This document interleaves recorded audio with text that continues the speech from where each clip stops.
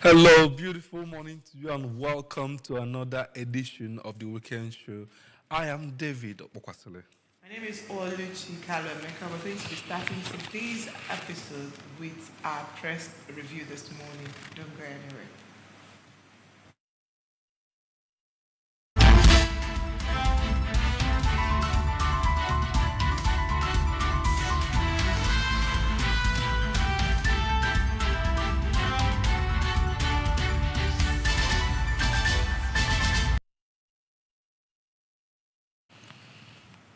We begin from ABS website, where the major stories this morning include Anambra State Government bans miracle examination centers.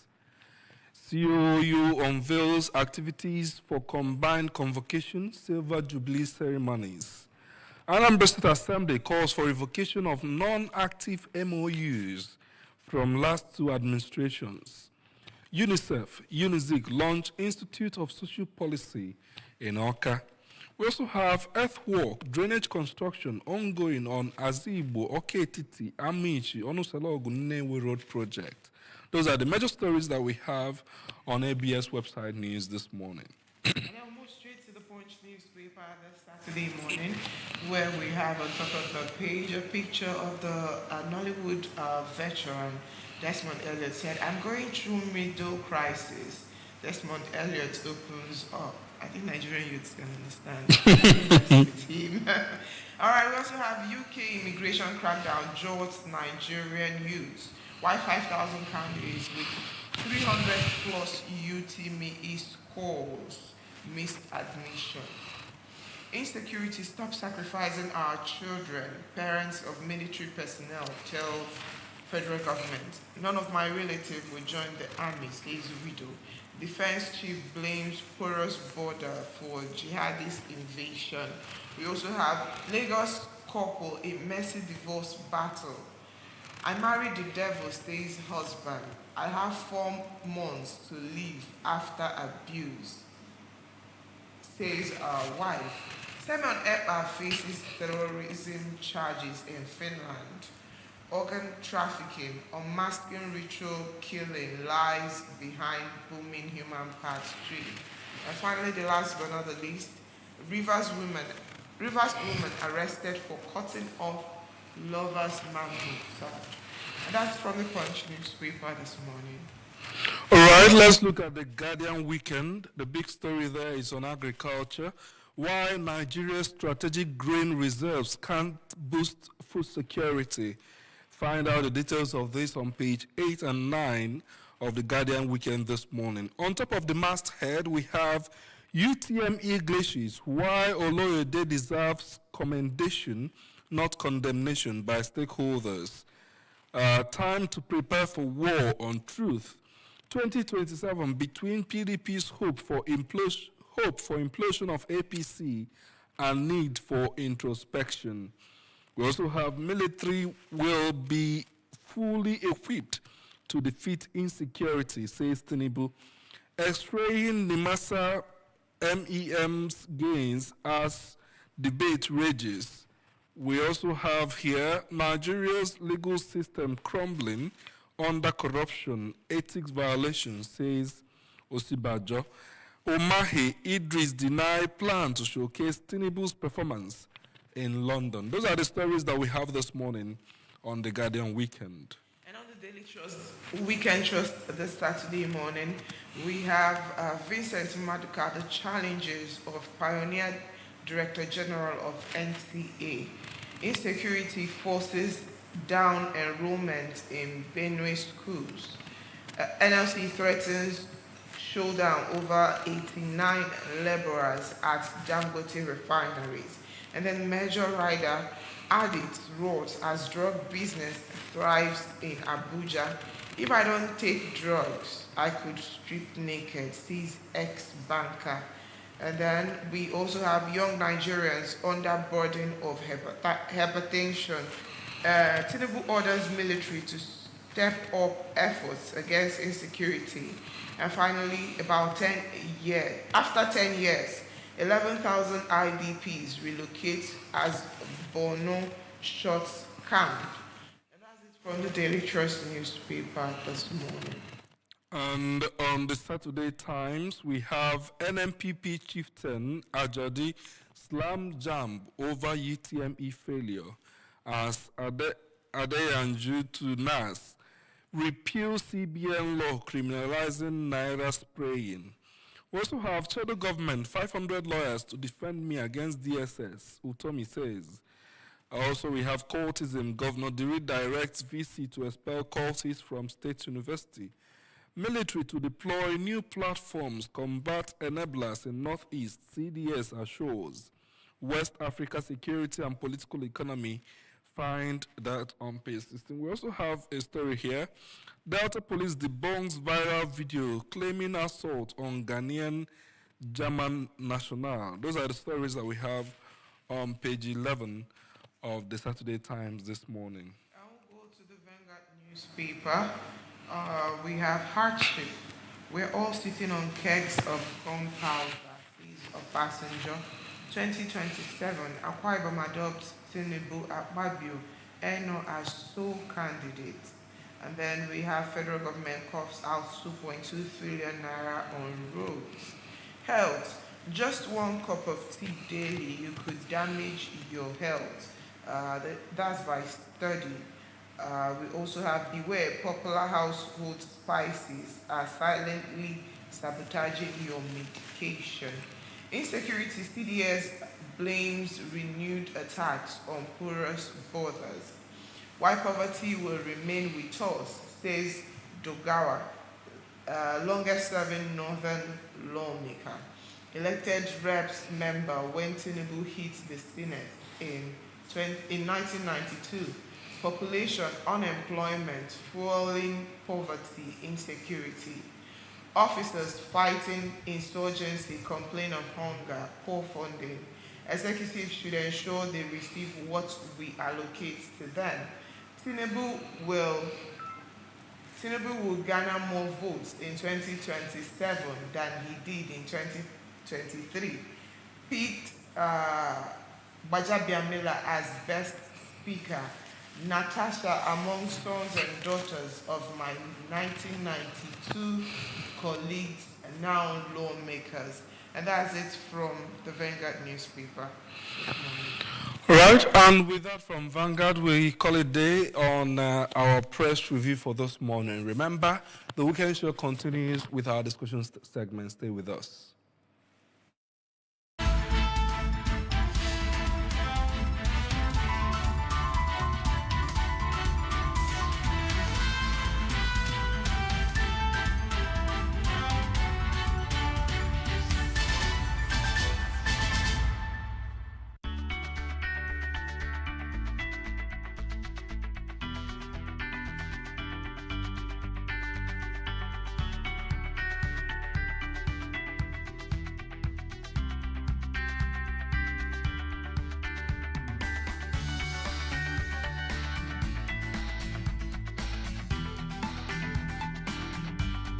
Cadbury hot chocolate.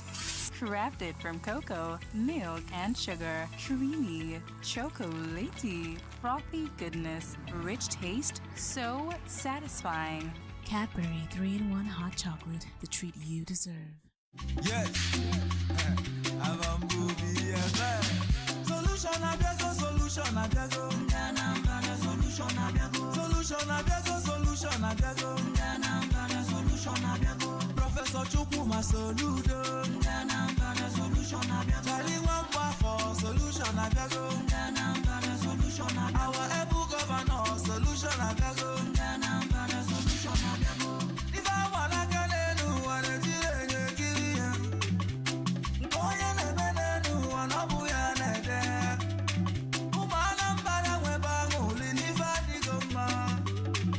Professor Chukuma Soludo, ni bugem chenja. Olomina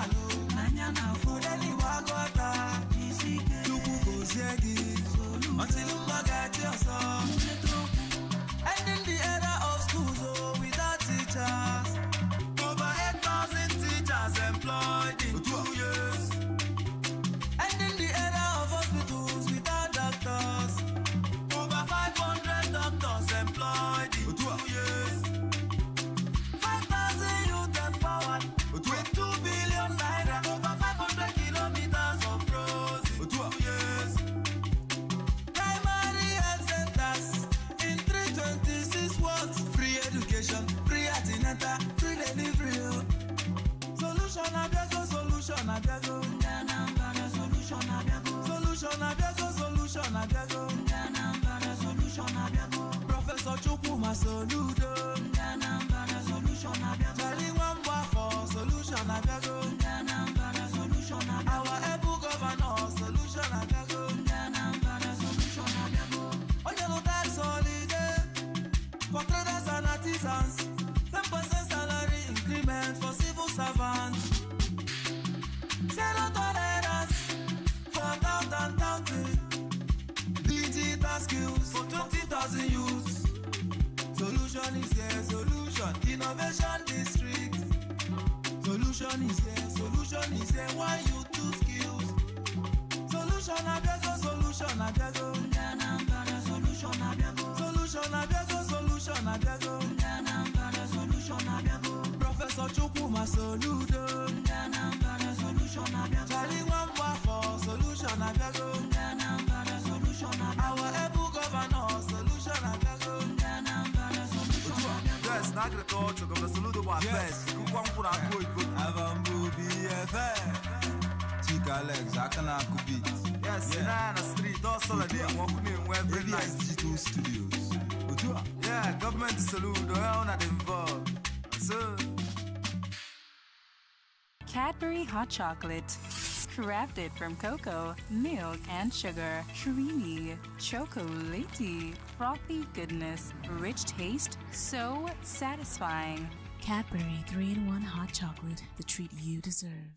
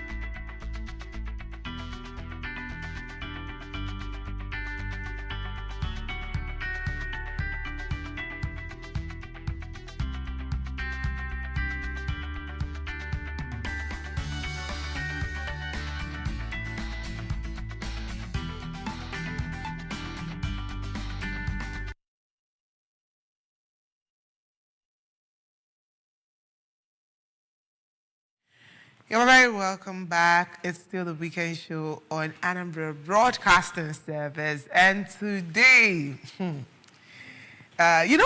we did celebrate Father's Day, and we didn't even know. We celebrated Mother's Day. We knew. International Day of the Girl Child, we knew. International Day of Girl Child in Science, we knew. Girl Child in Maths, we knew. Girl Child inside kitchen itself, we knew. Then you now come to the women. International Day of Women in Science, Women in Tech, Women in Medicine, women like... But yesterday was International Day of the Boy Child. A lot of people did not know. And in as much as I would like to blame my gender, I will not, David, because even you self, some guys did not know. Some guys are not helping matter. We started planning. but it's important that some of these things happen so that we get to talk about men and talk about, especially, Luchi, especially after what happened last week, the story of the 18-year-old boy. Oh, yeah! Very apt. It's important that this celebration is coming up immediately after that saga blew up on the internet. So, and who is a better person to do that than someone who is involved in talking with young people, in talking with families, and dealing with issues. In dealing with in this course. So he's here to talk to us, share experience, and give us practical examples when we talk about the bald child and expectations of manhood. Yes, our guest this morning is Dr. Casimir Nemeka. He's a psychologist. He's also, I think he's a clinical psychologist, David. That's how they put it. I think there is a difference. Yeah. So a clinical psychologist and a family counselor. Like I said, Doc, there's a difference about a psychologist and clinical psychologist. What is the difference? In Nigeria, a lot of people feel like once they give you admission to go and study psychology, just go and waste that 4 years and come out. And then there's only a few of them that end up in the hospital. The rest of them, I don't even know where they get. Some are makeup artists. All right, Doc, welcome. Thank you very much. Let's pick up the conversation immediately because more people about we are not conquer. All my girls are now several angles will come up. But when we talk about culture, probably will even ask you why is it even important?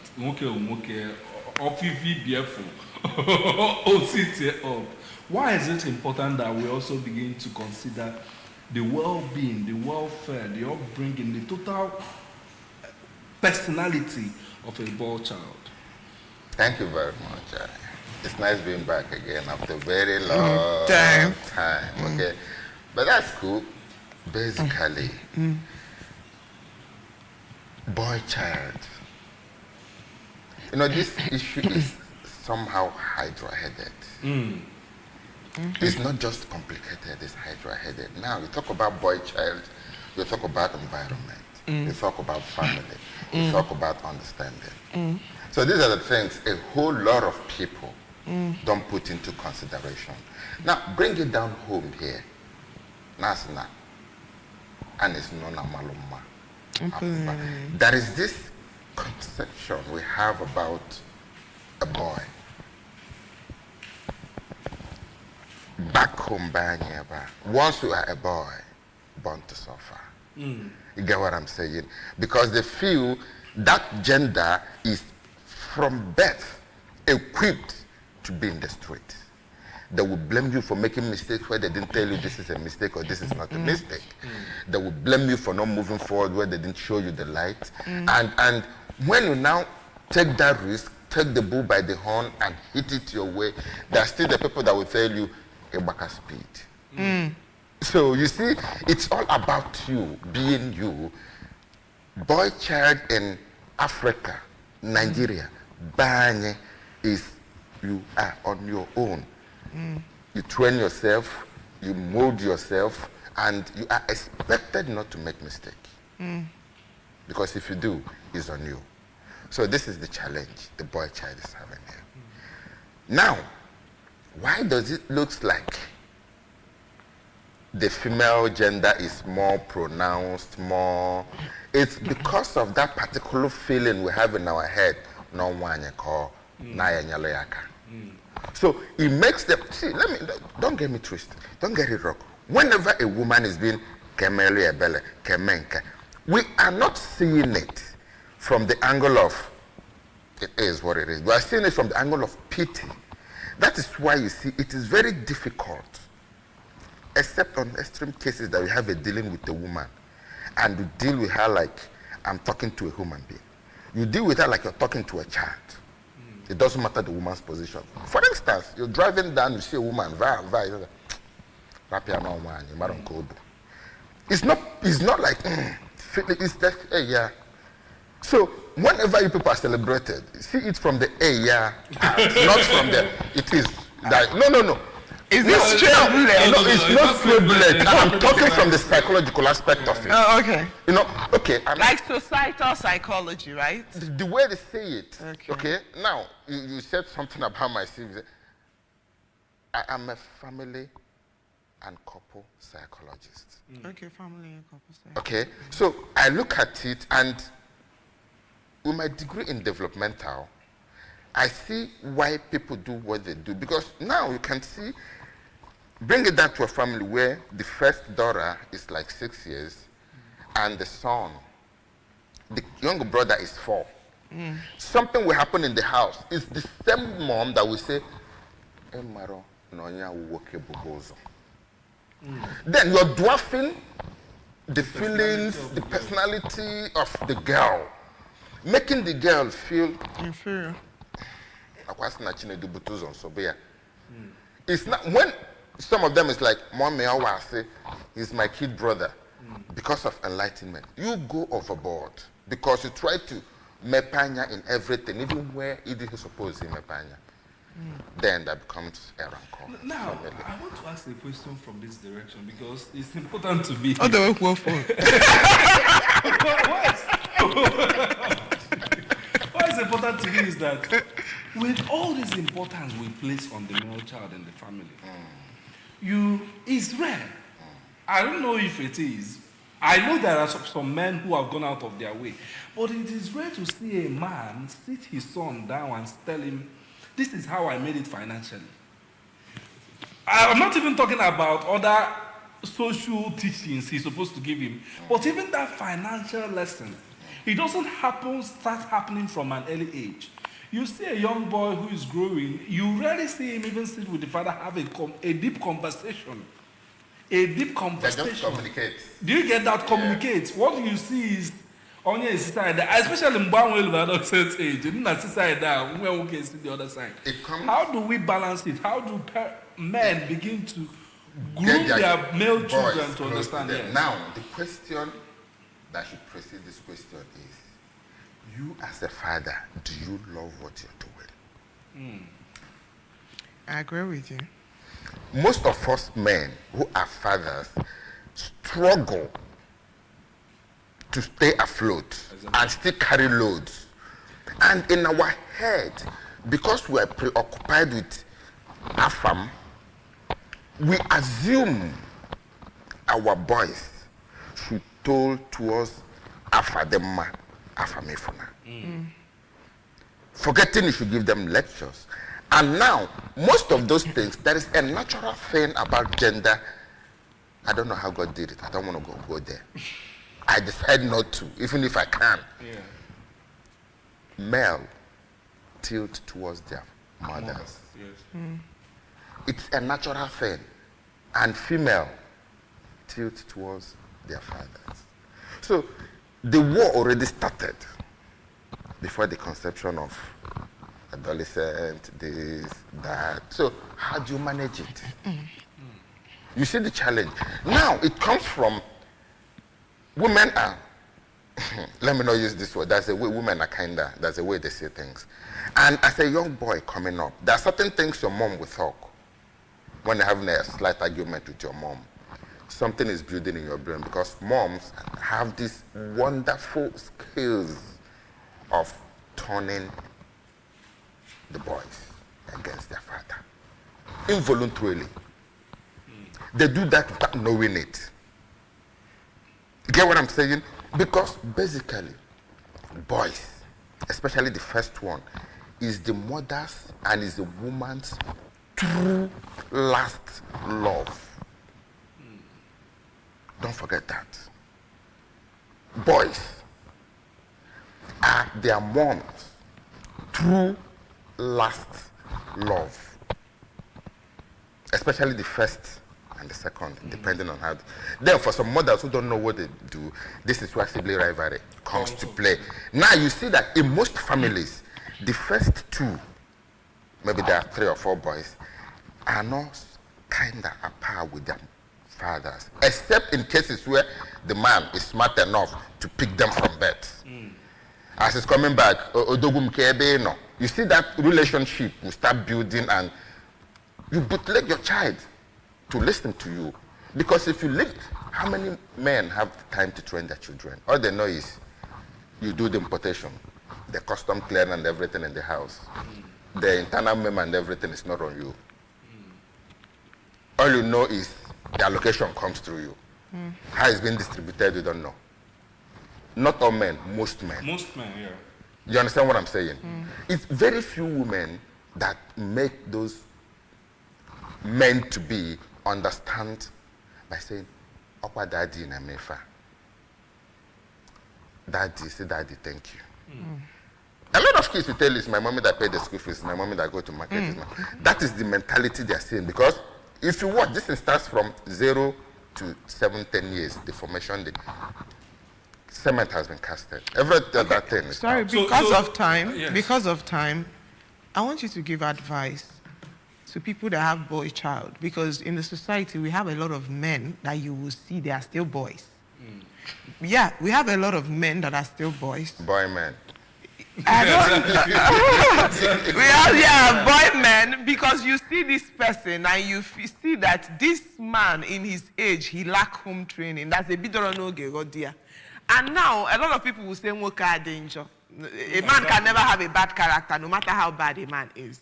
But then I feel a man can have a bad character. There is a character a man will display, and I'll say, what home is this one coming from? So I'd like to know, how can our parents catch these men young so they don't become nuisance to not just the society, but then to the family they are going to build and themselves? Now the question is, looking at that, the most important thing is, show me a man and I will tell you who the mother is.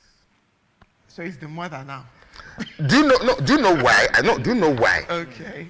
Mom have 80% closeness to every child they give birth to. Okay. Let's do a practical analysis from 0. Let's not talk about what happened in conception. Let's talk about from birth. Okay. Maybe today is 16th or 17th, I don't know. Okay.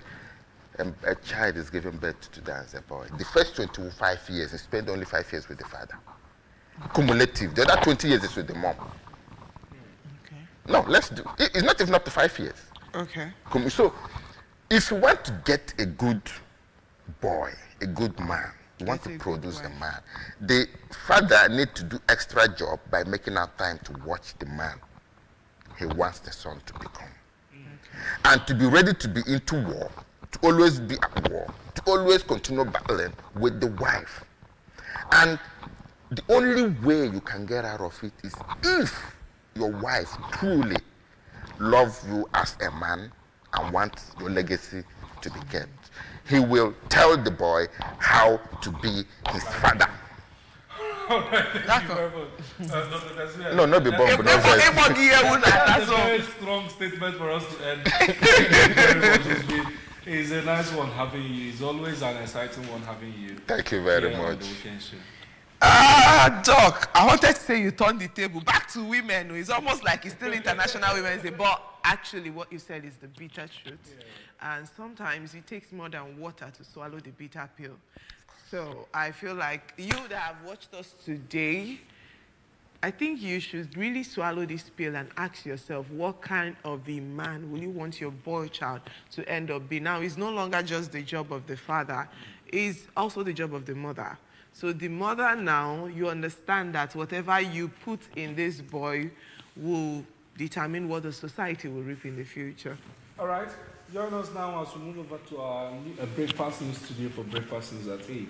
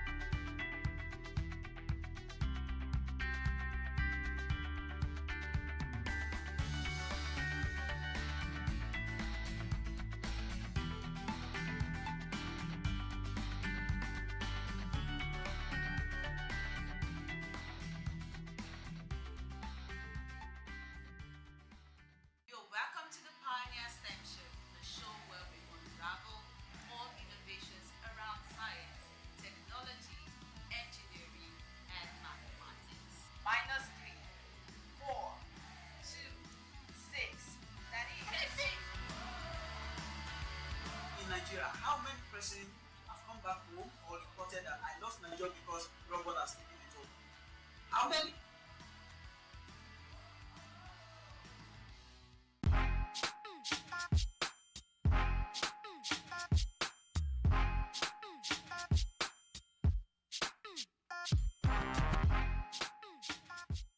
My name is Sunday Okafo from Anambra City.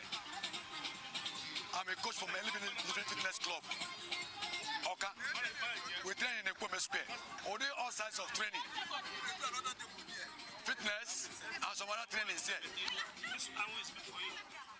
Work for fitness. Work here to make you to slim down. To trim you down. And give you more health.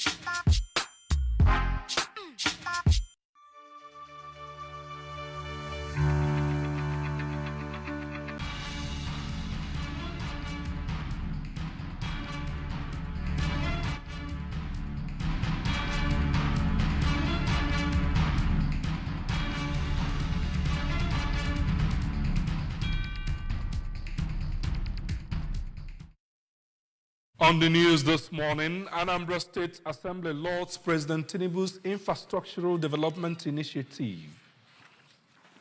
Anambra State Government inaugurates Tricycle Riders Association as federal government unveils online portal to streamline citizenship business permit. On the foreign scene, Israeli strikes kill over 100 people in Gaza. Beautiful morning to you and welcome to Breakfast News on ABS Television. I am David Okpokwasile. Security is here to stay in Anambra State. In the Anambra, remember, security is everyone's business. And for us to have a more secure and livable Anambra State, we must join forces with the government in securing our state. If you see something, say something. Report unscrupulous elements to security operatives for better security of life and property. Remember the emergency numbers 5341 or 080-02-20008. We begin from the Legislative Complex in Oka, where the Anambra State House of Assembly has passed a resolution appreciating President Bola Tinubu for his recent visit to the state and his commitment to critical infrastructure development. This followed a motion moved by the member representing Idemili South constituency, Barrister Ebukiwe, and supported by other lawmakers. Our House of Assembly correspondent, Emmanuel Chibata, has a report. Recall that the president, who visited Anambra on Thursday, 8 May 2025, commissioned two major projects, the Solution Fund City and the new government house. In the motion, Barrister Igwe commended President Tinubu for his visionary leadership and support for critical infrastructure projects in Anambra, including the planned integration of the state into the national gas infrastructure network, erosion control efforts, and the potential establishment of a deep sea port in the state. The Anambra State House of Assembly appreciates the President and the Commander-in-Chief of the Armed Forces of Nigeria, His Excellency Bola Ahmed Tinubu, GCFR, for his visit and commitment to building critical infrastructure in Anambra State. Contributing to the motion, the member representing Orumba South Constituency, Engineer Imanwafo, the member representing Njikoka Constituency 2, Dr. Jude Apua, and his Newi North counterpart, Honorable Austin Ike, noted that the president's visit has rekindled a sense of hope and unity among the people of Anambra. I'm in full force supporting this motion 100%. He has given Anambra State a facelift and putting Anambra State back in the map. Also, the member representing Ihiala Constituency 2, Honorable Golden Ilo, that of Anambra East, Barrister Obinweke, and his Dunukofia counterpart, Honorable Chooks Azotani, praised Governor Charles Soludo for his transformational leadership, which has positioned Anambra as a key player in the nation's development agenda, attracting federal attention and investments. The Speaker, Right Honorable Somtochu Udeze, read out the resolution, which received broad support from the lawmakers. The Anambra State government has launched the Solution Lens platform, a new tech-driven platform designed to promote transparency, accountability, and citizen engagement in governance. When Anibog reports that the launch, a hybrid event with both physical and virtual participation, is powered through the Ministry of Budget and Economic Planning, Ministry of Information, and the Information Communication and Technology ICT agency of the state government. Our report. The Commissioner for Budget and Economic Planning, Mrs. Chiamaka Nake, said they are not only launching the Solution Lens platform, but to reaffirm their commitment to a deeper ideology in governance that will be transparent, inclusive, and accountable to everyone in Anambra, saying that the platform is a solution to a problem and a fulfillment of Governor Chukwuma Soludo's promise to promote transparency, accountability, and citizen engagement in governance. So this is a solution to a problem. This platform is a one-stop platform for every information or all solutions delivered in Anambra State. In their goodwill messages, the Commissioner for Information, Dr. Law Mefo, and the Managing Director of ICT Agency, Mr. Fred Awata, described the Solution Lens as a digital platform that will allow Anambra to track the progress of government projects across all sectors while offering channels for public feedback and participation, noting that the initiative is in line with Governor Soludo administration's mantra, everything technology, technology everywhere, noting that the platform can only be a success when Anambra engage the platform and ask questions. Key features of Solution Lens are a central hub for government projects, interactive mapping, and user-friendly interface, and direct chat with government ministries, departments, and agencies, and it is part of Governor Soludo's broader vision for a smart, inclusive, and transparent Anambra. The Anambra Tricycle Riders Association, ANTRA, the umbrella body for all keke operators in Anambra State, has been officially inaugurated to champion the welfare and well-being of its members across the state. Inaugurating the association on behalf of the state government, the chairman of Anambra State Internal Revenue Services, Dr. Greg Ezilo, represented by the State Task Force Commander on Revenue, Mr. Nathan Obukwelo, assured the group of the government's zero tolerance for touting and illegal tax collection. Our correspondent, Emmanuel Okompo, was there and now reports. Dr. Ezilo advised ANTRA task force team to operate within the limits of their mandate and report any activities of illegal tax collectors to the government for immediate action. The task force.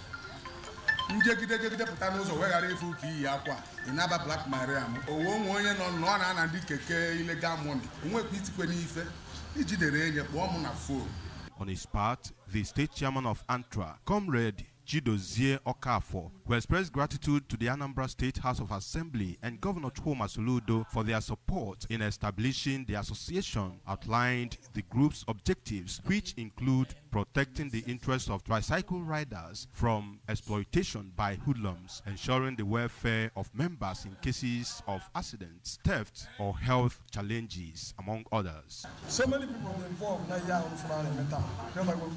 Mando House, Governor, Commissioner, involved.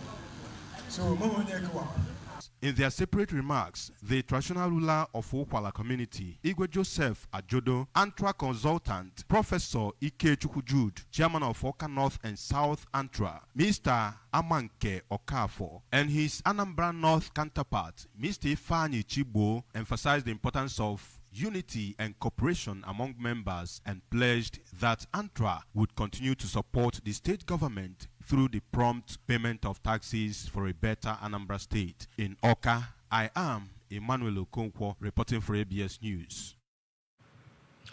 Before they departed for Abeokuta, Ogun State for the 22nd National Sports Festival, scheduled to hold from 16th to 30th May 2025, 100 athletes from Anambra, their 47 officials, and the chairman of Anambra State Sports Development Commission, Patrick Onyedum, had a brief interface with Governor Chukwuma Soludo at the Archbishop A.K. Obiefna Retreat and Pastoral Center, Okpuno. Represented by his Chief of Staff, Ernest Ezaje, Governor Soludo, who charged Team Anambra to make the state proud through conduct of performances in the 19 Sports Festival. In the 19 sports events they will be competing in, described them as people capable of winning gold medals, given that Anambra State is an A state. Governor Soludo, who noted that the Anambra team has good officials to boost their morale, urged them to do their best and leave the rest to him. In his remarks, the head coach for the team, Jude Nwafo, said the 100 athletes will make integrity, self-control, perseverance, and indomitable spirit their watchwords throughout their stay in Abeokuta. On her part, Florence Okoye, on behalf of the athletes, promised that they will do their best to outshine others and bring home over 20 gold medals. In crime, a combined team of security operatives in Anambra State has successfully repelled an attack by armed hoodlums at a security checkpoint in Isofia, Agwata local government area of the state. In the fierce gun battle that ensued, 2 of the attackers were neutralized. Unfortunately, 1 security operative sustained fatal injuries and an operational vehicle was set ablaze by the fleeing criminals. According to a statement by the Police Public Relations Officer, Mr. Toch Kwikenga, the superior firepower of the joint security team forced the attackers to abandon one of the operational vehicles, a Toyota Sienna, before fleeing into nearby bushes. Reacting to the incident, the Commissioner for Police, Mr. Ikio Yorutugu, condemned the attack, describing it as a test of the collective resolve on the Funde Anambra to support security agencies in their efforts to rid the state of criminal elements. He assured the public that the command is committed to apprehending those behind the unpatriotic act. The statement confirmed that calm has since returned to the area, while security has been reinforced and more armed operatives are currently combing the surrounding bushes in search of the fleeing suspects. According to Mr. Kenga, further updates on the situation will be communicated by the command in due course. The Ministry of Interior has announced the launch of a new online citizenship and business management platform. This is contained in a statement by the ministry's permanent secretary, Magdalene Ajani, in Abuja.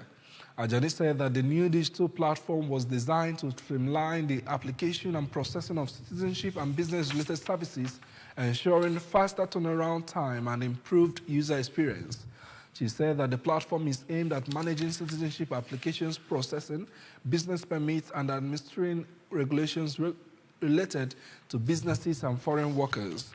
The permanent secretary explained further that the initiative was part of the ministry's ongoing reforms aimed at promoting transparency, enhancing operational efficiency, thereby significantly improving service delivery to the public.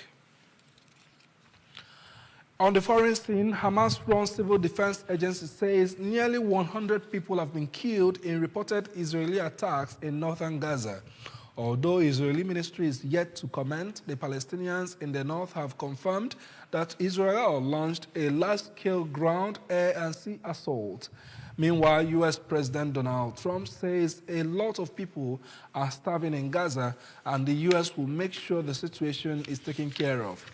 Gaza has been under an Israeli blockade of all food, medicine, and other supplies for 10 weeks. Indirect talks on a ceasefire and hostage release deal are continuing between Israel, Hamas, and Qatar, but so far there has been no sign of a breakthrough.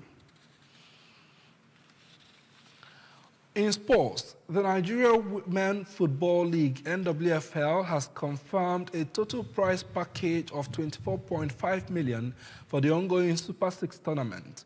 The increased financial incentives will be shared among all 6 participating clubs. The eventual champions will pocket 10 million naira, maintaining the standard of past 2 editions. Runners-up and third-place teams will earn 6 million naira and 4 million naira respectively. Both represented 1 million naira increase from last season. The bottom 3 will receive 1.5 million naira, an increment from 500,000 naira from last season. 4 clubs, Bayelsa Queens, Edo Queens, Nasarawa Amazons, and Remo Stars Ladies are in contention for the title. The winner will be decided on the final day of the season.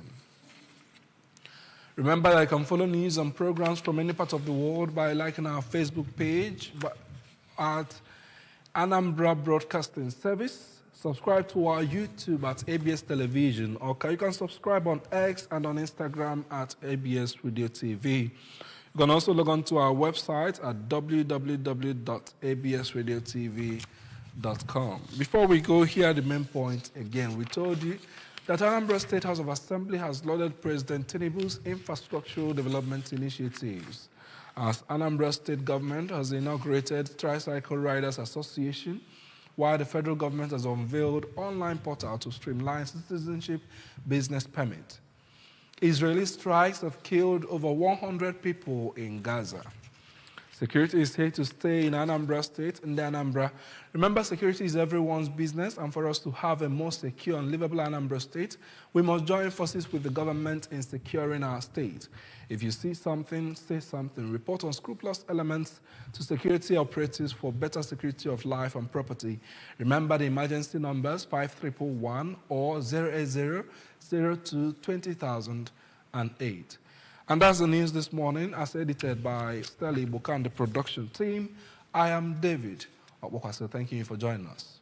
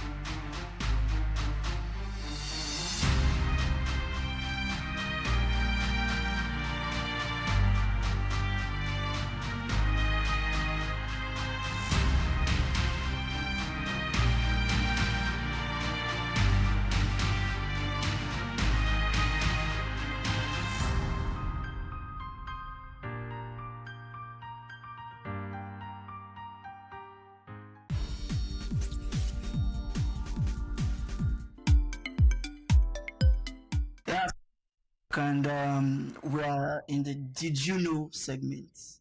Like, did you know? Did you know? Emmanuel, did you know? No. Okay. So every time you say did you know, I'm like, what don't I know? Like, did you know? Like, what exactly don't I know? So, what one is that cats spend 66% of their life asleep. 66% of their life. Like, I just like the fact that their whole life cat asleep.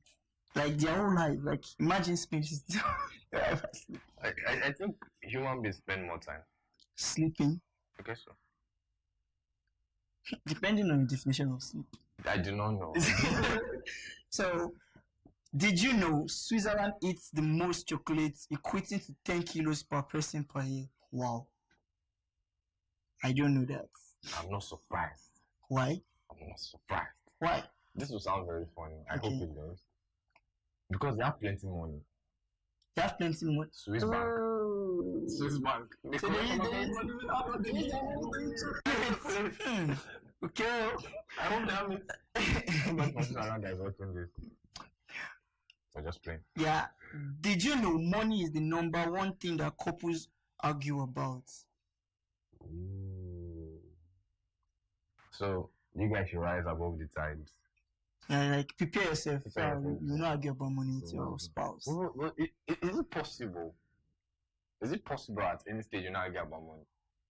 Even apart from couples now, we argue about money. Jeff Bezos. Like, why would you divorce your wife? Why would your wife divorce you when you're that rich? Yeah. The same thing will be Gates. I hope it's not because of money though. That's touching. But make money. Yeah, make money. Did you know macadamia nuts are toxic to dogs? What are macadamia nuts? Macadamia nuts. I don't know. I didn't even know what macadamia nuts are. We'll go to research on that. But they are toxic to dogs. Maybe not necessarily kill. Maybe they react. Yeah. And Macadamia nuts. Maca. Please spell that. Mac and Damian. Yeah, Maca and Damian. Like MCA. M-A-C-K. Yeah, M-A-C-K. No, M-A-C-A. M-A-C-A. Then Damia. Oh, sorry, Macadamia. Sorry. Macadamia. Okay.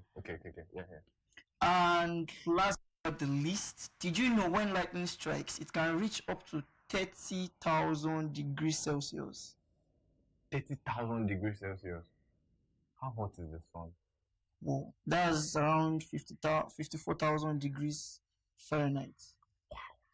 I'm not a scientist, so I don't know what I just said. There's this very, very weird story about lightning. Okay. One man, before he died, lightning struck him twice. He did not die. Man.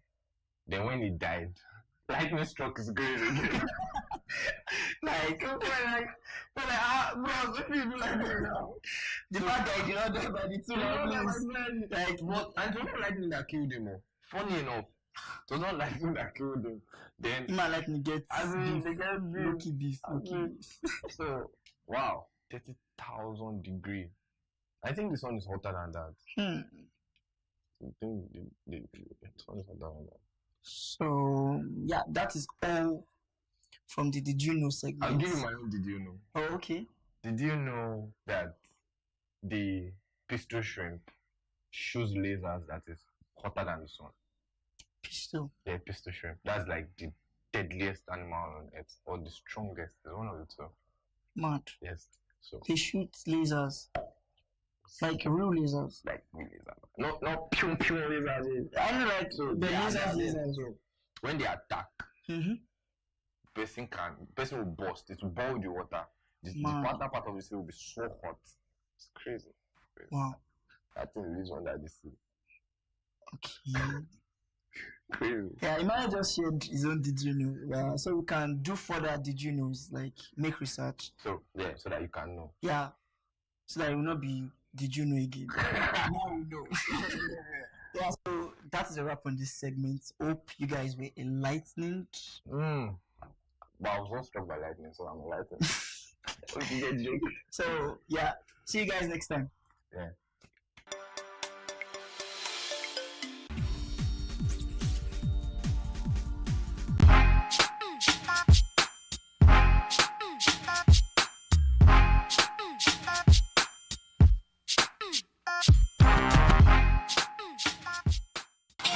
Sunday Okafo from Anambra City. I'm a coach from Living Fitness Club. Okay. We train in a Kwame Square. We do all sides of training. Fitness and some other training here. Go for fitness. Work here to make you to slim down. To trim you down. And give you more health.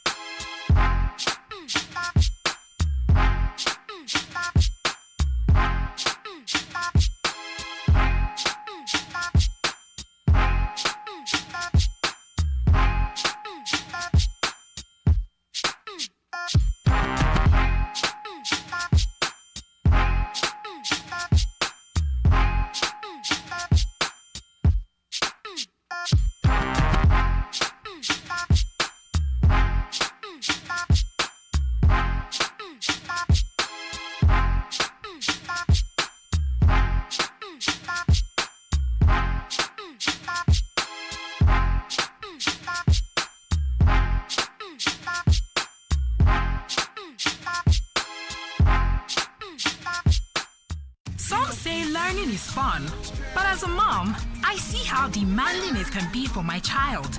That's why I ensure he starts every day with a cup of Bonvita. Bonvita. Prepare them to win every day.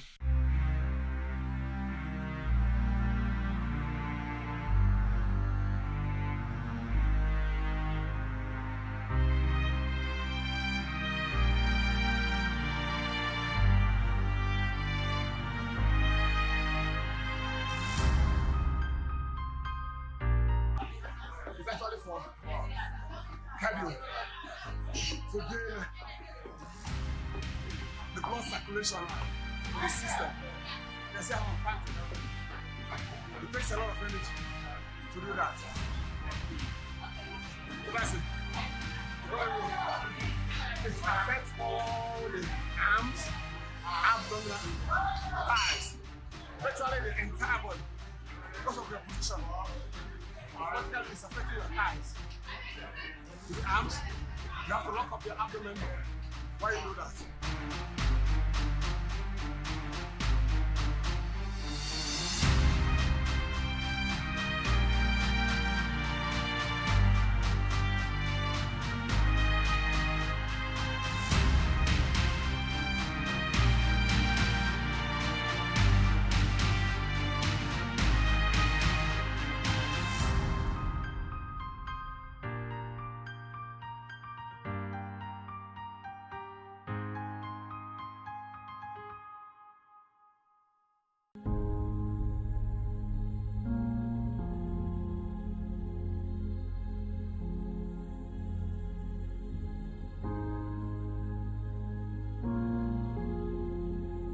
For 64 long years, Oboko was a land forgotten by time, a slum buried under the weight of neglect, suffering, and pain. Men, women, and children, abandoned by those meant to help them, struggled to survive.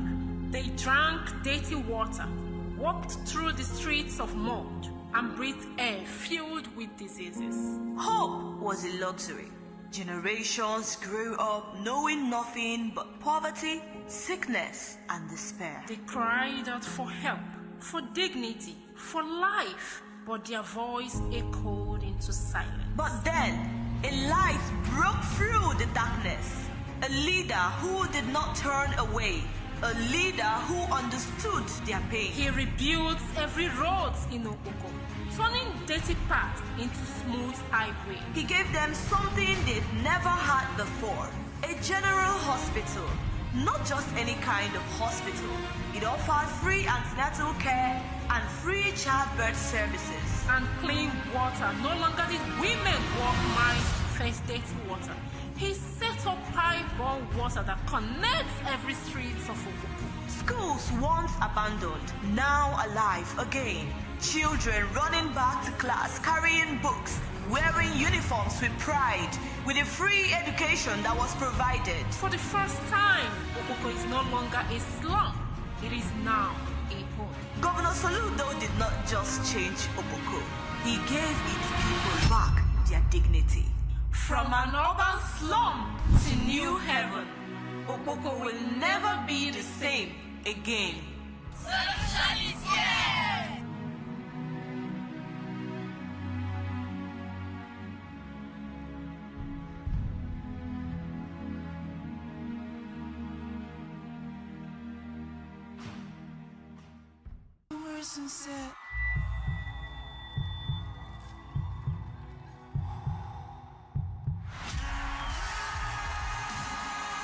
Stay confident, stay focused, breathe through it with TomTom.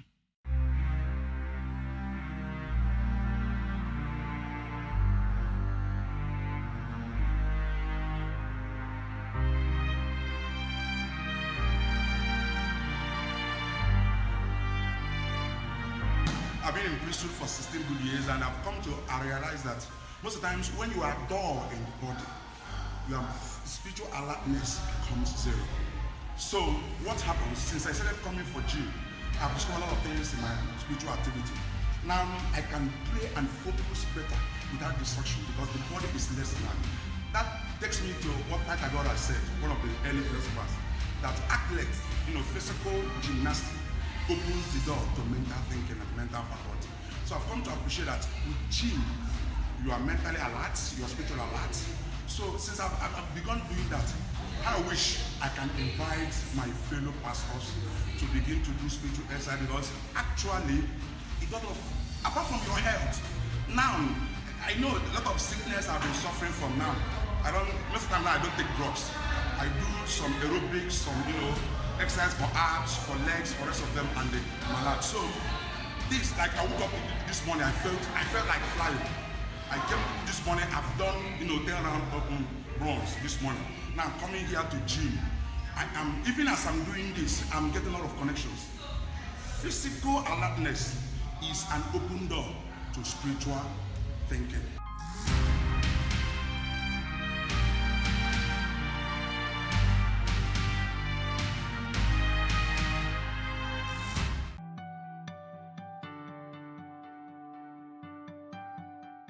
Are some women known to be infertile? Well, yes, some women may be born infertile as a result of what we call congenital malformations. If there's any malformation in the reproductive system of a woman, that woman may naturally come out infertile. Okay. But it's very rare in such a situation. Such a situation is very rare. It's very rare, okay. Yes. Okay. Now we know that infertility, when we talk about infertility, in a layman's opinion, is when a woman couldn't give birth to a child, can't conceive, maybe when she must have tried for 1 or 2 years. But now you are the professional in the house, so just explain to us what infertility is, an overview of what infertility in women is all about. Find infertility as an inability of a couple to get pregnant after 1 year of adequate, unprotected sexual intercourse. Okay. These are the key words. There are some conditions in medicine where you can start investigating a couple for infertility, even if they have not lived up to 1 year. Yeah, so some of those conditions, if you look at the woman, if you take the history, if there is anything in the history of the woman that can lead to infertility, you may start earlier. Something like assuming a woman has had a sexually transmitted infection which was not treated well, a history of that, or a woman has had a history of ectopic pregnancy. Okay, now we are talking about the factors that contribute to infertility. Yes, yes. If you have any of those factors, in a woman.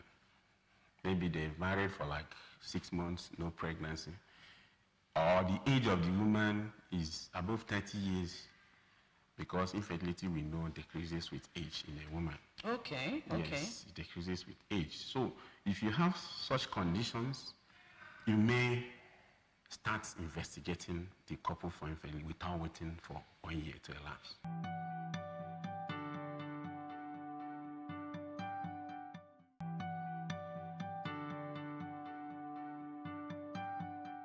All right, doctor, now let's talk about women that must have tried, because I know that we say we have primary and secondary kind of infertility. So I want you to expatiate more on that so that we really understand what it means. Yes, we have 2 classes of infertility, primary and secondary. The primary one is when the woman has never been pregnant throughout her lifetime. Okay. She has never been, you know, they only start bothering about this infertility when they get married. So that's when they now come to hospital. So in the process of talking with asking the woman questions, the doctor should find out whether this person has been pregnant at all. Because some people get pregnant when they were still single. Yes. So you find out whether the person has been pregnant before. If, no matter the outcome of the pregnancy, assuming the person got pregnant and later terminated it, had an abortion, terminated it, it means this person has been pregnant before. Okay. So that person is now having a secondary infertility. Okay, okay. But if the person has never been pregnant before, it's primary. It is important to establish that because the management of both of them are different. Okay. In primary, it boils down to that question you asked me at initial, whether people are born with infertility. In primary, you'll be wondering whether this person had an inborn error, a congenital malformation that can cause infertility. But assuming that person has been pregnant before, that rules it out. That is not a congenital cause. You now start searching for a secondary cause. Okay. So that's...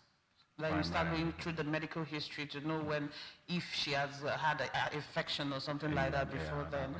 Okay, now, some people used to say that some of the contraceptives that young ladies use maybe before they get married, that it might cause one, when you start trying to get pregnant, when you start trying to conceive, that it might cause infertility too.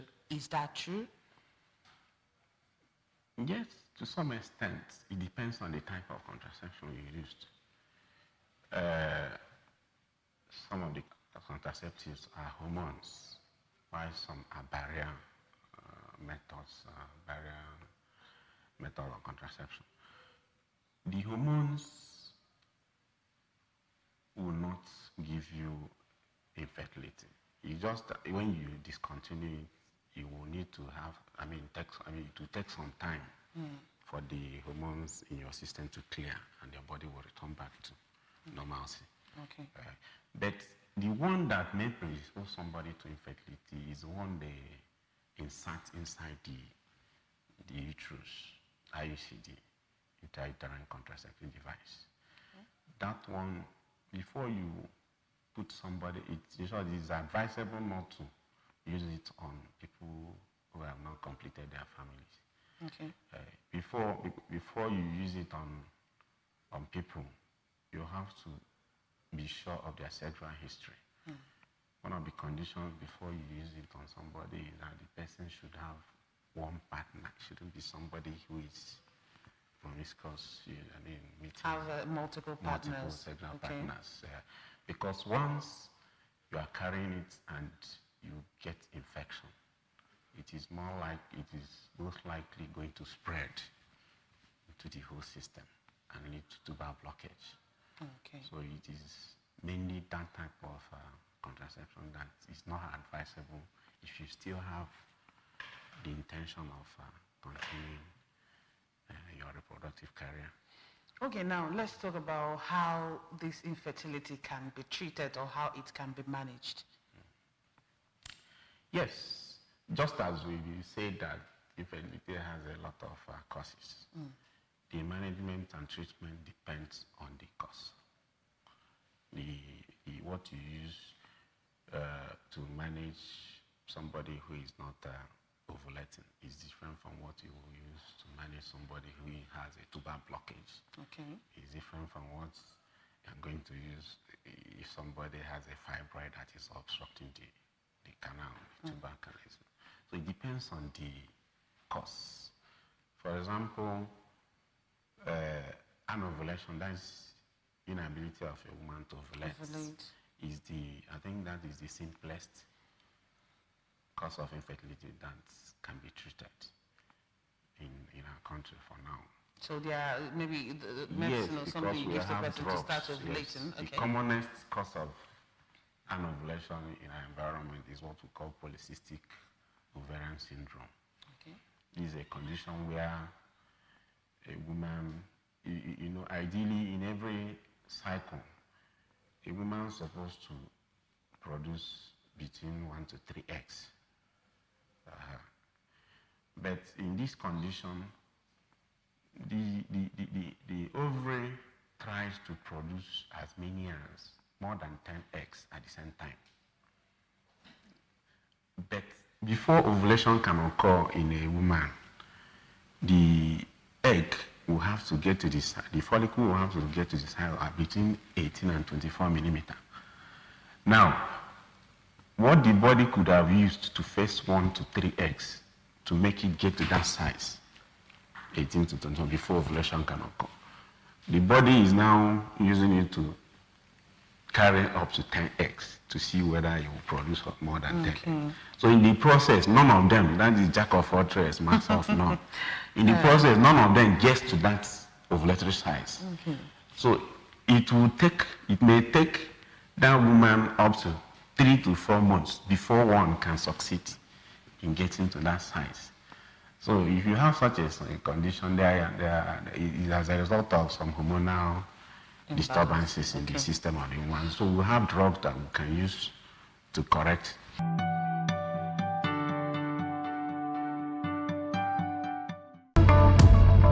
Keke, why junction drop? Under 2,000. Wahala. Keke, I don't say you carry me go London or now. Why junction here? 2,000 naira because this is where I get my tax money from. I don't be taxing. Who they pay tax? I used to pay state government tax every month. You know they pay tax. Wetin be tax, I beg? Well, I used to pay state government tax every month. This money they pay me now, I will come out my tax money from. Because that tax what we pay, and that money government they use, they develop our state so that our state will be like another state. I enter 1.5, let's go. Because the government has reduced our money to 10,000 naira. Let's go. 1.5. Now wow. May you try to pay your tax. So. My people, una don't hear am now. Now today I dey hear this one. Me I get boutique where I dey sell something. He said when you pay your tax, the government will beautify our state and the roads and infrastructural development will come into our state. Make we try the pay tax. As for me, once I get to my shop, I will head straight to the tax office to clear myself so that our state will be better. Because better soup na money kill am o. This message is from Anambra Broadcasting Service, ABS.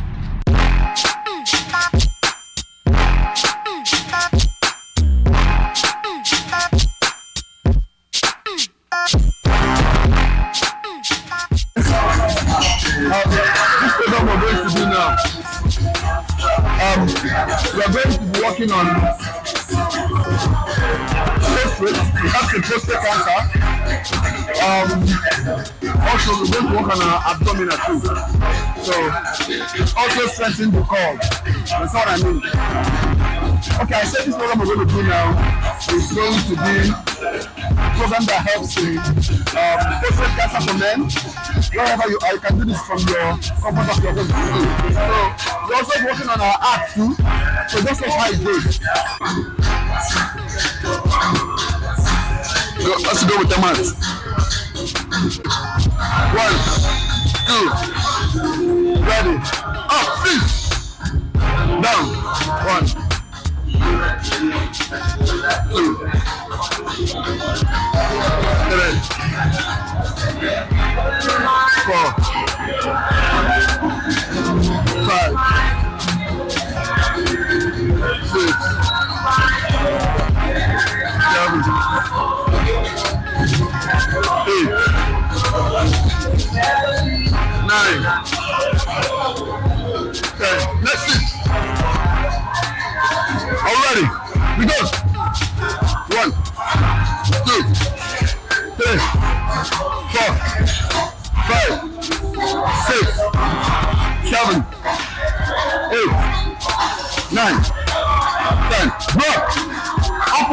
Let's go, 10. 1, 2, 3, 4, 5, 6, 7, 8, 9, 10. Down. The last among the list. Let's go. 1, 2, 3, 4, 5, 6, 7, 8, 9, 10. Down. You did well. Cadbury hot chocolate. Crafted from cocoa, milk, and sugar. Creamy, chocolatey, frothy goodness, rich taste, so satisfying. Cadbury 3-in-1 hot chocolate, the treat you deserve. Over 3 months ago, Kaha bidoro ngobaya. A lot of changes because mbefa da anwea. Kachasinka anom n'akụkụ, ọ dey add weight. Ọ na-eri nri ọfụma but ọ dey weight. But since ọ ṅụbara ya, ihe dị iche dị. Months ago, before the idea of Nonye's Healthy Living PAP was conceptualized, the Anambra governor's wife, Mrs. Nonye Soludo, had finished receiving a delegation from UNICEF. The central focus of that meeting was about tackling malnutrition among children in Anambra State. The revelations from UNICEF, alongside a valid will to make a difference, spurred the governor's wife to action. Anambra State is known for her strong leadership presence in almost every national rating, be it in education, health, trade and commerce, infrastructure, leadership, and human capital productivity.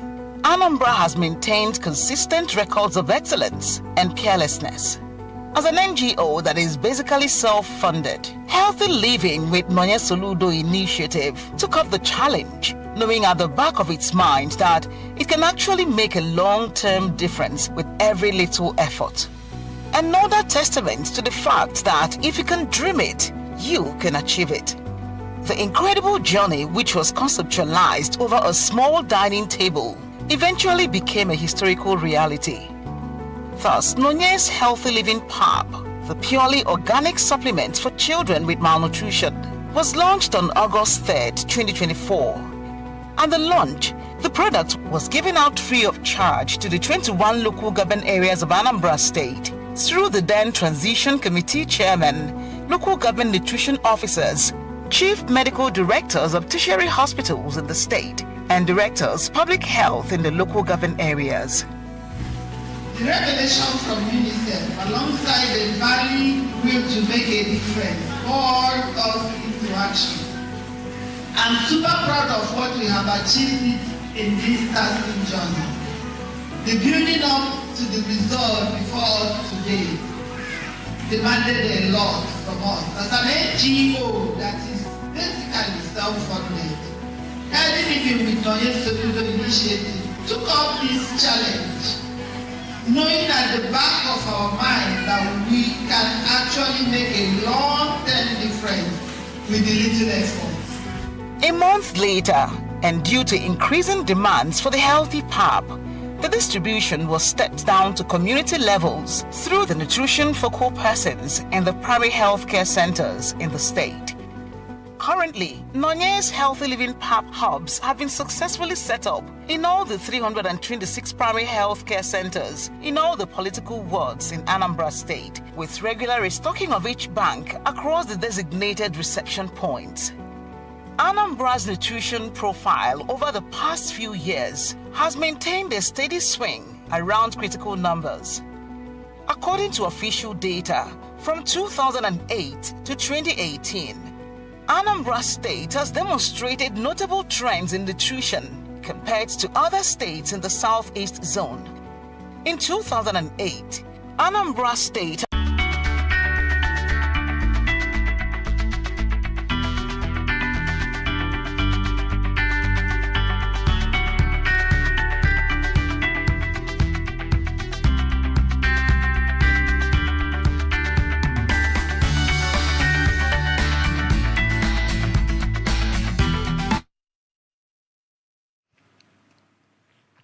Welcome back.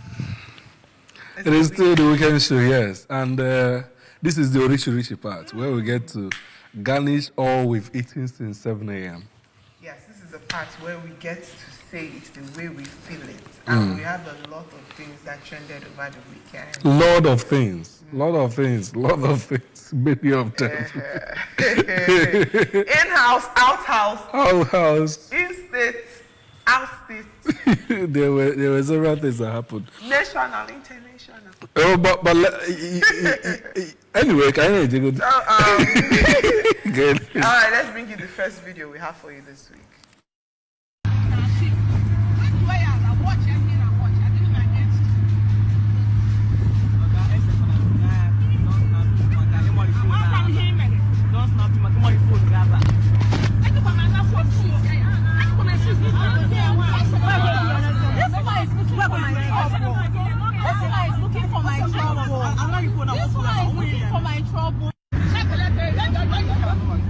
You don't know you're the reason why people don't go to church. You are the reason why people don't go. I'm not coming out in the church. You are doing it in the name of the Father and the Son. You're calling somebody an idiot. Am I your child? That's all you are. Who do you think you are? Somebody, every time for this one thing. That's what they talk about crisis management. But yes, I actually saw a lot of dimension that I like to talk about. First of all is videoing people without their consent. People need to know that I think there should be a rule against it. Lucy, but what I'm videoing public places. What I'm seeing in this video is quite different. She kept her phone like this. The Reverend Sister was peeping in. You know, there is this behavior people make in video in buses and keke. And people have found a way to solve it. When you're pressing your phone, somebody beside you is peeping to see what you're reading, what you're writing. So most people, what they do now is, once you start peeping, they will show you yourself. Okay. So the first position of the girl was, she was looking at herself. She might truly be watching a video. Until the woman started peeping. So she make it a video. That's one. Two is that I don't know about making a personal video of yourself if she was making a public space, because the bus was a public space. If she had brought out her phone to record the Reverend Sister, that would be different. Like what most people do when they talk about making content, which is wrong. You pick out your phone, you are making content from maybe an older person who is just living his life. You want to use it to trend online. That one is wrong. But if I'm making content of myself in a public space and you happen to walk into it, I don't think there should be a rule against it. No, there should. There is actually. A rule against when I'm making... Yes, and there are public spaces that are protected from all these things. But when you are in a bus, I don't think it's protected. What do you mean? Because I don't think it's protected, seriously. No, the thing is, you don't actually have a right to make a video of a person without their consent. That's true. It's invasion of privacy. But if I am here now and I'm making a video, so far as I'm making that video and I put you in the video, I invaded your privacy. That is if I put you. But if you put yourself... That's my point. No, what I mean by I put you is, let's use the Unizik saga for instance. You're standing in the middle of the hallway. And then I passed. Did I put myself in the video? You didn't. You put me in the video. No, I didn't. I didn't put you. No, you did, because you're standing on the hallway. Yes, I was obstructing your ability to move. So, and now, I passed. You actually put me, because you have no right to make videos. But if I wasn't obstructing your ability to pass, you were the person that put you yourself. Yes. Because there could have been other options for you to go and not so you're inconveniencing me. That is if I'm the person that's inconveniencing you. No, for instance, let me use this instance. I go to church a lot and people just come and that wiping phones in front of you doing video. I think it's wrong. No, that one is wrong. It's very wrong. Because it should be a private moment. Now you don't really know me. You don't know if I want to be in your video. And then if be able to phone, for the phone, they can POS. Is that your problem? Yeah, it's my problem. It's my problem because now on a normal day we're in an age. No, David, we're in an age where people hardly look ugly in videos. So a lot of people use filter and all that. Yeah. And then maybe one day I'm just looking anyhow in my anyhow. Exactly. Mood. And then somebody you now just put you there. Video. And then you now post me. It's like Bobrisky. When Bobrisky, and people are saying, is that him? Generally, let me just mention, we have a lawless society in Nigeria. Forget about people in government generally, but there's this mindset that we have. Nothing that is law works here. because people we don't enforce them. Yes. People just do things because they feel they can do it. People just you see someone. Because.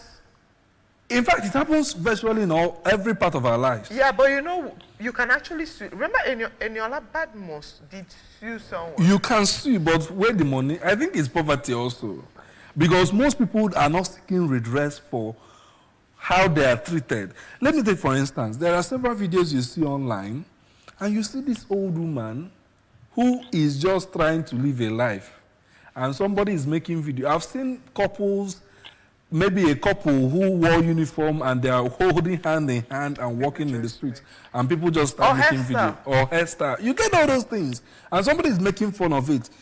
If it's in climes where people have money to seek redress for such things, it could have happened. But because we don't seek redress, one, two is that our justice system is long, that you just be like, yeah. There's this video on Facebook. I was there when the person, it was actually an apprentice learning how to sew. So she actually posted her picture to say, give me corrections. And when I saw that picture, I knew it would trend. You get? Now that picture is all over the place. They use it to butt shame her, like they just post it. It's on stickers, it's on everything. And they tell you use it for memes. Yeah, but another thing I would like to point out from that video is the fact that people should have a sense of, know how to read an environment. You're a reverend sister. See, I went to a mission school, so. I will tell you that I've actually seen some of these clergy people display attitudes that you don't even know they have. It's just like, oh no, Dikita, you see me and David on screen, we're always laughing, and you now see me because it has happened. See me on the street, you talk to me anyhow because you feel like, oh, the Oluchi you know or on TV laughs a lot, she hardly take offense at things.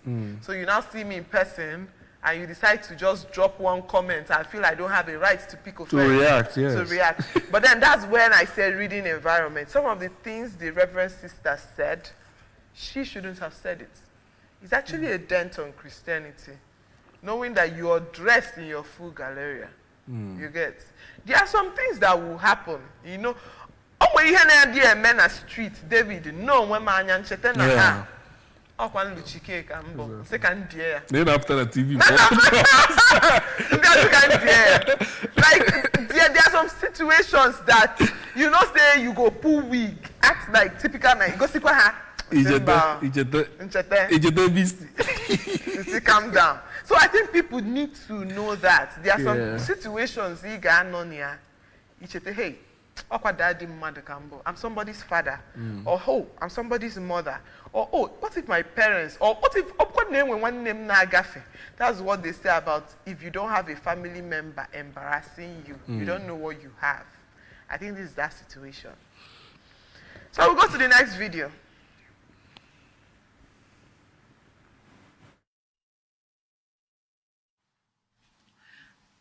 Personally responsible.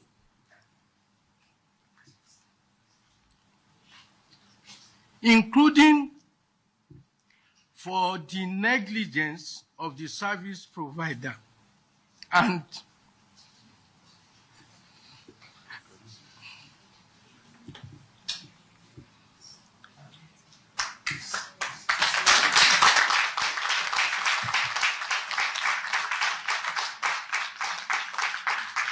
I unreservedly apologize for it.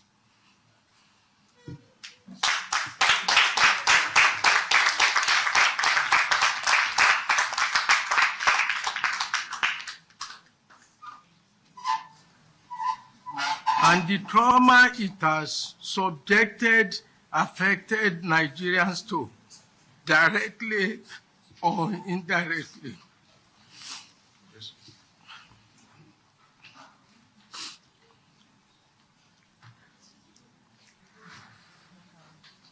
Once again, we apologize and assure you that this incident represents a significant setback for the board's reputation. We remain committed to emerging stronger in our core values of transparency, fairness, and equity.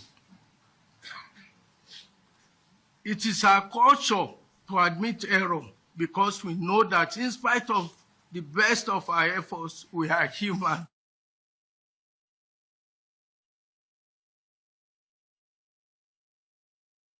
All right, so that video trended. I think it's been 2 weeks back to back, not for the video, but for the jam saga. For it to develop to the video. For it to develop to David, no, David, don't do this. He wants to. I didn't say that I don't want to laugh. Hey. Now, one very funny thing and sad is the level of psychophancy. Now, somebody is giving a heartfelt speech, and then he started crying. Nigerians are clapping. And I'm wondering, what's the clap for? Somebody has committed suicide. What's the clap for? This is administrative suicide. People are depressed. Because of your decision. I don't and understand. People are clapping for you for clapping. For crying. Because I feel the tears came late. The tears came after parents have already started suing this man. Like parents are calling for his head. And then you know the truth of the matter, Bona. Like, today. JAMB was more successful when we were doing the paper and pencil. Like you come into the hall, you know your number 1 is somebody's number 10, so you don't even bother. You get. Oluchi, since CBT was introduced in Nigeria, every exam year we have one story or the other. And do you know this is the only time do you know the funny thing? Since that time, we are blaming the students. Yeah, even now. We are saying that we the have people that are students, still blaming the students. we are saying that the students were careless or they don't know, they didn't go to school. They're carried away by technology. But they were carried away by media. And since CBT was introduced, when this issue started, in fact, was the day of the exam. You fix somebody at 6 a.m. Also, there is nobody who will function at his or her best around that time. You know that time in JAMB used to be the time that you start trying to locate your Locate center. your center. When the JAMB, there by 10. So you leave your house as early as possible. Look at your center, relax, you're cool off. So when you look at center, because these centers are not enough. We don't have the infrastructure yet. And then you forget that this system, you get. And then people should understand that technology is not human, so it's automatic. Yes. So if, for instance, I post a picture of David and I ask, what is his name? And the thing I have mistakenly slotted in the system is Joseph. If somebody comes and type his name is David, the system will say wrong. His name is Joseph. Exactly. Because that's the name that is being there. That's what has been programmed for it to function. So if you know that you want to do CCTV, what's it called? CBT, then you need to put in the resources to make sure that before time. And the resources are there. These students are paying heavily for this. It's sad that somebody has already died. Do you know, this incident is actually, I'm one of the people who are saying that the Mesoma saga should be revisited. Yeah, but the thing is, I think the girl is in school now, somewhere outside. But I feel that yes, but she needs the vindication. Yes, she needs It is because that issue was entirely the investigation and the way they treated her was entirely a jump stuff. I think it's time that we also invite an independent auditor to look into that matter. Because everybody that spoke to that girl, see, let me tell you, I was telling someone that if there's something I've noted, is the fact that intelligent people like to take the glory for their work. An intelligent person exactly. Mm. So that girl when I heard the story, and then, yes, a lot of things could have made the girl come out. This same crying professor, this same old man, came on TV to lambast a young girl of under 20. Yes. This same and person now the only reason why this for. man is crying is because now they are calling, people are beginning to evolve the law, and someone has already died. Oluchi, and now, you know, David, when I saw this video the first time, I said, "Noble, normal, never." I said, each church in a class, I say, what is funny? Yeah, this kind of attitude, but what is one of the things that destroy our system? Yes, psychophancy. Somebody will be at his house criticizing government and saying this is not working and everything. He may just any opportunity to stay there. Instead of telling your guy, this is not the right thing to do, or even closing your mouth where you should close your mouth. Because now the guy is taking the blame, but we know that he didn't do it alone. He has a team. Now. And obviously it's the team clapping. On my hair, this is the kind of thing that you should quietly resign. No, the truth is, glitches. People have been defending this. Yes, glitches happen everywhere as far as computer is concerned. No, but it's too consistent. It's not only in Nigeria, but it's consistent. And the glitch that happened in more than 5 states. I think actually the truth is there. I think whatever happened, David, happened national, but you know, they're just trying to take credit for 5 states because it was obvious. Now, also, I'm also thinking, what is so difficult? We've written exams where you open your phone and write the exams and still get your normal score. You don't have to go to any center. And this system still work. Why do I have to go to a center to write JAMB when it is CBT? Why can't I log onto a website from wherever I am in the world? With a camera on. With a camera on, because we've written those exams. Are you right? With a camera on and you write it. And those systems still produce. In fact, Lucian has several questions. And this is where I'm making 3 calls. I'm one of the people that are saying that the Mesoma saga should be reinvestigated by independent investigators. 2 is, it is time that we take back the responsibility of admissions to the institutions that are responsible for it. UNIZIC should be able to organize exams for whosoever is applying to UNIZIC. So far as you have your O-levels. As far as you have your O-levels. That is how it is done. It was done before. And it is done overseas. And it will cost. Yes. It also, like somebody said, it will democratize opportunity.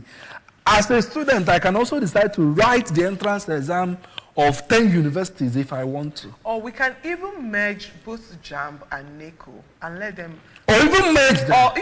Even the NECO myself. All right, so but NECO, you are going to release the result everywhere. Yes, we understand that our children have gotten to a level where some of them are no longer reading. But the national statistics we are seeing are not reflective of... Because all the same students, they're quite WAEC.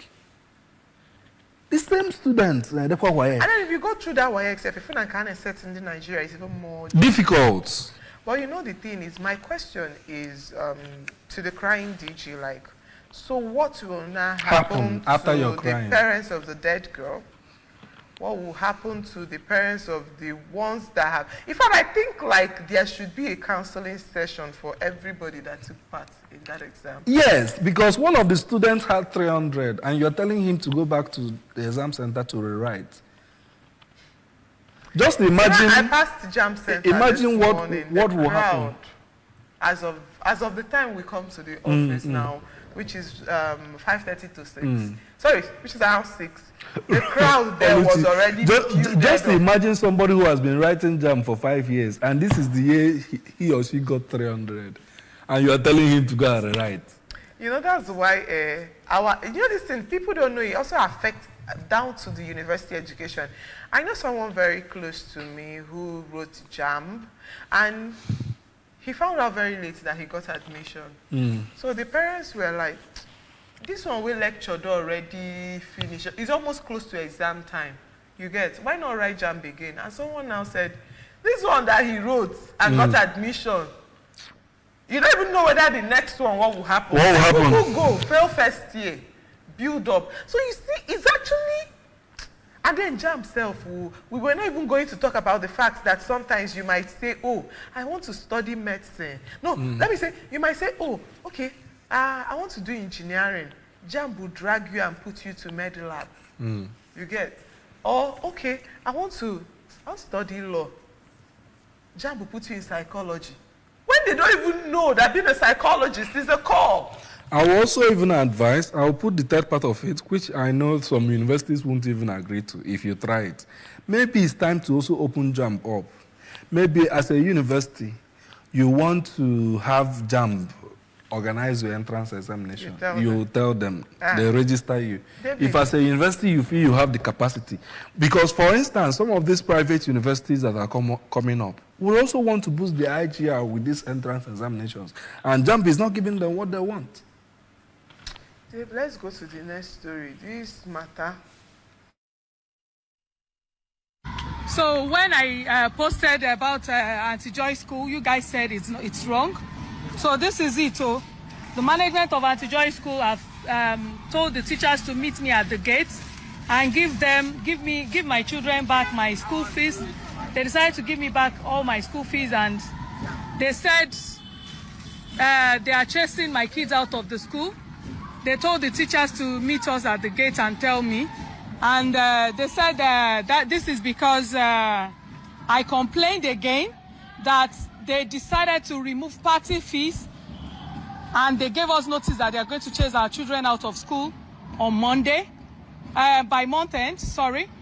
But they said they will chase the kids out of school by month end because we don't want to pay for party.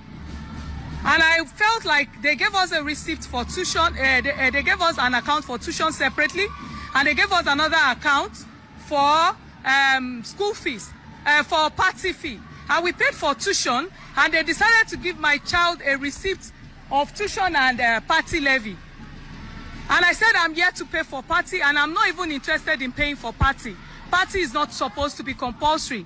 But because they have decided to force the party down our throat, so this is Anti-Joy School. So it's quite sad. So the lady in question did not say something we've not been hearing before. A school system. Now I understand that school party, graduation party, end of the year party, Christmas party, Easter party are actually like an extracurriculum activity for the students, you know, how them socialize. And initially, it didn't used to be compulsory before.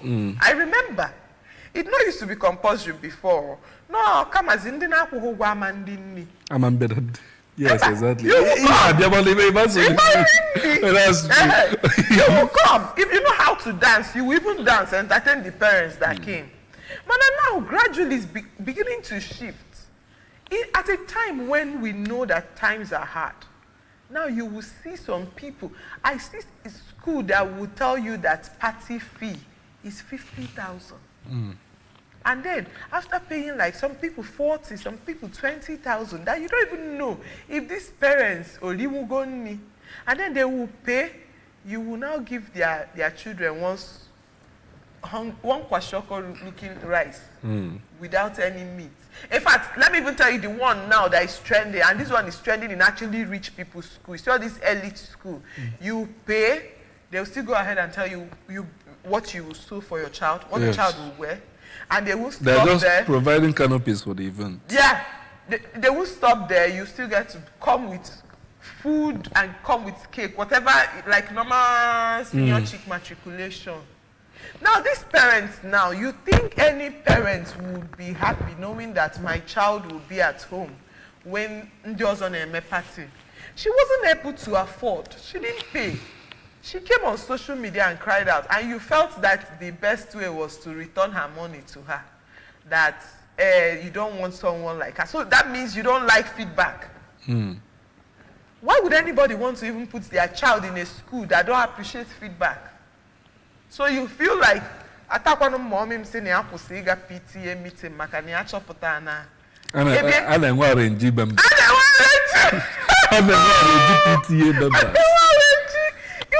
you're sitting down, you're saying that, oh,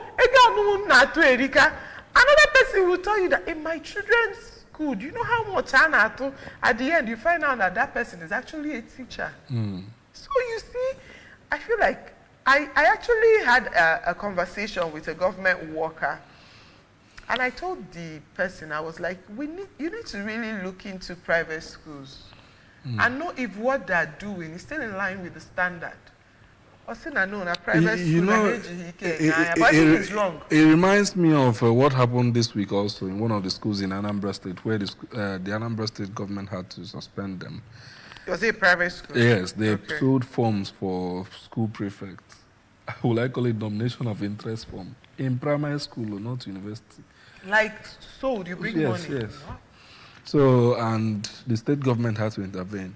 The truth is, I think there is a limit to what the state government can do, because the truth is, some of these schools are private enterprises. While they are providing education, they are also created to but then there should make be a money. standard. Yes, there should be a standard.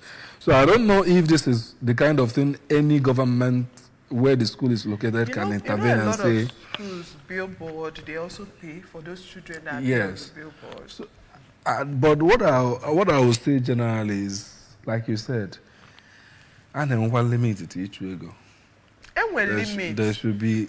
You don't even need government to enforce this. School fees, extracurricular activity. And don't you, do you know the funny thing? Do you know the funny thing? Some of these private schools in a term have like 3 different extracurricular events, or even 4. Yeah, cultural day. They have cultural day, they have inter-house, they have career day. They have many of its days. Bring your father to school. They even have talent shows. Yeah. And these exhibitions, and students are paying for them. Yes, we know they are important to the education. Extracurricular activity is important to the education. But if you know that, why not calculate everything as the school fees? So that if any parent who cannot afford your school fees will know, I cannot afford. Instead of in your mother, there is a popular singer now where no you kwes to well I can't DJ well I can't be that David, I think that is on that ground that we will call it. From me, I will just say whatever you do, go to where you can afford. That's my final say. And from me, let's just be careful what guys say at ego amaka, make it to amaka mana. Let's also be principled. Let's know what we are doing. Like you said, most businesses in Nigeria hate feedbacks. Individual self. Individuals hate feedback. What I will just tell you is, receive feedbacks. They are important. Criticisms are important. If you want to do well in life, people will criticize you maybe out of hatred or even out of love. Mana combine weapon kill hatred. It is for them magi. All right, till next week when we come your way again. My name is Oluchi Kalwemeka. And I am David Okpopasile. Bye-bye.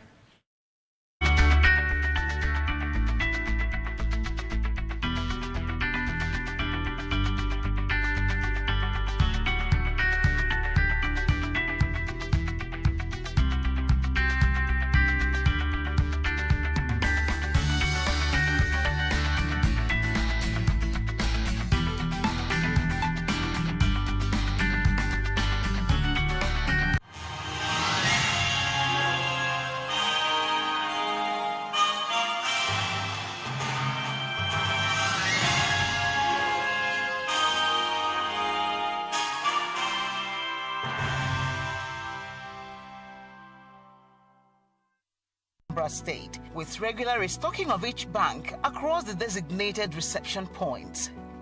Anambra's nutrition profile over the past few years has maintained a steady swing around critical numbers.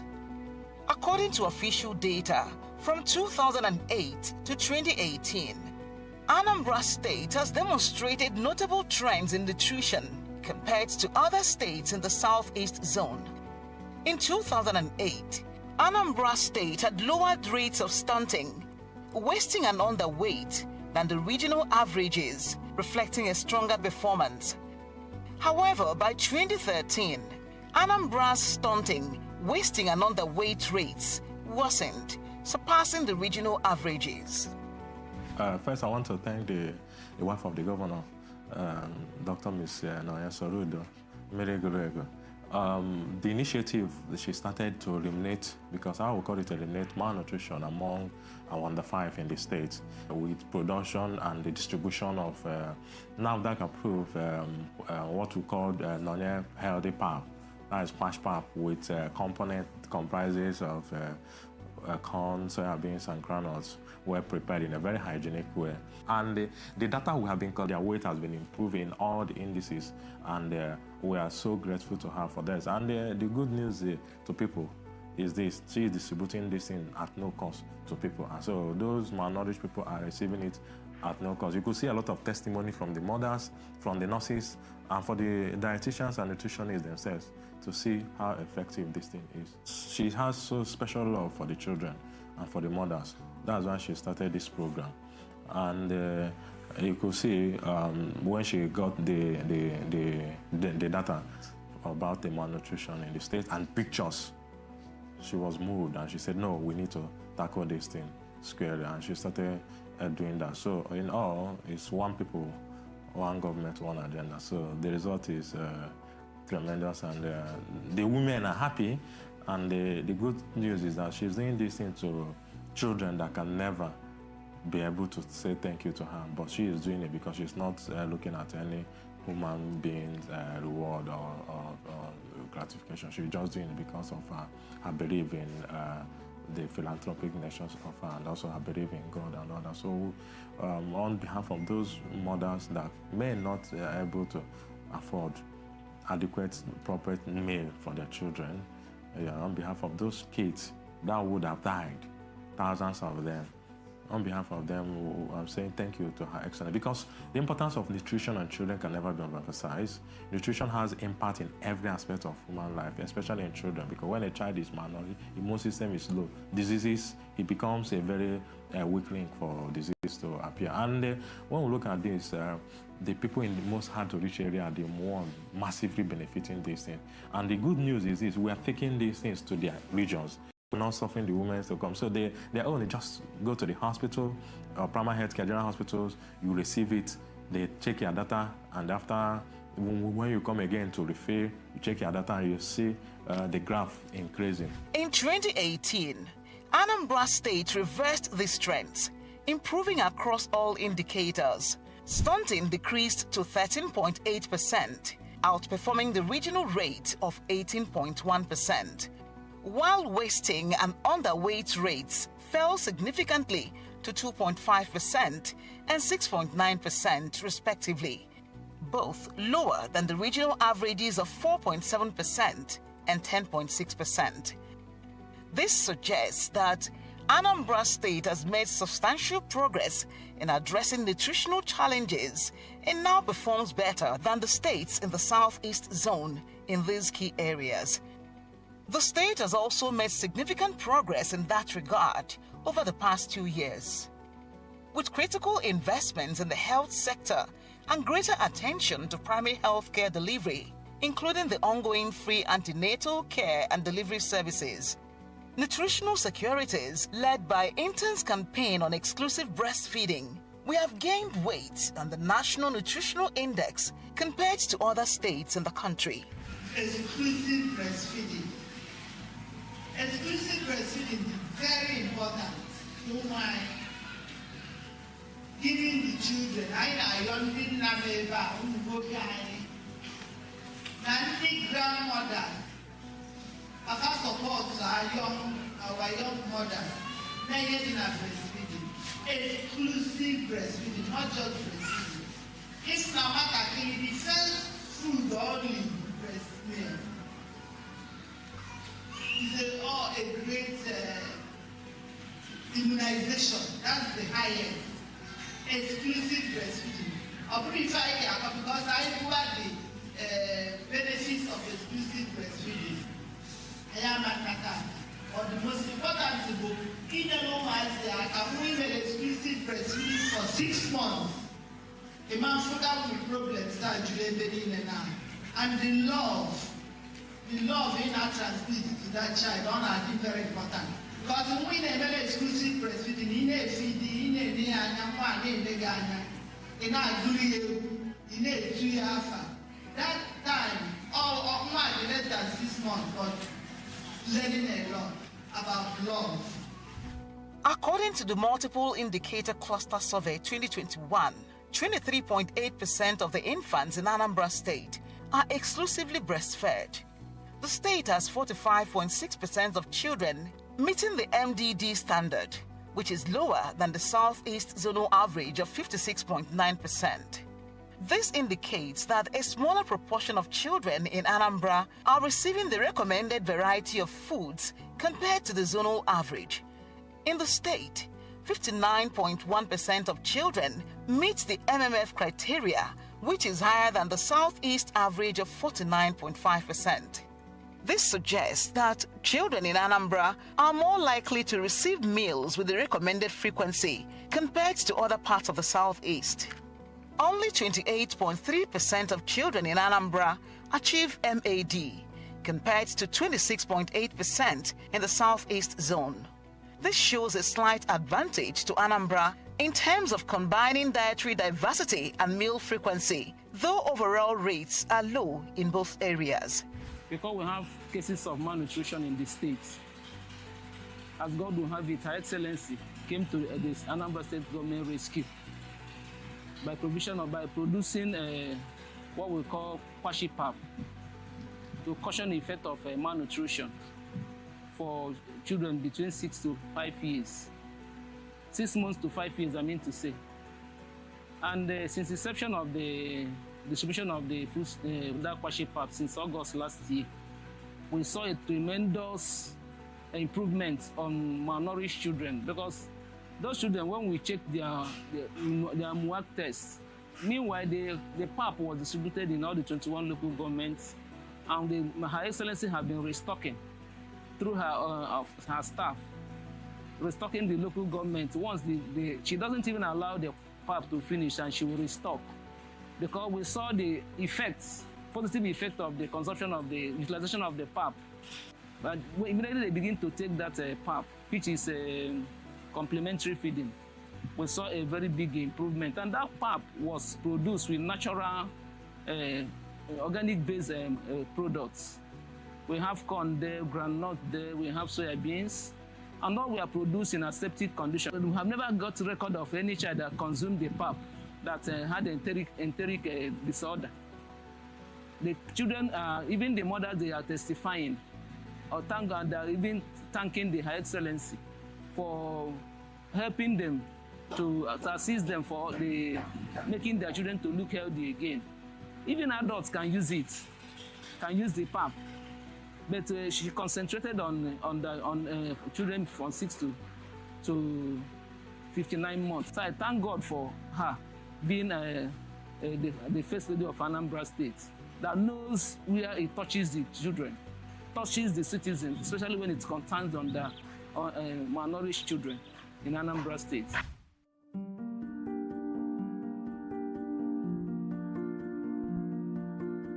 Wait, adịrị ọ bụghị na ọ dị mgbe ahụ ka ọ dị, ma skin ya the more flesh. Onye nyere sọsọ 2 enye mgbe ahụ. Ọ ṅụrụ ya ụtụtụ and evening, morning and evening ka m na-enye. Let's say 4 weeks. Mgbe 1 bụ na m na-ekenye na o wepụtara ego ya wee jego ihe lụọ anya na ọ dịghị izi na-ekenye onye na-asị ya anya jide ka o ji na Chukwu ya agọzie mmụọ. Si ya na one o wetara saịdị anyị ya nyechakwa anya ndị ime obodo ndị ọzọ ka ha ya nwekwa obi aṅụrị ka o si wee lute anyị nwa aka. Wee sị na ihe m na-ekwu na ya bụ na ọmaka ọ lụrụ nwa ọrụ n'ahụ ya furu ihe dị iche ka ọ ṅụbara ya, so na ya jide ka o ji ike agwụkwana ya. Mgbe a bido nyebe ya dị si na ọ da like 8.5 ya 8.5 ka ọ da dị. Nkịta ọ da 10.8. Like this product, mama of ma. Because that time, if you go that, that's why if you skin, even people na be asking more, can him nenyewa, that skin no mama. Na gwagase na kwa ndị anyere na health center ka m na-enye nwa m that time ọ dị ama na ọfụma so my skin ya dị so nice and stuff everything about her good because I make any here because this thing oh yeah mother all the okay all the so nutritious and make any because nyanwa woftale ga woftan stand man and no maazi stand lack of some nutrient in their body. We will this thing, Kaha, wake away again, and make any ask Kachku and not try so much. Like today, Cambia, so when you the pub, and I could try to the team, the Nordi, Mandi Mupula, and Wafukum, even my neighbor, Nyawan, Muafuka, the team, so the team, the ma. So in Sika, Nyaku, one woke a congu. At least God, the man and the Zoya Dipuna, one Kimua. So na si ahize etu oshiwe bitu mu aka maka mu amakwa no dikiye dio o just no kitasi ka ibia gba ogwu so mbia we di nurse we nyemie okowachalum ka ditin bi si na odi man luhuo ka nyekwuo nwa maka oya dia no how oya dihue mma maka ndi nke ozo odicha ha mma. Healthy living with Nonye Soludo took these little gaps into consideration as the government continues to establish breakthrough strategies to completely beat malnutrition among children in the state. The NGO is an intervention that supports those strategies to deliver effective results. It has also taken note of the heavy impact of food insecurity and economic challenges on rural homes. The Nonye's Healthy Living PAP intervention offers every child in Anambra State the opportunity to grow healthy and beat the threats of malnutrition. At the core of the crusade is the revered philosophy that healthy living is a primary option for human existence. It is not just a choice, but an inevitable option for a society that aims to move. An unhealthy society is most likely to be unproductive and non-existent. The first on the ladder is nutrition. The official launching of Nonye's Healthy Living PAP immediately kicked off the introduction of the natural formula into the state's mitigation program for malnutrition. Nonye's Healthy Living PAP is a pure natural meal that contains basic dietary nutrients to help children who are dealing with acute or minor nutrition. The meal is made up of 3 special ingredients, namely groundnut, corn, and soya beans, which are rich in carbohydrates, healthy fats, fiber, protein, and zinc. The PAP also boasts nutritional benefits like vitamins A, vitamins B1, B2, B3, and iron. Overall, Nonye's Healthy Living PAP is a rich solution to nutritional deficiencies in children. The PAP can also support breast milk for children above the age of 6 months. Everything about Nonye's Healthy Living PAP is purely organic and natural. The production principles take strict observation of hygiene and sanitary records. We do not play with that. Our intervention offers a free child in Anambra State the opportunity to grow healthy and beat the threats of malnutrition. At the core of our crusade, revered philosophy that healthy living is a primary option for human existence. It is not just a choice, but an inevitable option for a society that aims to move. An unhealthy society is most likely to be unproductive and non-existent. The first of the ladder is nutrition. Nonye's Healthy Living PAP is a pure natural meal that contains basic dietary nutrients to help children who are dealing with acute and minor malnutrition. The meal is made up of 3 special ingredients, just 3, namely groundnut, corn, soya bean, which are rich in carbohydrates, healthy fat, fiber, protein, zinc, and other nutrients. It turned out that they are now giving it to our children. Our children is progressing nutritionally. I read myself that as we are sharing the nutritional pap, there is improvement in the health status of our children. I have to say very big thank you to Mama Anambra, who made all her efforts, put all her... Accessibility, availability, and affordability of food items, including protein sources. We want to close the gap by providing all-round effective intervention for homes and communities. The United Nations Sustainable Development Goals number 3 captures the idea most succinctly. As at date, the 200 recoveries since the program began in August 2023. Nonye's Healthy Pap is specially made for children between the ages of 9 and 5 who are dealing with acute or minor malnutrition.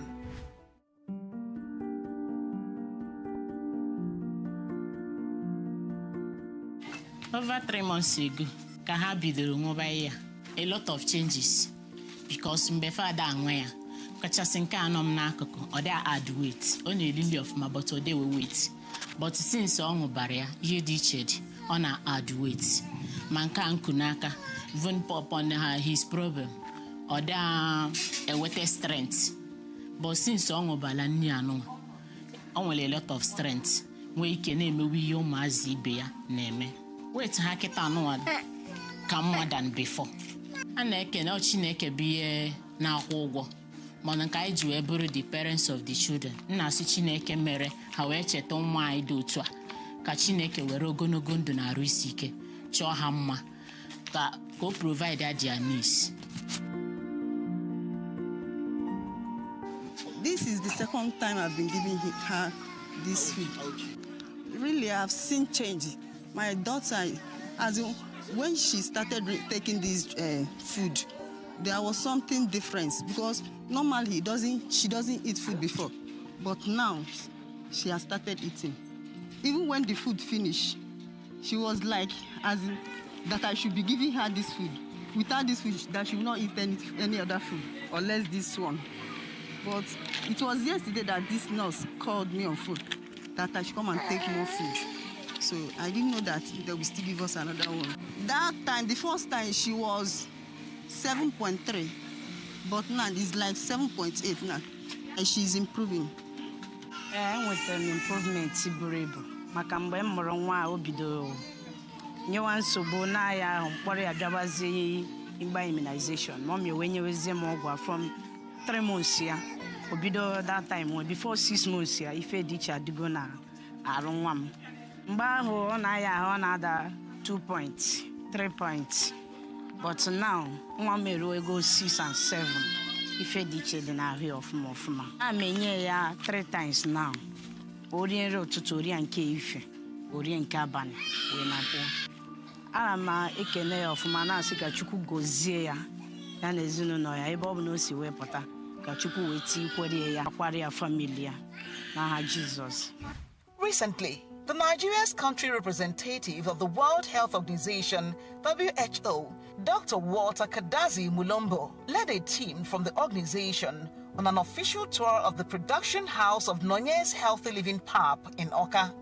The team's visit was to assess the production processes, formulation, distribution pattern, essence, and the impact of the products in Anambra's health sector. On arrival at the production house, Mr. Mulombo, who was represented by his secretary, Dr. Uju Agubuche, along with the Anambra State WHO coordinator, Dr. Mohammed Bonos, inspected the different stages of the production procedures with particular attention to the formulation process and hygiene rules. Speaking after the inspection, the WHO country rep, Dr. Mulombo, said that the production processes for the supplement take careful consideration of the primary demands of hygiene and the right level of attention to formulation requirements. He noted that with the unique nature of the intervention, Mrs. Soludo has greatly complimented both the government and the organization's work vision.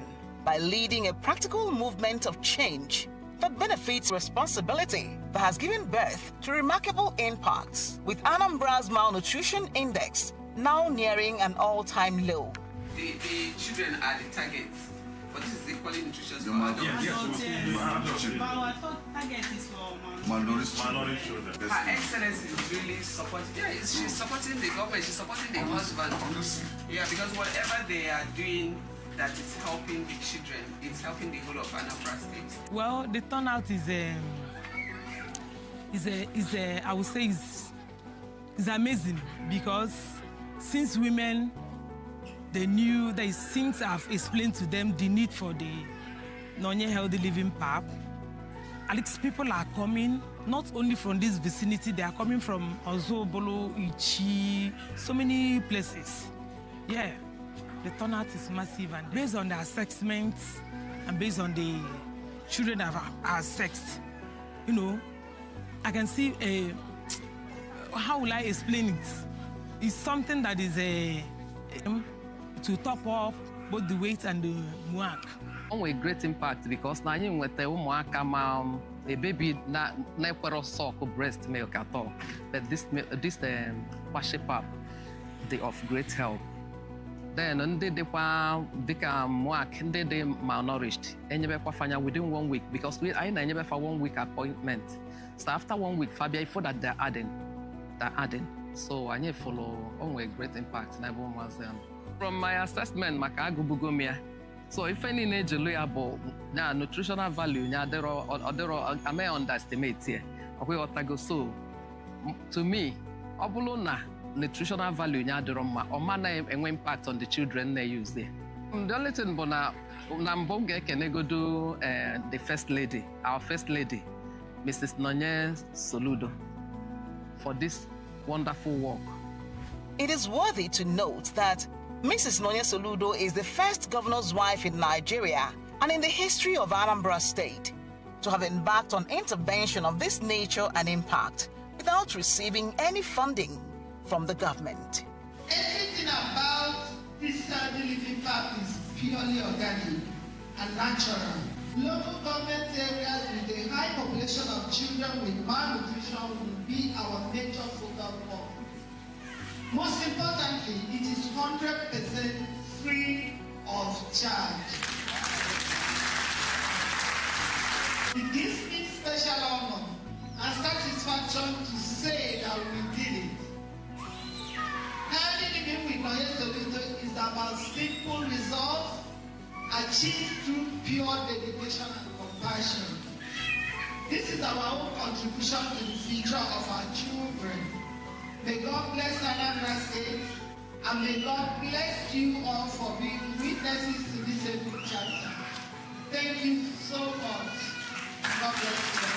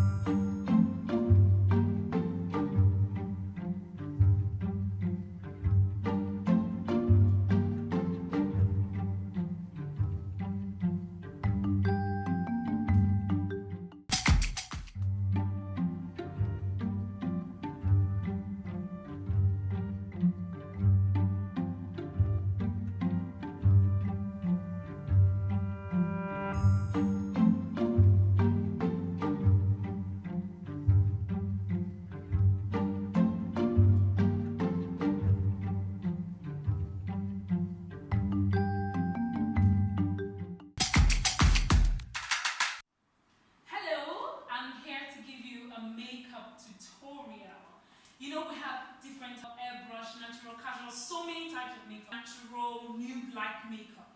And we have a beautiful client here who is about to get to work, and we need to transform her a bit. But before you do your makeup, there are basic things you need to have, of course. You must have your foundation. You must have your foundation brush. You must have your eye pencil, your concealer, depending on your shade, of course. You must have your mascara and your eyeliner. Then your brushes for your eyeshadow and eyebrow. You must have your powder brush, your powder, depending on personal use or commercial, your powder. Then you must have your white, in case you make mistakes. Then that's okay, plus your lipstick. Of course, don't forget your lipstick. So let's get started. Let's transform her, our beautiful client, Chizoba. How are you doing today? Fine, thank you, Precious. Ready to get to work? Sure. Okay, so let's transform you.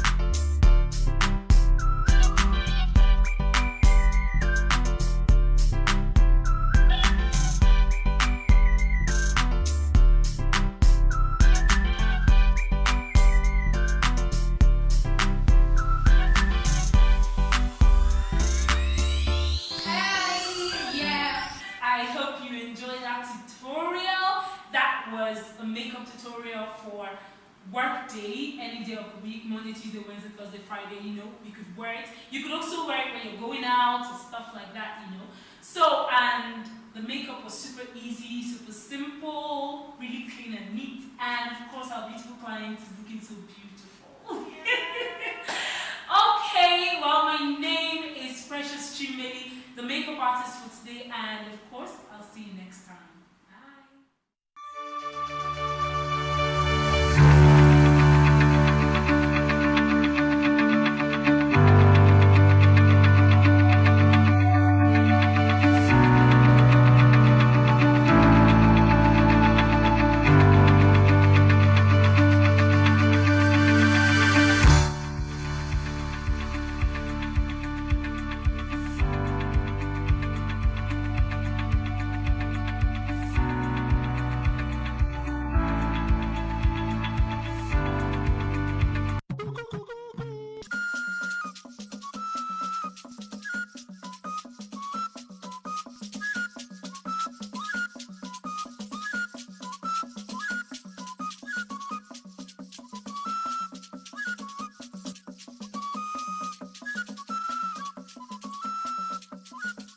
akụkọ ụwa na njikọta mgbasa ozi ABS. Ekene m ọhaneze ndị ọma njem ọnụ nke onye chiri ya biko zere nnọọ n'akụkọ ụwa anyị n'ụtụtụ gbasata bụ Satọde ma bụrụkwazị abalị 17 nke ọnwa Mee afọ 2025. Ndị a bụ isiokwu anyị ji webe n'aka anyị. Ụlọ nzukọ mmebi steeti a etoola ya bụ atụmatụ mmepe akụrụngwa eji wee na-akwalite ụtọ ndụ nke aka na-achị obodo a bụ President Tinubu. Gọọmenti steeti a bụ Anambra bụ ndị nke guzobere otu jikọtara ndị nke na-anya ọgbatumtum ụkwụ atọ bụ keke. Gọọmenti etiti bụ ndị nke wepụtara igwe nchọta ozi ịdị wee na-egosi ya bụ akwụkwọ ikere ndị nke na-azụ ahịa bụ ụmụ amaala nke steeti a. Mba Israel bụzi ndị nke gara n'ihu wee tupu ogbunigwe bụ nke gburu ọnụọgụ mmadụ 100 na mpaghara Gaza. Tupu akụkọ ụwa anyị n'uju na-ekwe ozi bụ nke anyị ji wee bịa. Nchekwa abịago n'ime steeti abụọ Anambra were ọnọdụ ndị Anambra chetakwa na nchekwa bụ okenọrụ dịrị mmadụ niile ka anyị gbaa mbọ kwado gọọmenti steeti abụ Anambra iji wee chekwaba steeti anyị bụ nke anyị. Ọ bụ na onwe ihe dị aṅa ịhụrụ maọbụ mmemme ndị ekperima wegara otu ọrụ nchekwa ozi site n'ịkpọnya bụ akara ntụmadị anyị bụ 5111 maọbụ 08002200008. Ọkankọ bụ mụ onye kachukwu Ugochukwu akụkọ ụwa n'uju.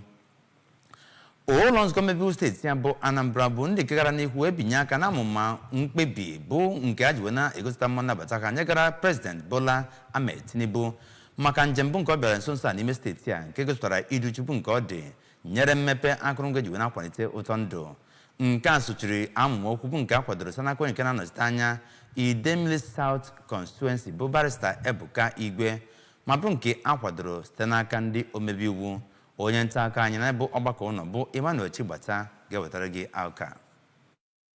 Ị ga-echeta na onye isi ala ahụ bụ onye bịara Anambra ụbọchị Tọzdee ka ọnwa Mee dị na mkpụrụ ụbọchị 8 n'afọ 2025 ma gbapee agadaga ọrụ abụọ bụ Solution Fund City nakwa ụlọ gọọmenti ọhụrụ. N'ime ya bụ okwu, Barrister Igwe toro President Tinubu maka etu o si achị ọchịchị na nkwado arụmarụ nke dị na steeti Anambra, kenekwa ya maka nkwa ndị o kwegasịrị n'itinye Anambra na ya bụ National Gas Infrastructure, imemila mbuze nakwa ihe ndị ọzọ. Na ntụnye nke ya, onye na-anọchite anya Orumba South Constituency Injinia Imanwafọ nakwa onye na-anọchite anya njikọ ọka 2 Constituency Dọkịnta Jude Akpụa na ogbo ya nke Nnewi North Honorable Augustine Ike mere ka amata na ọbịbịa ya bụ President nwekwara mmekọrịta dị n'etiti ya na Anambra. N'aka nke ha, onye na-anọchite anya Ihiala 2 Constituency Honorable Golden Ilo nakwa nke Anambra East Barrister Obi Nweke na onye nke Dunukọfịa Honorable Chuks Azọtani toro Gọvanọ Soludo maka mwugharị dị na ọchịchị ya mere ka Anambra bụrụzie otu n'ime steeti eji amatụ na Naịjirịa. Onye Spika Anambra State Right Honorable Somtochukwu Udeze gụpụtara ya bụ nkwekọrịta nke onye ọbụla mechara wee kwado nke ọma. Gọọmenti steeti bụ Anambra eguzobego amụma ọrụ nke a kpọrọ Solutions Lens Platform ma bụrụkwazị nnukwute ọnọdụ bụ nke eji nka na ụzụ wee na-ahazi nke a chọrọ mma iji wee kwalite imeghe anya oye ezi nkọwa ya nakwazi ụmụ amaala steeti a isonye na ọchịchị. Queen Anịbọgụ ga-ewetara gị akụkọ a n'uso. Kọmishọna na-ahụ maka mmefu ego nakwa mgbakọ Maazị Chiamaka Nnake kwuru na ha na-ewube ya bụ Solution Lens iji gosipụta nkwenye ha kwenyere na ọchịchị ighe anya oghe nakwa nke nwere ezi ngụkọ. N'okwu nke ha, Kọmishọna ahụ maka mgbasa ozi Dr. Law Mefọ nakwa onye Managing Director nke ya bụ ụlọ ọrụ ICT Maazị Fred Agbata kọwara Solution Lens dịka nke ga-eme ka ndị Anambra na-esonyere ọrụ gọọmenti na-aga n'ebe dị iche iche, bụkwara etu ndị Anambra si gaa na-ekwu ka o si dịrị ha n'ọrụ gọọmenti na-arụ n'obodo, bụ amụma nke Gọvanọ Soludo iji wepụta teknụzụ ka ọ dị ebe niile. Ihe ndị pụtara ihe na ya bụ Solution Lens bụ otu njikọ hub maka gọọmenti yanakwa ebe ndị ọrụ gọọmenti nakwa ndị mmadụ ga na-akparịta ụka, nke bụ ebumnobi Soludo ịhụ na emere ka obodo a bụrụ ebe ihe mmụta ọgbara ọhụụ makwa gọọmenti ghe anya oghe.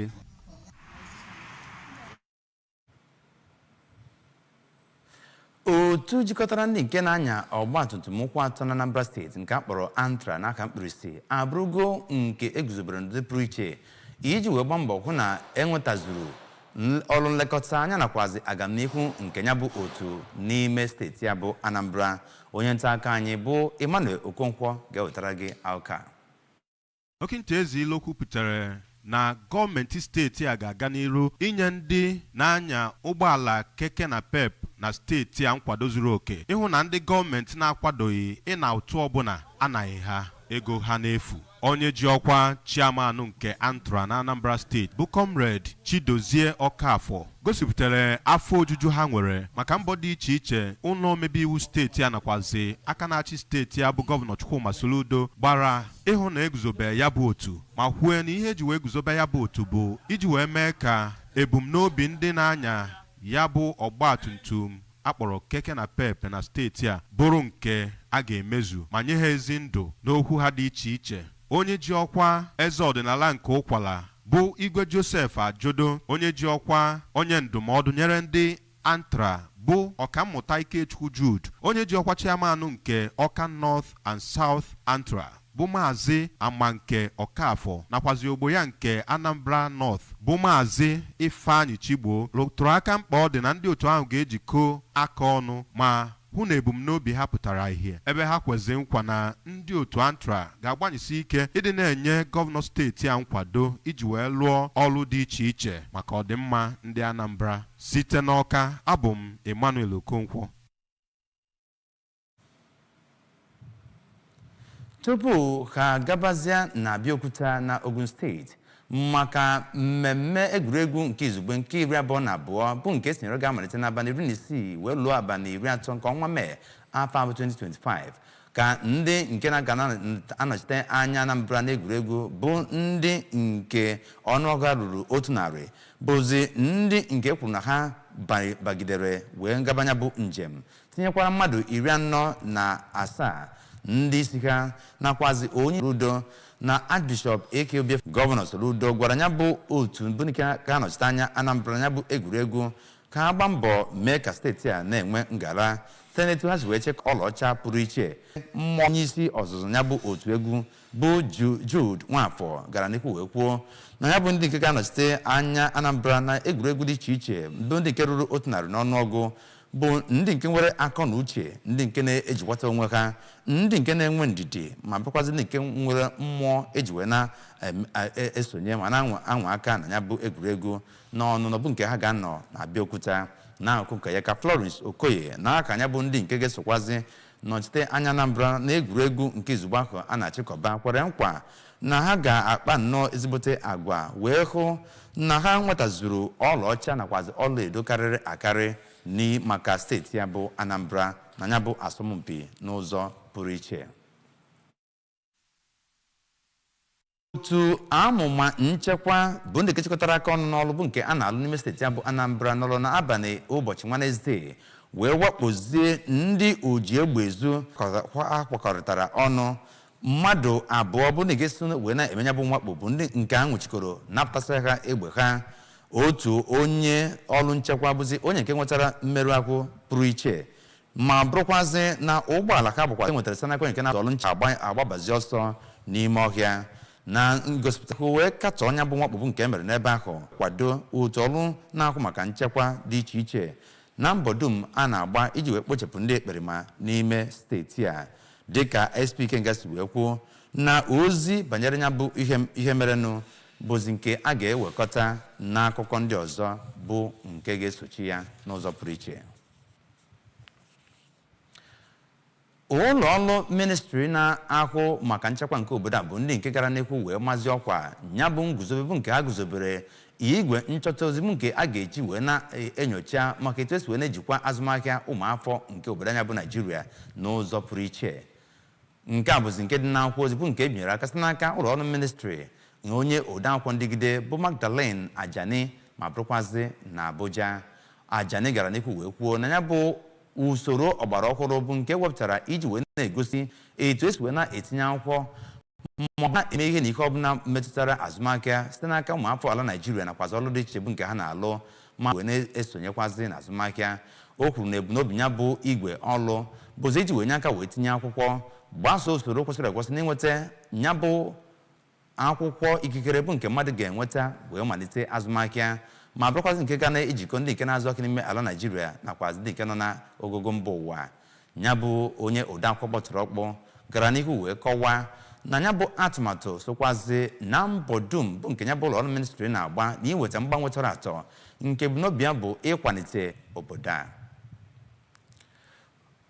Otu na-akwụ maka nchekwa nke ndị isekwu ọnwụ Hamas bụgara n'ihu wee kwuo na ihe ruru ọnụọgụ mmadụ 100 bụ ndị nke egbunyere anya pee n'ozi bụ nke wetara banyere ya bụ mgba ogbunigwe bụ nke mba Israel tụrụ na mpaghara North nke mba Gaza. N'agbanyeghị na ndị ọrụ agha nke Israel bụ ndị nke gaga ekwu okwu maka ya bụ ike, ndị Palestine bụ ndị nke nọ na mpaghara North bụ ndị nke gara n'ekwu kọwapụta ya bụ ogbunigwe bụ nke atụrụ dara gbugbum site n'aka ndị mba Israel ma bụrụkwazị nke a nọrọ n'ime ya wee werezie ogbunigwe n'ụgbọelu wee na-akpọ ụgbọ. Ka ọ dịzi ugbu a onye isi ala nke mba US bụ President Donald Trump ekwugo na ọtụtụ ndị mmadụ bụzi ndị nke na-anwụ n'agụụ n'ime mba Gaza. Ọbụladị na mba US bụ ndị nke ga-agba mbọ hụ na ọnọdụ ahụ bụ nke enebara anya maka na Gaza ka ọ dị ugbu a bụ ndị nke egbochiri egbochi na onweghị onye ọbụla ga-ebunye nri ma ọ bụ ọgwụ n'ebe ahụ nyegara ndị nke nọ n'ebe ahụ eri eji wee malite agha bụ nke a na-anọ na mba ahụ.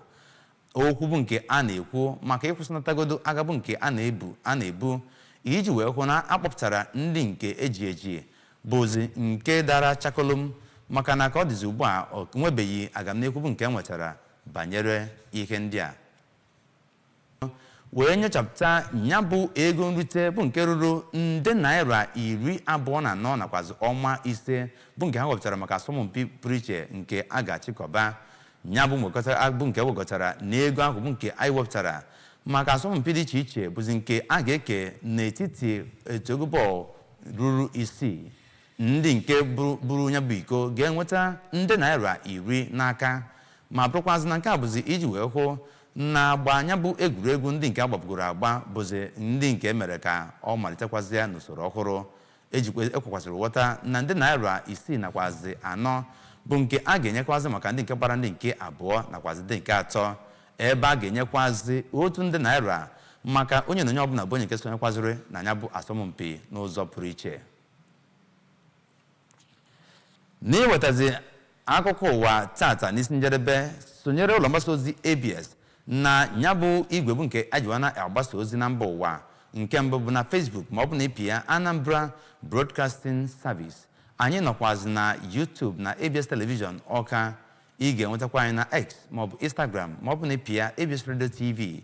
Ya nakwazi ọba ozi anyị bụ www.absradiotv.com. Ugbu a bụzi isiokwu n'aka kọrọ gị n'ụtụtụ a na mbụ ka anyị mere ka ịmata na ụlọ nzukọ mmebi steeti a etogo ya bụ atụmatụ mmepe akụrụngwa eji na-akwalite ụtọ ndụ nke aka na-achị obodo a bụ President Ahmed Tinubu. Gọọmenti steeti a bụ Anambra eguzobego otu sikọtara ndị nke na-anya ọgbatumtum ụkwụ atọ bụ keke na Anambra steeti.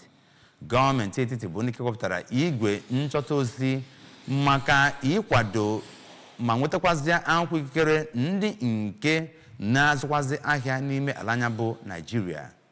Na mba ofesi ka anyị kọrọ gị na anya bụ ogbunigwe bụ nke mba Israel tụrụ egbugo ihe ruru mmadụ 100 n'ọnụọgụ n'ime Gaza. Ebe a ka aka ụwa anyị kwuru ọnụ. Abụ m Onyekachukwu Ugochukwu wee na-asịzi gị deje daalụ maka isonyere anyị ka emesịanụ. Enwerezi onye nyere ọnọdụ ya n'aka ọrụ na a na-agụkwa n'Igbo maọbụ omechielu dịda ọdịnal saịdị.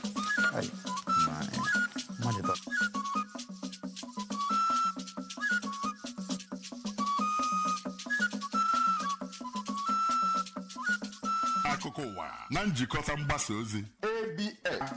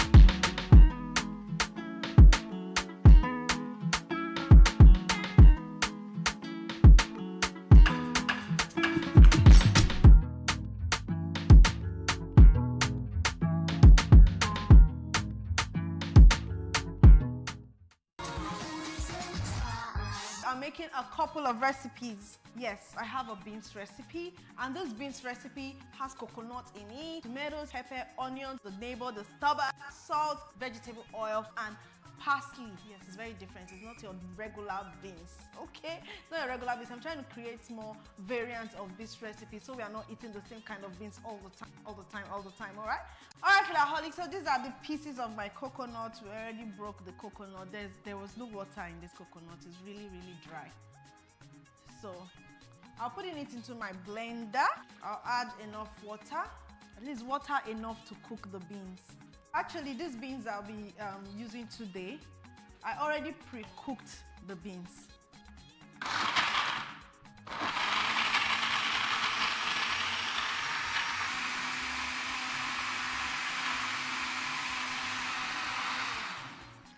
Okay, so my coconut milk is ready. I'm going to sieve it.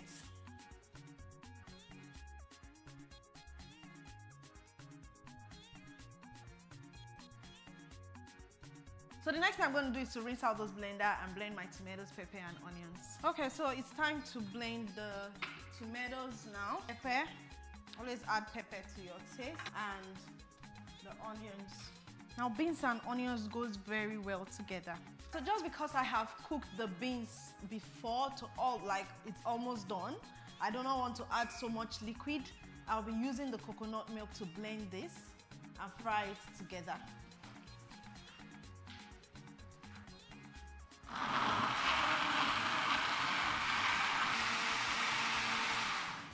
Okay, so that's fine. I'm going to start frying it. So I'm using a little bit of oil because coconut itself usually would have oil. So I'm using just a little bit of oil. So the next thing I'll do is to add my tomato, pepper, onions, and coconut mix. So, but just before I add that, I'll be adding a little bit of salt to season the oil. Like most of you always ask, why do you add salt to your oil? It's just to season the oil. So I'm going to cover that to cook before I add the beans. We check this, our beautiful coconut sauce that is cooking here. Okay, it has reduced, but I'll give it some time to reduce the more. So while that sauce is still cooking to reduce, I'm prepping the pasta recipe.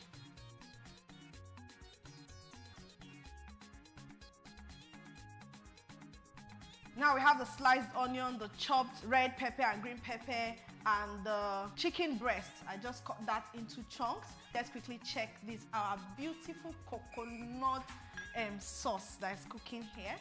Yeah, before I add my beans. Wow, the aroma of the coconut, beautiful. Now this is very, very beautiful. I'm going to season now, then add my beans. Like the aroma is beautiful. Let me even taste. All right.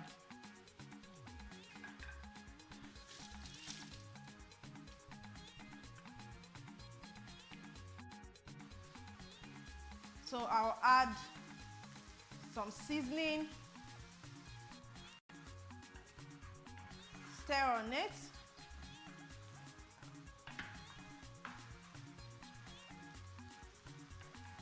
Then I'll bring the cooked beans.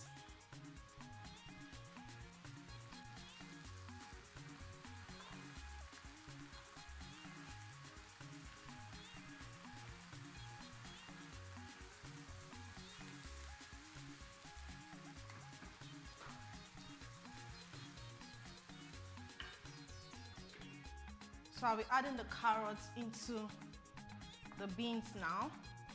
Then my remaining coconut milk.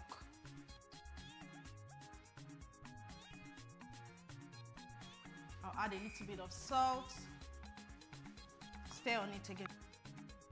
Then cover it to absorb all that coconut juice. All right, Shin. All right, this looks good. Aha. I want that little bun. Makes it tastier, kinda. So this is beautiful. In goes my parsley. This doesn't need to cook for more than 30 seconds to 1 minute really. You can even eat your parsley raw.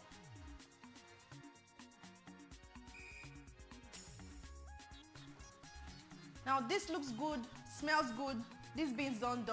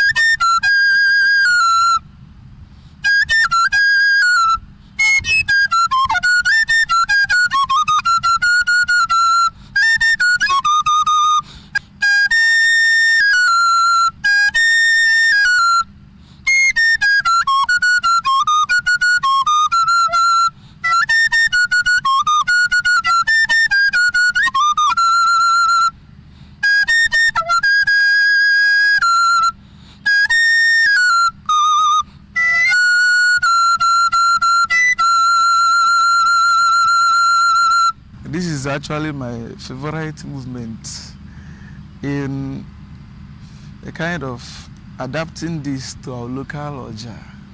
I am Theodore Ugwa. I am from Umuchuku in Orumba South Local Government, Anambra State. I am 21 years old. I'll be entering Philosophy 1 in Pope John Paul II Major Seminary, Obonoka. From childhood, I have loved the sound of flutes. In the Bible, the flute is mentioned about 22 times, and then reading through the Old Testament, it has always been an accompaniment for scenes of joy. For example, in 1 Kings chapter 1, verse number 38 to 40, when the priest Zadok and then the prophet Nathan anointed Solomon king, it was said that the people were rejoicing and flutes were being played. So, and then my father played the local Oja for their Atilogo dance when he was young. And I remember he once told me that he was a good Oja player, the local flute. For today, I will give you this wonderful melody from joint melody that I have been actually hearing from Udubonchi, our popular Udubonchi singers and players. And then Lolo Teresa Honora. It goes like this. Enjoy it with me.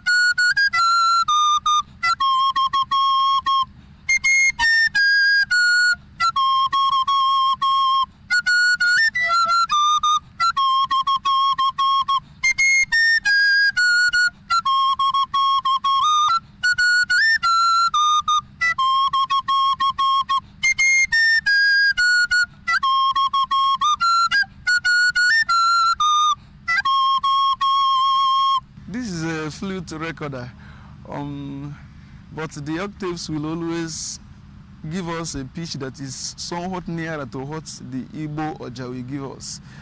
I love this flute recorder because it gives you that wide range of opportunity. Either use low octave or high octaves, and then you can actually express yourself in real music. It gives you an opportunity that the local Oja may not give you, because you can actually accompany the music as the keyboardist would do, as a violinist would do.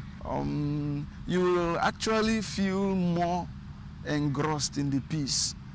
You can actually kind of talk, sing along with the flute recorder. So it's a wonderful instrument.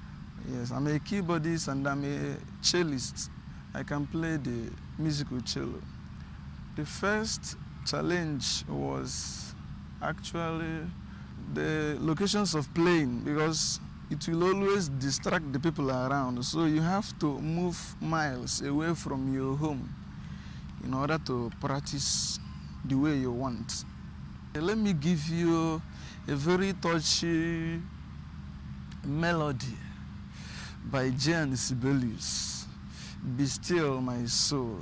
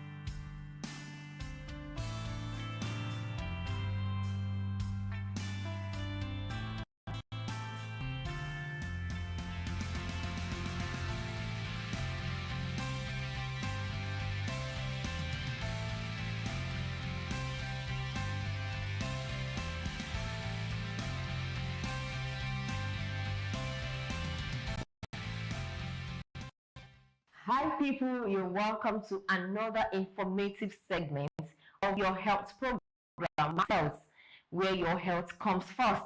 And today on the program, we have our various experts already waiting to dash out vital information to keep our health going in 2024. Please stay tuned, the program continues shortly. I'm your host in the house, Dr. Margaret.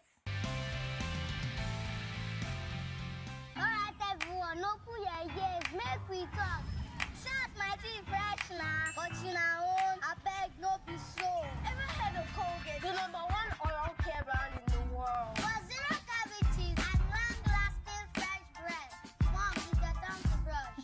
Mama and Papa buy up, use up and shine your smile. No more cover mouth. Because with Colgate, that's what you got with your smile. Breaking news.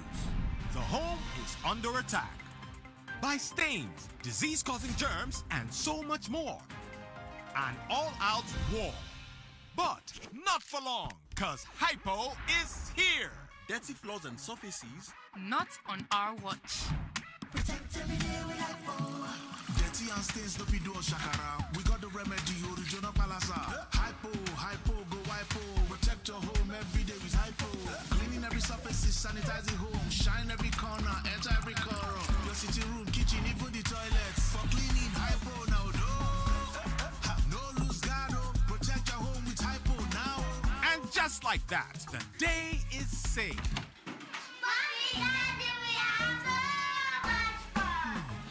Germs always find a way back.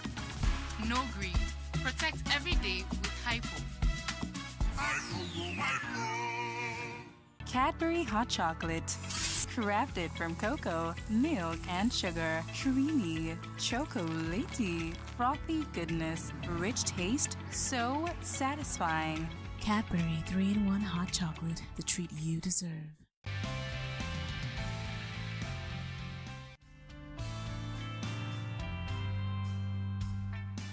Welcome back. You're still watching Maxi Health, where your health comes first. And this is the Ask Your Doctor segment of the program. As we all know, on Ask Your Doctor segments, we give you responses and replies to the text messages and emails you've sent to us. And my very first question today says, Doctor, I have milk flowing out of my mammary gland. I have not given birth. I have run a test on this and the doctor said it is not an infection. Please, what do I do to stop this? Yes, that's very good. At least you have taken a bold step by going to see your doctor, and doctor has confirmed to you that it is not an infection. Yeah, it is not an infection. It's a case of hormonal imbalance. It only indicates that you are having what we call high level of prolactin. Ladies or women lactate. If you are lactating, that means if you are having discharge of milk or water coming out from your mammary gland and you are not breastfeeding a baby, it's a condition called hyperprolactinemia, which is high level of prolactin. So now this is the reason why you probably might not be getting pregnant, because with high level of prolactin, definitely the level at which you'll be ovulating will be very, very, very reduced. So my dear, what you have to do now is not an infection test. You need to run an hormonal test and take this result back to your doctor. And of course, your doctor will give you the right medication to use, and then you can get pregnant as soon as possible, okay? I wish you all the best in Jesus' name.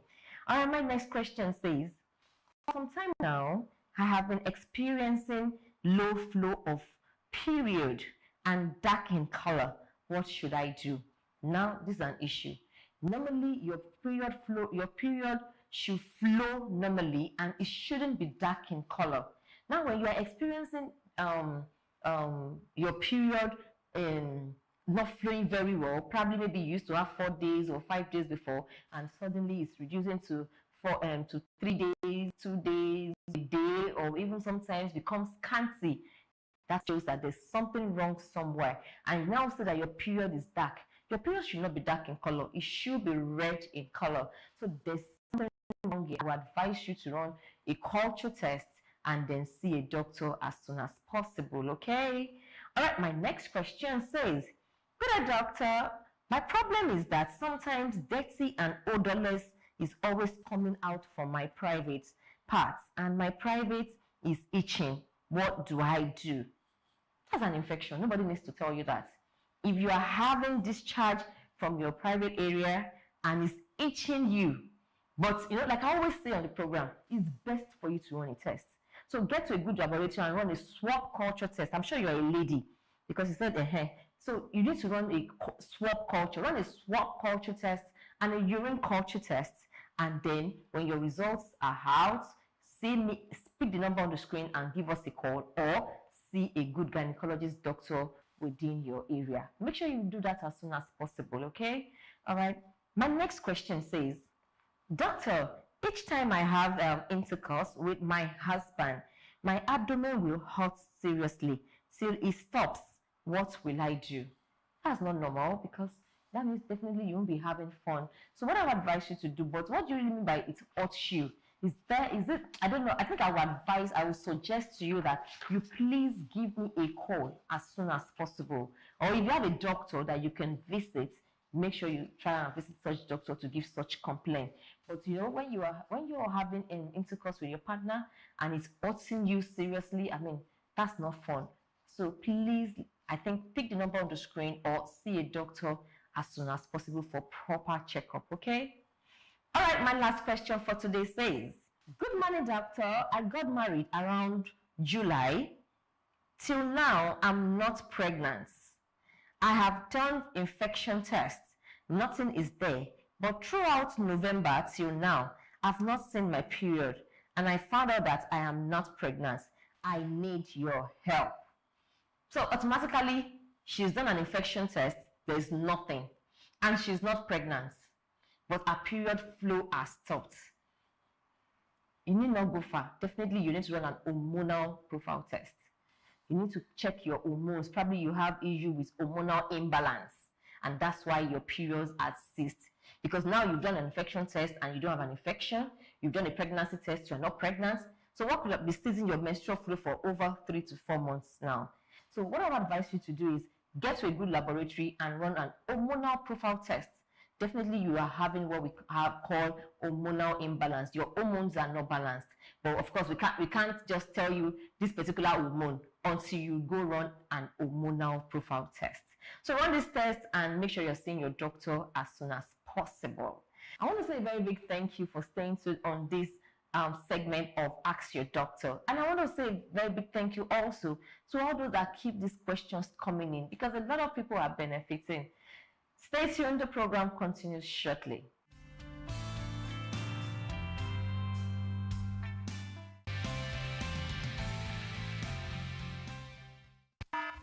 Breaking news.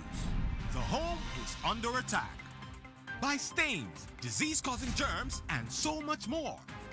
An all-out war. But not for long, because Hypo is here. Dirty floors and surfaces. Not on our watch. We got the original Palasa. Hypo, go hypo.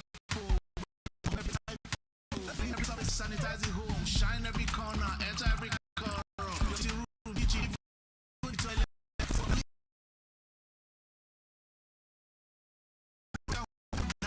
And just like that, the day is...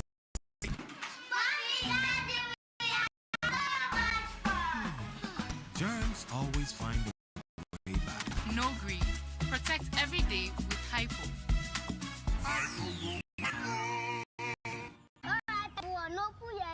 Make we talk. My tea fresh now. No be slow. Every head of pocket. No one care around in the world. For zero cavities and long-lasting fresh breath. Mom, it's your time to brush. Mama and Papa buy up, use up, and shine your smile. No more cover mouth.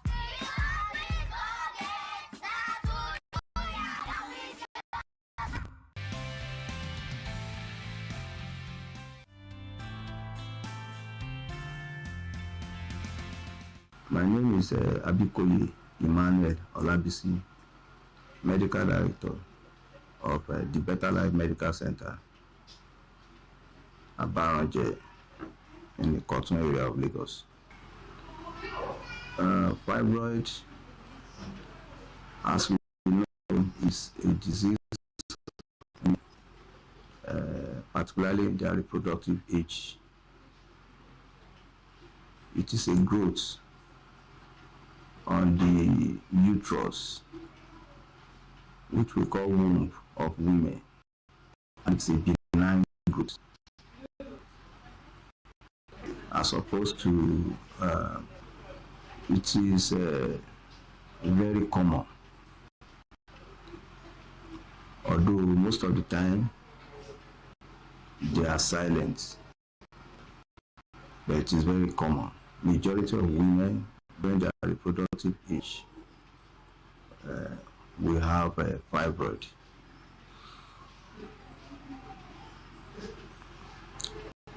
The presentations common with fibroid is heavy menstrual flow, pains, growth in the lower abdomen, and sometimes irregular menstruation. How to diagnose this disease condition is start with patients lodging their complaints about some of these symptoms that I've mentioned, either during pregnancy or without pregnancy states. And the doctor managing will do a thorough physical examination of the patients, and this may be followed by imaging procedures like ultrasound, which will also buttress our clinical impressions. Having done all this, in about 99% of cases we have made our diagnosis. The management now depends on when we are seeing the patients and the presentations. And this ranges from medical care to surgical care. If they present with pains, we alleviate the pain by giving analgesic. Every menstrual flow also can be put under control by some hormonal drugs to control it. While for very big fibroids, then surgical intervention is the way out. Surgery can remove fibroids, and it can be done by an advanced technology through laparoscopy. Post-operative conditions are usually very good. Though there are instances where there could be 1 or 2 itches, but generally speaking, post-operative conditions are usually good. There could be, of course, removing the fibroid is regarded as maybe cure, but the truth still remains that sometimes there could be a recurrence. And this stems from the fact that during surgery, it is not all the nodules that can be seen physically. There are some that are so tiny that we cannot remove. And after the bigger ones are removed, then they too can develop. It is not every patient that will also have recurrence. There could be recurrence. It is very common. It is not 100% certain. When womb does not carry pregnancy, when we delay childbearing, this disease condition is commoner in that category of women. But the fact still remains that this is not the only factor responsible. So it can be referred to as a preventive measure. We cannot ask everybody to start having children at a young age. So that's to say that there is actually preventive measure. We can only get it in a little way. Fibroid has some hereditary components, and that is why when you see it in a first-degree relation, then it won't be surprising that the person is having it. Like if the mother has it, if a senior sister has it, it is also it's going to be more delayed. It's a factor that could bring it up. Hereditary is a factor that could bring it up. Use of hormonal drugs, like estrogen containing drugs, could also be responsible for it. These are possibilities, factors that have been implicated in the cause of fibroid.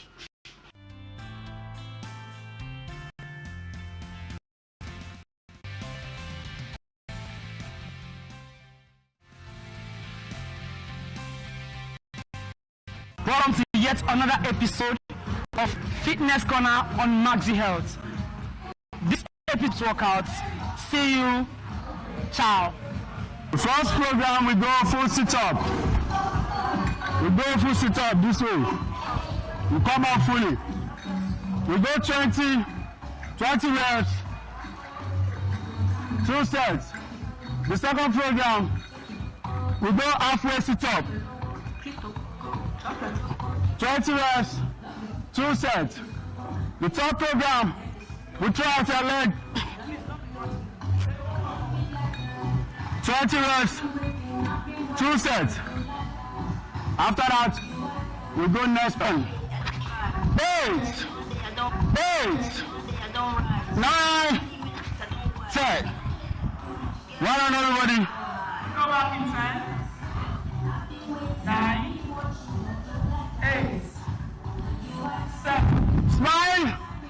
Let me see smile on your face. You shake your body just to the music. 3. Oshe? 2. Back. 3, 2, 1, go. 1, 2, 3, 4, 5, 6, 7, 8, 9, last 10, 6, 7, 8, 9. Good job. Well done, everybody. Well done. Good job. I did feel overall. Well done. In 10 seconds down. Breathe in and out. We go halfway sit up. The halfway. We go 20 right. 2 sets. 10, 9, 8, 7, 6, 5, 4, 3, 2, 1. Back to your position.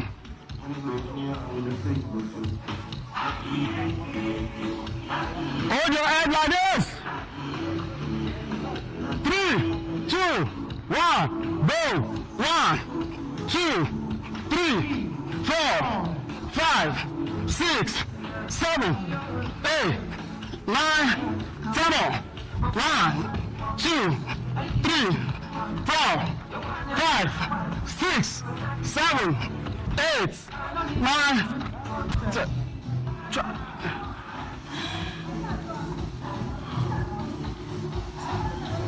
Well done.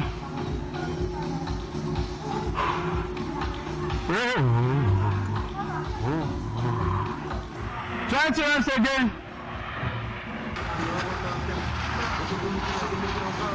1, 2, 3, 4, 5, 6, 7, 8, 9, 10 more. 1, 2, 3, 4, 5, 6, 7, 8, 9. Well done, guys. Well done, guys. Well done, guys. You're doing great. Well done, everybody. Well done, everybody. Well done. Well done, everybody. So now we change program now. Next program is there. 9, 8,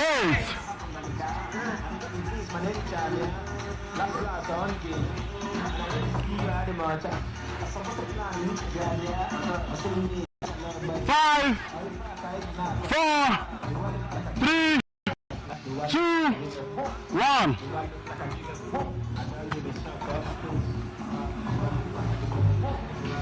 The program, we draw it out. If you can't extend your arm, you can drop, you can hold your back. But if you can suspend, you're good to go. So now, in 3, in 2, in 1. You see?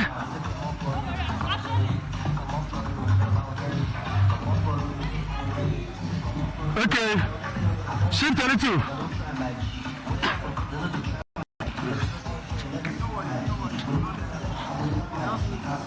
In 3, in 2, in 1.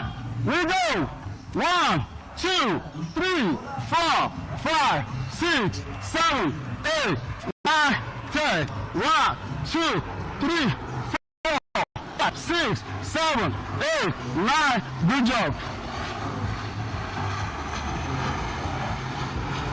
5, 4, 3, 2, 1. We go again. 1, 2, 3, 4, 5, 6, 7, 8, 9, 10. 1, 2, 3, 4, 5, 6, 7, 8, 9. Good job.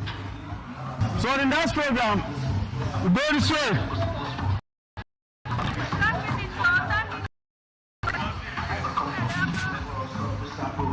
Hey, Niku. Sit down. 10, 9, 8, 7, 6, 5, 4, 3, 2, 1. Let's go! Go! 1, 2, 3, 4, 5, 6, 7, 8, 9, 10. Let's go! 10, 9, 8, 7, 6, 5, 4, 3, 2, 1. You go again. 1, 2, 3, 4, 10. Let's go. Nice one. 8, 7, 6, 5, 4, 6, 7, 8, 9, 10. Let's go. 1, 2, 3, 4, 5. Hello guys. Hope you had a great time with Coach Sidoff.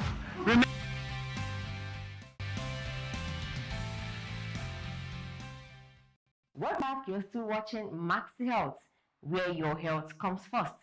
And we have come to the end of today's segment of Maxi Health.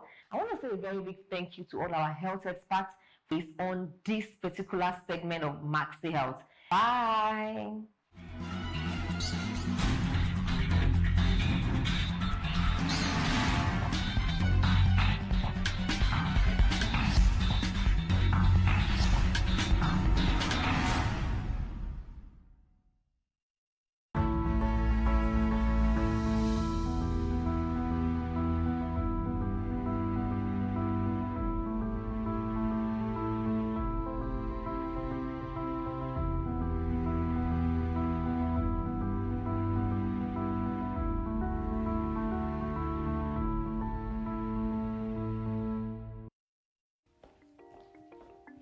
Welcome to the She Word for Real Talk on stories connecting today's African women. I am Grace Kuria Kanja. Every September in South Africa, tens of thousands of women known as maidens participate in the Red Dance. But is this ceremony still significant in modern-day South Africa? We'll also take you to Western Africa and tell you how a group of women in Sierra Leone are changing their lives and making a fortune while at it through agriculture. And from the Gambia, where gender inequality persists at some of the highest levels in the world, three ladies discuss what it will take to advance equality. We are very good in organizing these laws, these policies, but in implementing it, we are not.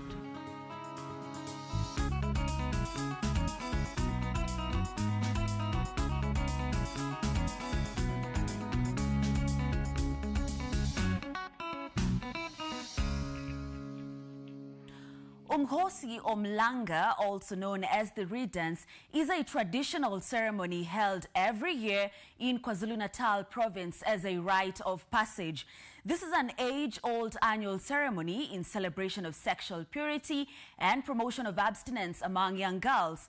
The BBC's Eunice Gatonya looks at the significance of this ceremony in modern-day South Africa and why some people are against it. Bare-breasted, dressed in colorful traditional beads and armed with reeds, tens of thousands of young women march to the King's Palace to participate in the annual Zulu Reed Dance. Every September, girls from parts of KwaZulu-Natal and the Eastern Cape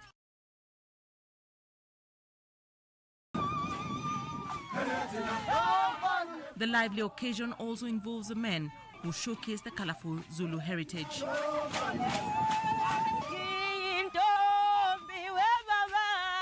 20-year-old Nkobile has participated in the Reed dance since she was 15 years old. We love our culture. Virginity is important to us because it helps us abstain from sex. Abstaining from sex does not only help us to not have children at a young age, but it also refrains us from getting sexually transmitted diseases like STIs, HIV, and AIDS. Despite the fact that the event seeks to celebrate purity and promote sexual abstinence among young girls, South Africa has the largest HIV epidemic in the world, with 8.2 million people currently living with the virus, KwaZulu-Natal being the worst afflicted region in the country. Dr. Nomsebo Ntebu, who runs an organization that seeks to rebuild the cultural identity of young South Africans, believes culture is a key role in fighting the epidemic. It's about pride in who they are. It's about us fighting the social ills, HIV, AIDS, and all the things that are now a burden on our South African identity. So the Reed dance, yes, there's a Reed and there's a walk, if you may call it, to the king. But all of that is a synonym to say, here I am, I'm a young girl, and as a symbol of me honoring you and my pride and my identity as a Zulu, I'm going to bring this reed to you. In African culture, our reed is used for so many things. It's used to build houses. The reed is used to make mats so as to welcome someone. Someone comes to your house, there's going to be a reed on the floor to say you are welcome. You can come into my house. Baskets that we use as storage, we use the reed. So the reed is not just about saying it's a dance. It's not a dance. It's synonymous about building a family, building a community, and building a nation. Perhaps the most controversial bit of the festival has always been virginity testing. Our aim is to enforce culture, self-respect and perseverance virginity among girls in order to protect them from various diseases and to ensure that when they reach the stage of womanhood, they carry themselves with dignity and they also acknowledge their culture and roots. WHO has termed virginity testing medically unnecessary, painful, humiliating, traumatizing, and a form of violence. Some women have chosen not to participate in the ceremony. I feel like it was very invasive and a lot of people could have stopped going because of the invasiveness. I do feel that girls should not be forced to do it. They should have a right. So when a young girl says, I'm a virgin, trust me, I am, but I don't need you to come and open my legs to look at my hymen for me to prove that. But to Nkobile, the event is a constant reminder of why she needs to remain a virgin until she's ready to start a family. Now to the Gambia, where three ladies sat down to discuss inequalities in the West African nation, which continue to sideline women in their quest to be empowered. Listen in. Culture and religion have continued to play a major role in denying women opportunities they could play quite well. So, what will it take to advance gender equality in the Gambia? My name is Sadia Brito and I am a journalist, but I am not alone. I am joined by activist turned politician Nena Freda Gomez and cultural activist Mati Amidiop. Hey girls, welcome. Let's begin by painting the picture of how wide the gender gap is. First off, I will start by the National Assembly. Currently, we only have 5 women out of 58 members. You go to the executive, too few. You go to other parastatals, no woman heading those parastatals. So basically, you don't even have to go far. You don't have to dig deep. It's right there in the open that we see that women are so much underrepresented. I think in the Gambia, when it comes to women empowerment and women inequality, the story is very sad. I think we have been underrepresented in almost all the sectors. When it comes to culture, when it comes to politics, when it comes to employment, we always underrate the potential and the participation that the woman can bring forth. But we don't see their value, we don't see the intelligence, we don't see all the positive, the good things that they bring forth. We have men dominating posts that women could have handled. So I think in the And breaking the glass ceiling is no more an issue because we've seen women do incredibly well in areas that many thought were male-dominated areas. Yeah, exactly. I remember at the time when Marie Shock, who's a politician, shared with the Gambian people that she wanted to run as president of this country. It was followed on social media with a lot of, misogynistic comments. I'm sure you've also experienced the same thing when you decided to run as a parliamentarian. We don't look at the real issues. We don't look at the things that matter. We talk about, in the case of Marisol, a perfect example. The first thing that people were talking about is her hair. She has short hair, and it was tinted. And the way she dresses, which is classic, which is epic. So we don't look at what she has and what she's going to bring as a woman, the part of representation, but we really reduce her to the appearance, exactly. For me, what broke my heart is it was coming from predominantly our fellow women. So you ask yourself, are we really going to get there? And this can be also linked to employment in general. I mean, what excuses have managers and recruiters used to deny women opportunities? We know maternity leave is one of the biggest issues, very controversial, and it does not only stop here in the Gambia. And it's sad. People nowadays don't even want to employ women in certain organizations because especially they will think, even though they cannot write it on the applications form and here and there, but they hide it into the interview questions to know, okay, are you married? How many children do you have? Exactly. Do you live with your in-laws? Do you live with your husband? When people don't listen deep, you think, okay, these are just normal questions. But no, the interviewer is trying to say, okay, despite whatever qualifications she has, what are the hindrances or what may be the potential hindrances when I employ her? Is she going to continue to have birth? In the Gambia, we know the 6 months leave. Okay, how many times is she going to go on confinement leave? Yes. If she has and the children. fact that I have to pay her when she's away. On confinement leave, exactly. How many children does she have? When they get sick, when they go to school, how many times is she going to get excuses to say, I have to attend to my kid? And of course, because, when it comes to taking care of kids, it's predominantly left with a woman. I think the culture has also played a role a huge part in belittling women and making them believe that their role is purely to be at the house, taking care of the children, doing all the house chores. Sometimes you married men, and the first thing, if you are working as okay, I'm getting married to you, but then, I want you to be the stay-at-home woman. We've actually seen women abandon their jobs because their husbands have asked them to. Yes, exactly. They come to the marriage, they dedicate all their life, they're in the house taking care. In the long run, when the marriage is no longer working, they have to go out there and start from zero. When young girls are in a family setting, we make them to believe that, okay, this is a woman thing and this is a male thing. Gender roles. And us as the parents, that's where we fail by making these kids believe that there are certain things you cannot do. At an early age, they grow, in the family believing that, and they experience it in the family because you say, okay, Jigen, the girls are the ones who are going to wash the dishes. The boys are going to play football. Or they're going to go watch TV or, be in the house. And when it comes to being in the kitchen to learn how to cook, it's the girl child who's going to do that. So, and then you grow to believe that because, again, these are kids and they believe what they are taught as they're young and they grow with it. How do we go about, fixing this gender gap? I believe that the facts have been misrepresented so well that for us, because we don't learn, we don't do the research, we don't get the information, the facts ourselves, we believe what others tell us, how people portray it to us, and we just run with it.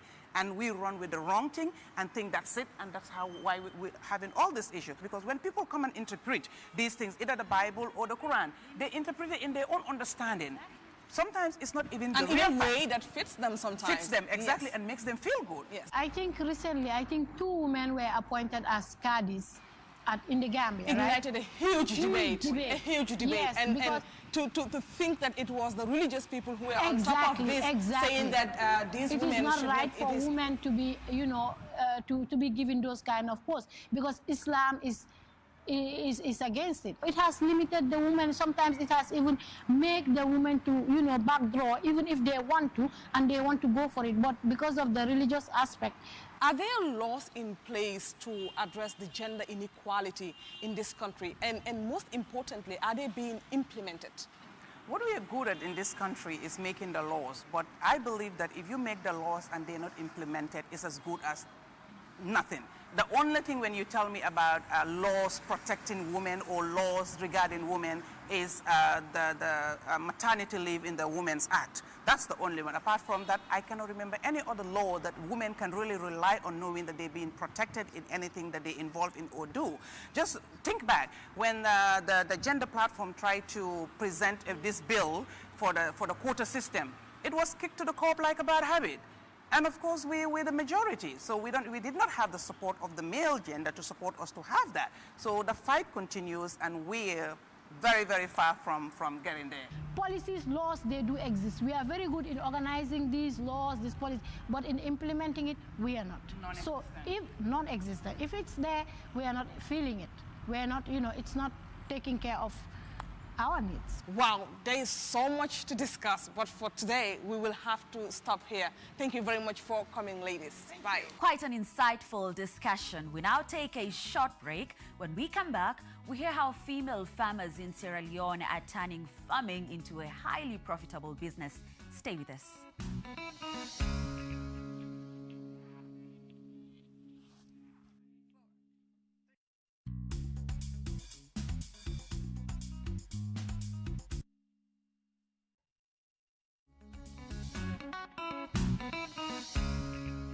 Welcome back to the She Word for real talk on stories connecting today's African women.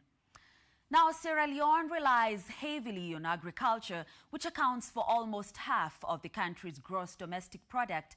60% of the population work in the agriculture sector, a majority women. Subsistence farming is a key industry, but a group of women have managed to turn theirs into a highly profitable business. BBC News Women's Affairs journalist Azizat Olaoluwa has been to Matagelema in southern Sierra Leone to see what the women are up to. In Matagelema, a community in southern Sierra Leone, a group of female farmers have transformed previously unusable swampland into thriving rice paddies. It's now a steady source of income for them. When government officials came, they asked if we would be able to farm here because we were all women. I said yes, that God would help us. A group of single mothers and widows who needed to provide for their families banded together in 2020 to form a small farming collective called the Matagelema Association. After an 11-year civil war and Ebola, a lot of women in the country became widows and many girls were forced to leave school early. When we started work, it was really tough for us. Many got sick, but we encouraged ourselves. People used to mock us that we were wasting our time, but now when they see us transporting rice, they feel ashamed. Mami Action is the founder of the group. The mother of 4 lost her husband to Ebola.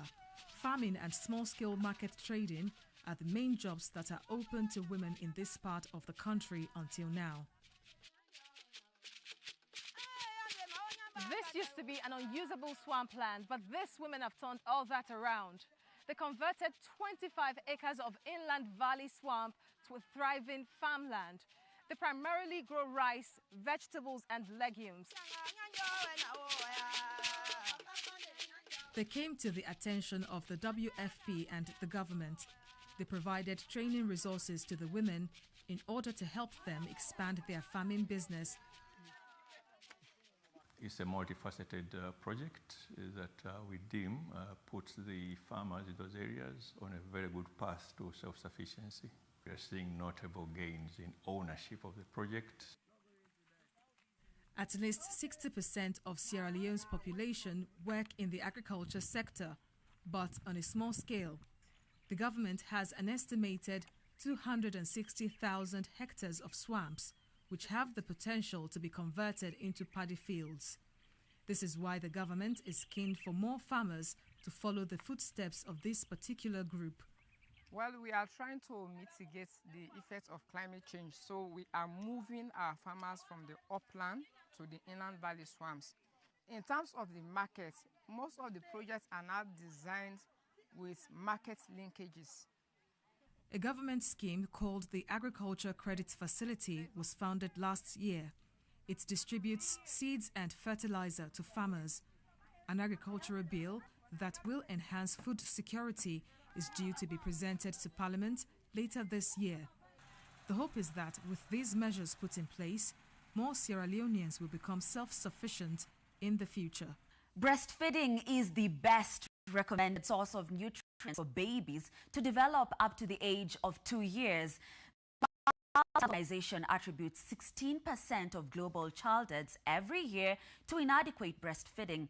Among the challenges mothers face is short maternity leave spells, while many others struggle with inadequate milk production.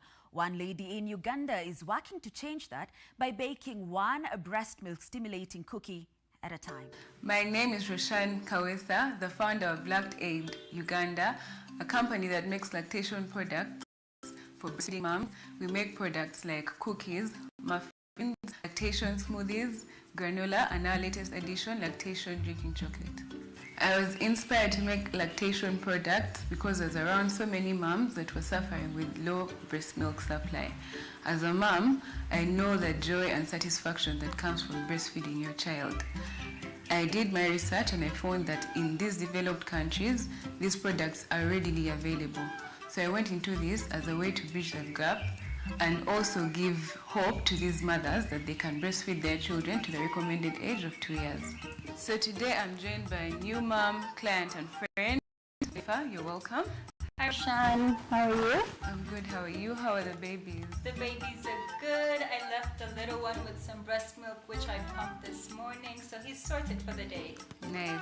I'll be making cookies, lactation cookies today. Will you join me? Yes, I'm excited to learn how you make your lactation cookies. Okay, let's get into it. Alright, so what is the science behind your lactation cookies, Roshan? Well, the cookies are a blend of different galactagogues. When coupled together, they make magic. What are galactagogues for those of us who don't know? Galactagogues are plant-based molecules that induce, maintain, and help produce breast milk. How they work, they get into your body and help the hormone prolactin to make the milk in your body. Is this product something that all new mothers should take, or I can take it even if my baby is a bit older? Well, it's for all breastfeeding moms. You know the recommended time for breastfeeding is 2 years. 2 years? Yeah, so you can take it for a baby as old as 1.5 years, for a newborn, it works the same. Along with the product, you know you're supposed to hydrate. Yes. Fully hydrate. Make sure okay, I can't say don't be stressed, but try and manage the stress. Hydrate. Make sure you're sleeping enough. Make sure you're eating right, not missing meals. Yeah. And we have a range of products, by the way. How many cookies am I supposed to have? How much tea am I supposed to drink? Well, you're supposed to have 3 cookies a day. You can space them out morning, afternoon, evening. The tea as well, 3 times a day, space it out. Then for the smoothie mix, you have it once and you're good. So we're going to roll. We're going to roll the cookies. Yeah. Would you like to help me? Yes, I do. Okay. So just grab a bit. Yep. And then roll it up. Yep. So I'm going to put this in and we'll have a cup of tea. All right.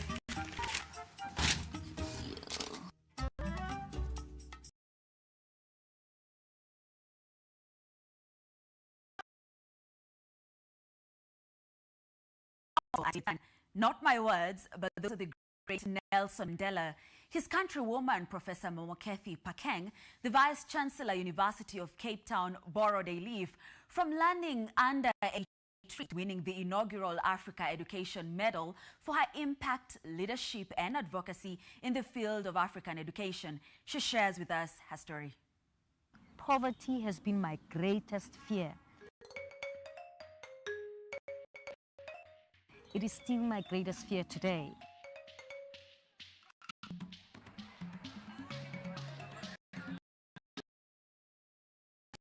Education was the way out. You know, my passion for mathematics started, I think, what was in primary school when I was doing grade 7. And it was mainly because my mathematics teacher believed in me. He made me believe that I am smart enough to get high scores. He used to compare me with his daughter and make me compete with his daughter, who I think was much smarter. And of course, when I was doing grade 10, we went to winter school where they introduced us to Euclidean geometry, and that 2 weeks I spent at a winter school changed my perspective in mathematics altogether. I grew up in a not so well-to-do family, a poor family. My mother was a domestic worker, so when she went back to school to do at grade 1, there was only one primary school in the village, and all of us had to go to that school. And we've got many challenges on this continent, and what keeps me going is the possibility of being able to find the solution for them. And of course, I think education is the one thing. If we get it right, we will solve so many other problems. We will make a difference in terms of inequality that exists in our continent. We will make a dent on the poverty levels on our continent. We will even make a dent on the gender inequality. My parents were very instrumental in me not being scared of any subject. They never mentioned at all the idea that some subjects are more difficult than others or more important than others. And being the top in the world was something that was talked about as achievable. And so as I get into my career and I was becoming the first this, the first that, I embraced it because I didn't think it's not for me. I grew up with the idea that even if you're poor, that can be for you. And my dad always said, you must be an arrogant poor person. Never settle for less simply because you're poor. You must always go for the highest. And I guess that made me comfortable with aspiring for greater things. It's tough when you're a woman, you know, because you can't have it all, everything, all at the same time. Winning the Africa Education Medal is quite a wonderful feeling. It's always good to be affirmed, even if the affirmation is for the work that you do because you love it, not to get the accolades. If there's any young woman out there who wants to get into STEM, to science, technology, engineering, and mathematics, go for it. You can do it.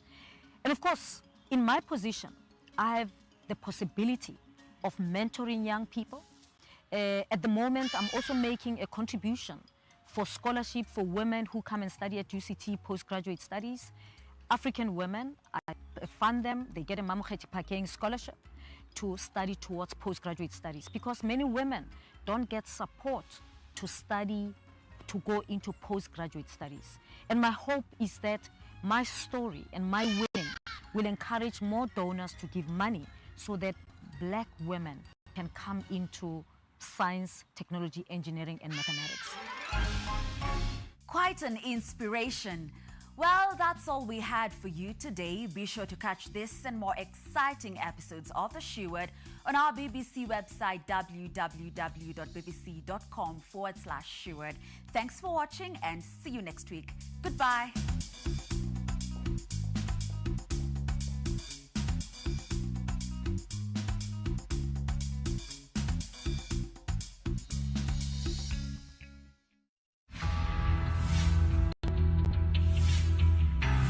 Assumption of office, Mr. Governor Professor Charles Chukwuma Soludo declared a state of emergency on roads in Anambra State. He has since turned the entire state into a construction site. Within 10 months in office, over 270 kilometers of road have been flagged off and contractors paid 30 to 50% upfront. More roads are also being constructed and they will be done with tax money. Please join hands with Mr. Governor to give us more smooth, slicky roads in Anambra State. Remember, better soup na money killer. Nnukwu ano kpata nnukwu nkwu, obele ano akpata obele nkwu. Please pay your tax as at when due.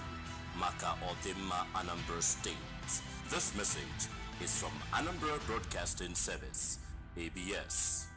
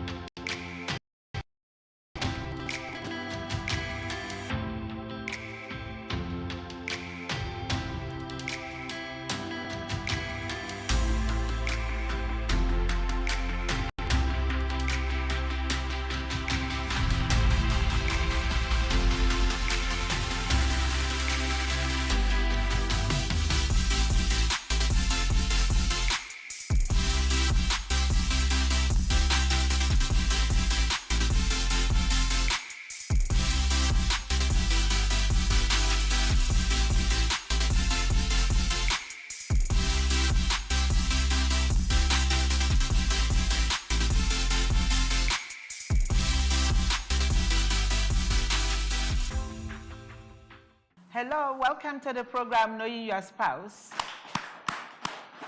This is one program that brings everybody together. The mom will be there, the father will be there, and the child will be there. And we are watching. This is the bane of the society, the family. And with the family, things will be put right. That is, if everything is right, things will be right. That is why we always want our mother and our father to be here. Today, I have wonderful couples with me. And I must tell you that these couples, they stood the test of time. They have their children, and everything is really going on well with them. If not, why are they here? Of course, they shouldn't have been here.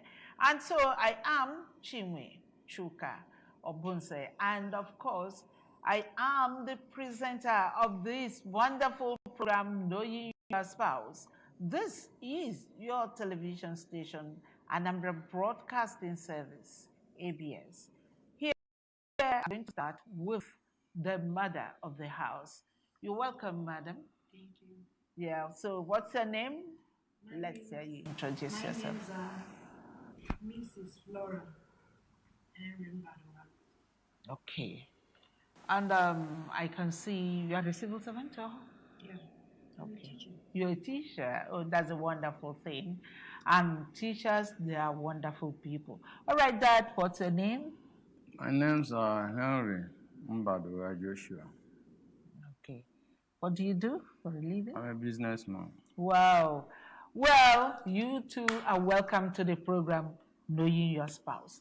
Now, this program, we intend to know more about the parents, that is, the husband, the wife. We want to know how far they know each other, not just existing.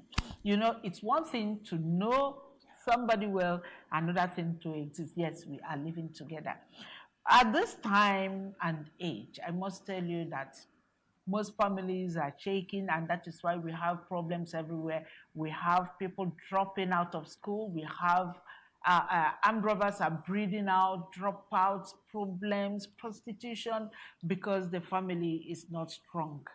Well, I intend to probe and know if things are well with this family. Mom, I don't know who will leave. Let me ask Daddy. So, who is leaving? Who is stepping out? Not leaving, stepping out. Okay. Thank you, thank you, thank you. Our hot lady is leaving. I love your dressing. I love your dressing. Another clap for Mom. All right, Daddy. Okay, what exactly do you call your wife? Do you have a pet name for her? She is the madam of this house, so I normally call her madam. Okay, madam. Wow, that's a good one. The general of, assistant general overseer. I like that. Assistant general overseer. Well, when she comes back, we will know who is the general overseer. Okay, thank you. Now, what's the village and the hometown of madam? She is from Oku in Umuho Kabi, in Osu local government area, Imo State. Although at times they say that they are from Olo, but their original local government is Osu. Okay. So Oku in Umuho Kabi, Osu local government area, Imo State. Imo State, not Abia, Imo State. Imo State. Okay, what's the birthday of your wife? I want to know the date, the month, precisely. 1st August. Not the year, the date and the month. 1st August. Okay, wow, that's a good one. I'm August too. August babies are hot indeed. Okay, 1st August? Yes.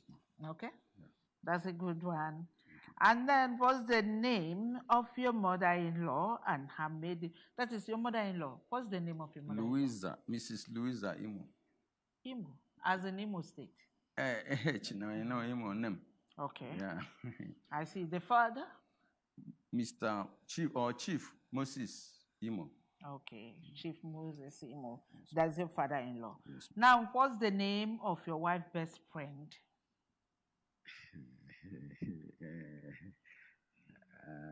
I don't really know her name. Okay, that's good. A good clap for Daddy for at least saying the truth. But of course, mom has so many friends. I know. Especially, but you don't know the I best don't one. really know. Okay, that's a good one. Yeah. You've started on a good note, telling the truth. Yeah. And that's a good foundation for the children. Okay. Now, what exactly is the first thing she does in the morning? What does she do in the morning? She normally prays. Okay. And after praying, she brush her mouth and do some other domestic jobs in the house. How does she pray? Kneel down or stand up and start binding demons and you know? Most of the time, if she's doing midnight, she normally stand up. Okay. But it is ordinarily in the morning hour, she normally sit down at the bed. Okay, in other words, you people are Christians. Yes, ma'am. Christians, okay. Okay, moving ahead, that is not doing badly. The program is knowing your spouse, and in knowing your spouse, we intend to probe further and know more about the two people right here with me. Well, mom had just stepped out. We are talking to daddy, and we are actually finding out that daddy is not doing badly, and that's a good one. Okay, what exactly is the best color and the kind of dress that madam loves to wear? She normally wear casual wear, so like this is turkey. Okay. Of a thing, but actually she didn't have best color. But anything good. Anything good, casual. Okay. Simple. Simple. Beautiful like that. Like me. I like that. Wow! A clap for daddy, please. Thank you so much.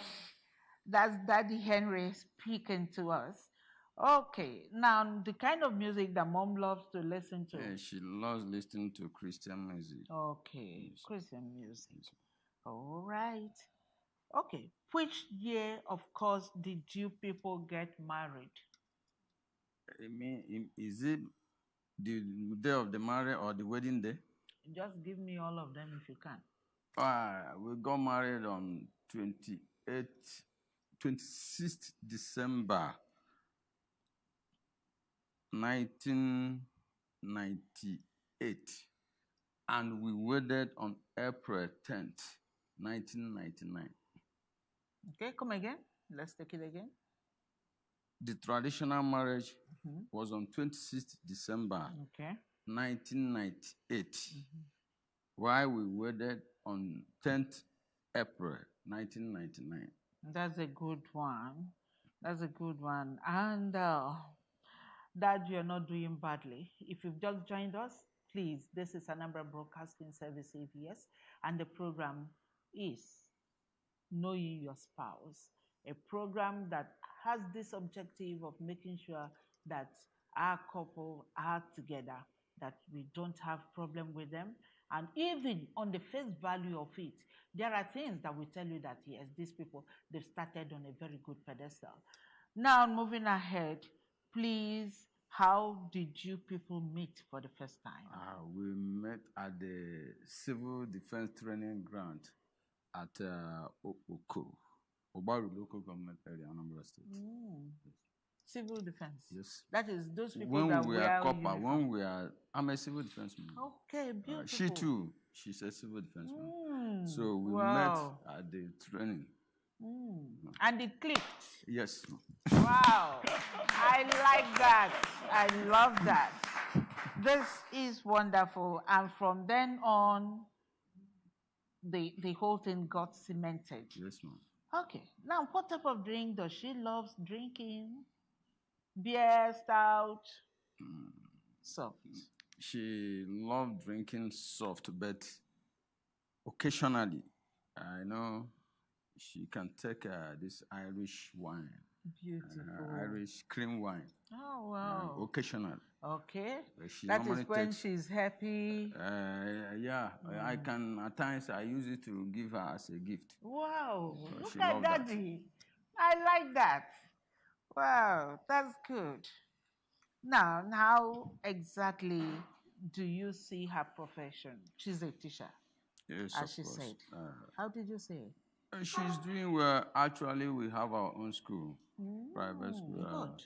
What's the name of the school? His Grace International Secondary and Primary School, yes. Okay. Awada. Wow, that's a good one. I like that you are bringing, you're grooming the younger generation. Of course. You're bringing them up. Now, what's the name of the phone your wife is having? Let me have the name of Techno. Techno? Do you know the exact Techno it is? I can say. There are so many Techno, so you didn't buy the phone? No, she bought it. She bought it. Yes. Wow, that's another good one. We like dressing very well, women. Do you know the size of the shoe and the size of the cloth? The size of the shoe is 40, size 40, and cloth is 44. Oh, 44. Even both the skirts. I mean the. Daddy, are you sure this one is not? I don't know. Because when she came to you, she murmured something. No. What she asked me is quite different from what we are discussing. Okay. Now. Yeah. No, I know. Now I used to at times. Okay. All right, Daddy. We are moving gradually down. I want you to describe your mother. That's your madam, as you said. Give a brief description about her. If she's patient, if she can easily get angry. Actually, she is a hot-tempered one. Okay. She quickly got angered. Hot temper. When I mean hot temper indeed. So, but she is with her senses. So she she doesn't associate with many people or talkative or something of that nature. Although she doesn't have much time for that because of the nature of her business too. Okay. So she believes on herself. Okay. And she's a strong, struggling woman, as you can see. As a proprietress of the school? Of course. Okay. I see, but she can easily get angry. I like that. And from the way you behaved, it's like when she gets angry, you control her. I see. I like you so much. Please clap for Daddy. He's a very honest man. And so gradually we've come to them, but we want to know, please, the kind of food she loves eating immediately, please, first. Not the eating type of. She loves all these snacks, tacha. And she keeps okay. Doesn't value food much. Okay, now finally, please. How do you people bring up your children? We bring up our children in a godly way. How many are they? 5 of them. Okay, beautiful. 3 boys, 2 girls. All right, clap for Daddy. Yes. Special grace of God, we have been able. 2 of them is graduates now. Beautiful. And 2 is still in university. Daddy, I doff my hat for you. Please clap your hands and welcome Madam. The Madam of the house is coming in.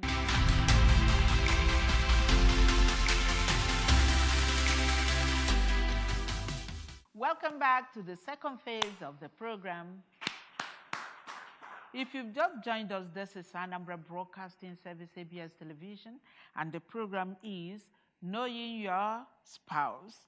Well, Madam of the house is back. Madam, you've told us your name, and of course, we don't need to repeat it again. What actually is the pet name that your husband calls you? He calls me Madam. Wow, that's a good one. And secondly, what's your village and where your hometown and your village? My hometown, we're from Obeyu. I think my husband's hometown. You, yes. Okay. I'm from Umuhuakabe in Osu government. Okay. What's your date? Your birthday? My birthday is 1st August. 19. Oh, you don't need to tell us. 1st August is very okay. Now, what's the name of your mother?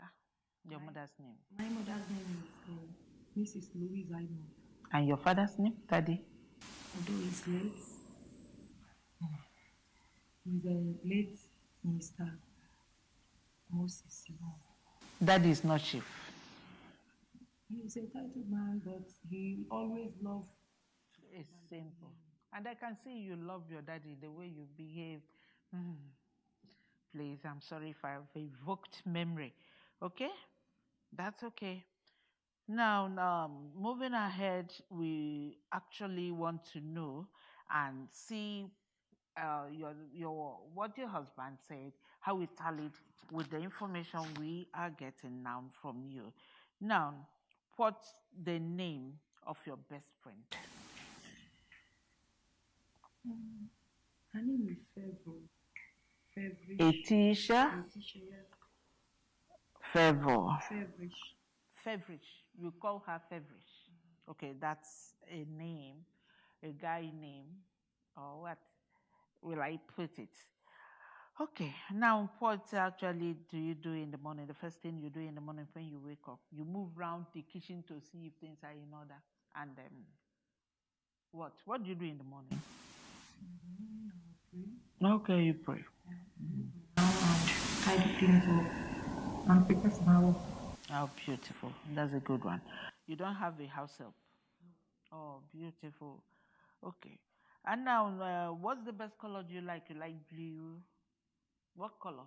Your best color? Not really. What color? I don't like, there is no color I love. Okay. That's a good one. Anything goes. Okay, that's a good one. All right, moving ahead. I want to know the type of clothes if you like traditional wear, long, mini. Okay. Through my dressing, you can see. Okay. At least it will make you smart to move on and supervise as a teacher. Okay, what kind of music do you like to? Pop music, reggae? Okay. Oh, wow. That's a good one. Okay, now to the nitty-gritty of this particular time we have now. Let me know how you meet your husband. The first time you people met each other. Okay. The first time I met him was at civil defense ground. Okay. We met at civil defense. Okay. Because both of us are both civil defenders. Okay. So from there, the relationship grew. And when did you people get married? Your traditional marriage and the wedding. What's the date? The date of my traditional marriage was on 26th December 1998, while my wedding was our wedding was on 10th April 1999. So what do we say to that? That's a good one. I like that. Well, what's the size of your cloth and the size you wear, your footwear? I normally go with 40, but at times 39 can go. For slipper? For shoe. Okay, shoe. 40, but slippers I can wear 39. Okay. And then my size of my dress is 44. You guys got me. Wow. Now describe your person. What kind of person are you? Let's be frank about that.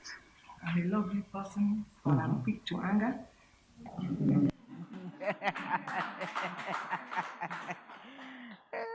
That is if things didn't go right, isn't it? If things didn't go right.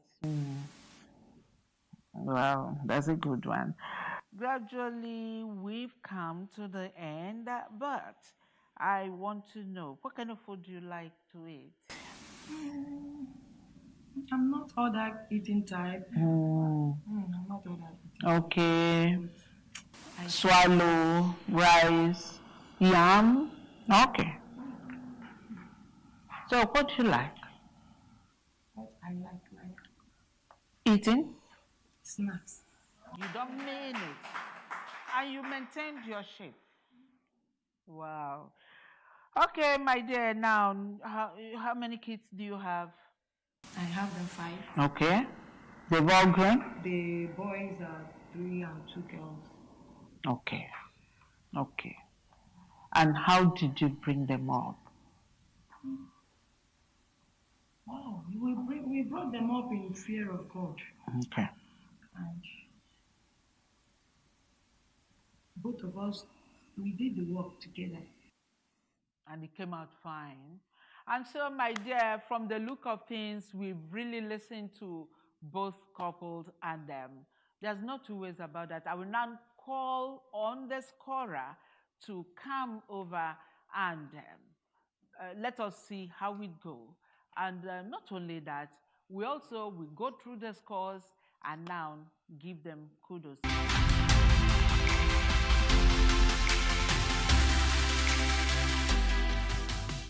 Wow, Chibugom gave them 80% over 100, and that is an A.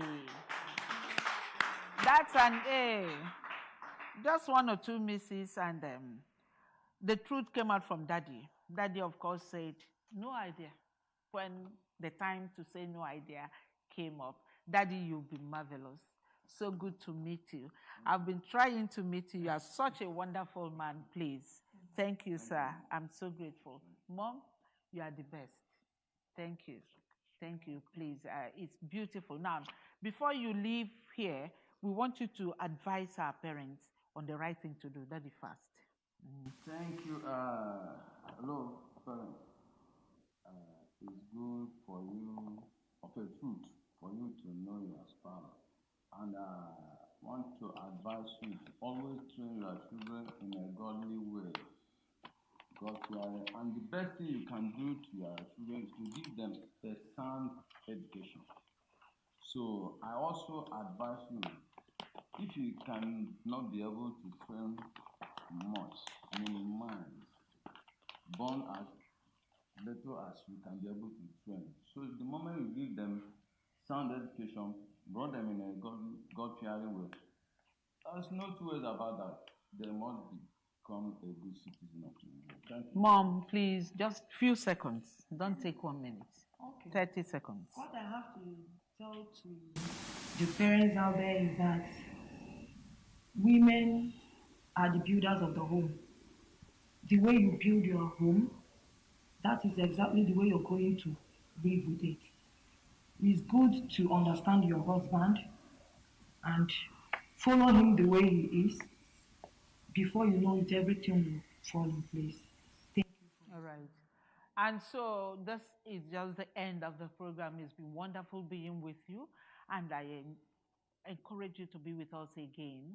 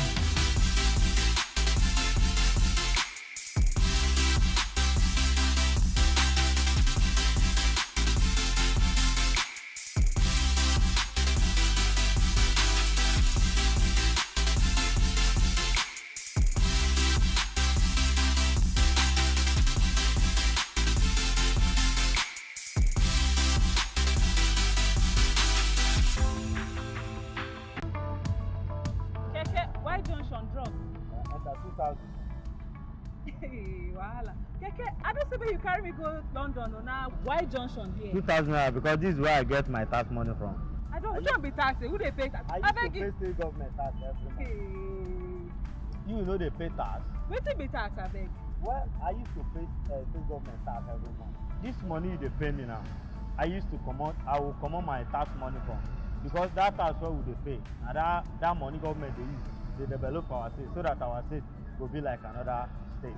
I enter 1.5, let's go. Because the government has reduced our money to 10,000 naira. Let's go. 1.5. Now wow. May you try to pay your tax. My people, una don't hear am now. Now today I dey hear this one. Me, I get boutique where I dey sell something. He said when you pay your tax, the government will beautify our state and the roads and infrastructural development will come into our state. Make we try the pay tax. As for me, once I get to my shop, I will head straight to the tax office to clear myself so that our state will better. Because better soup na money kill am o. This message is from Anambra Broadcasting Service, ABS.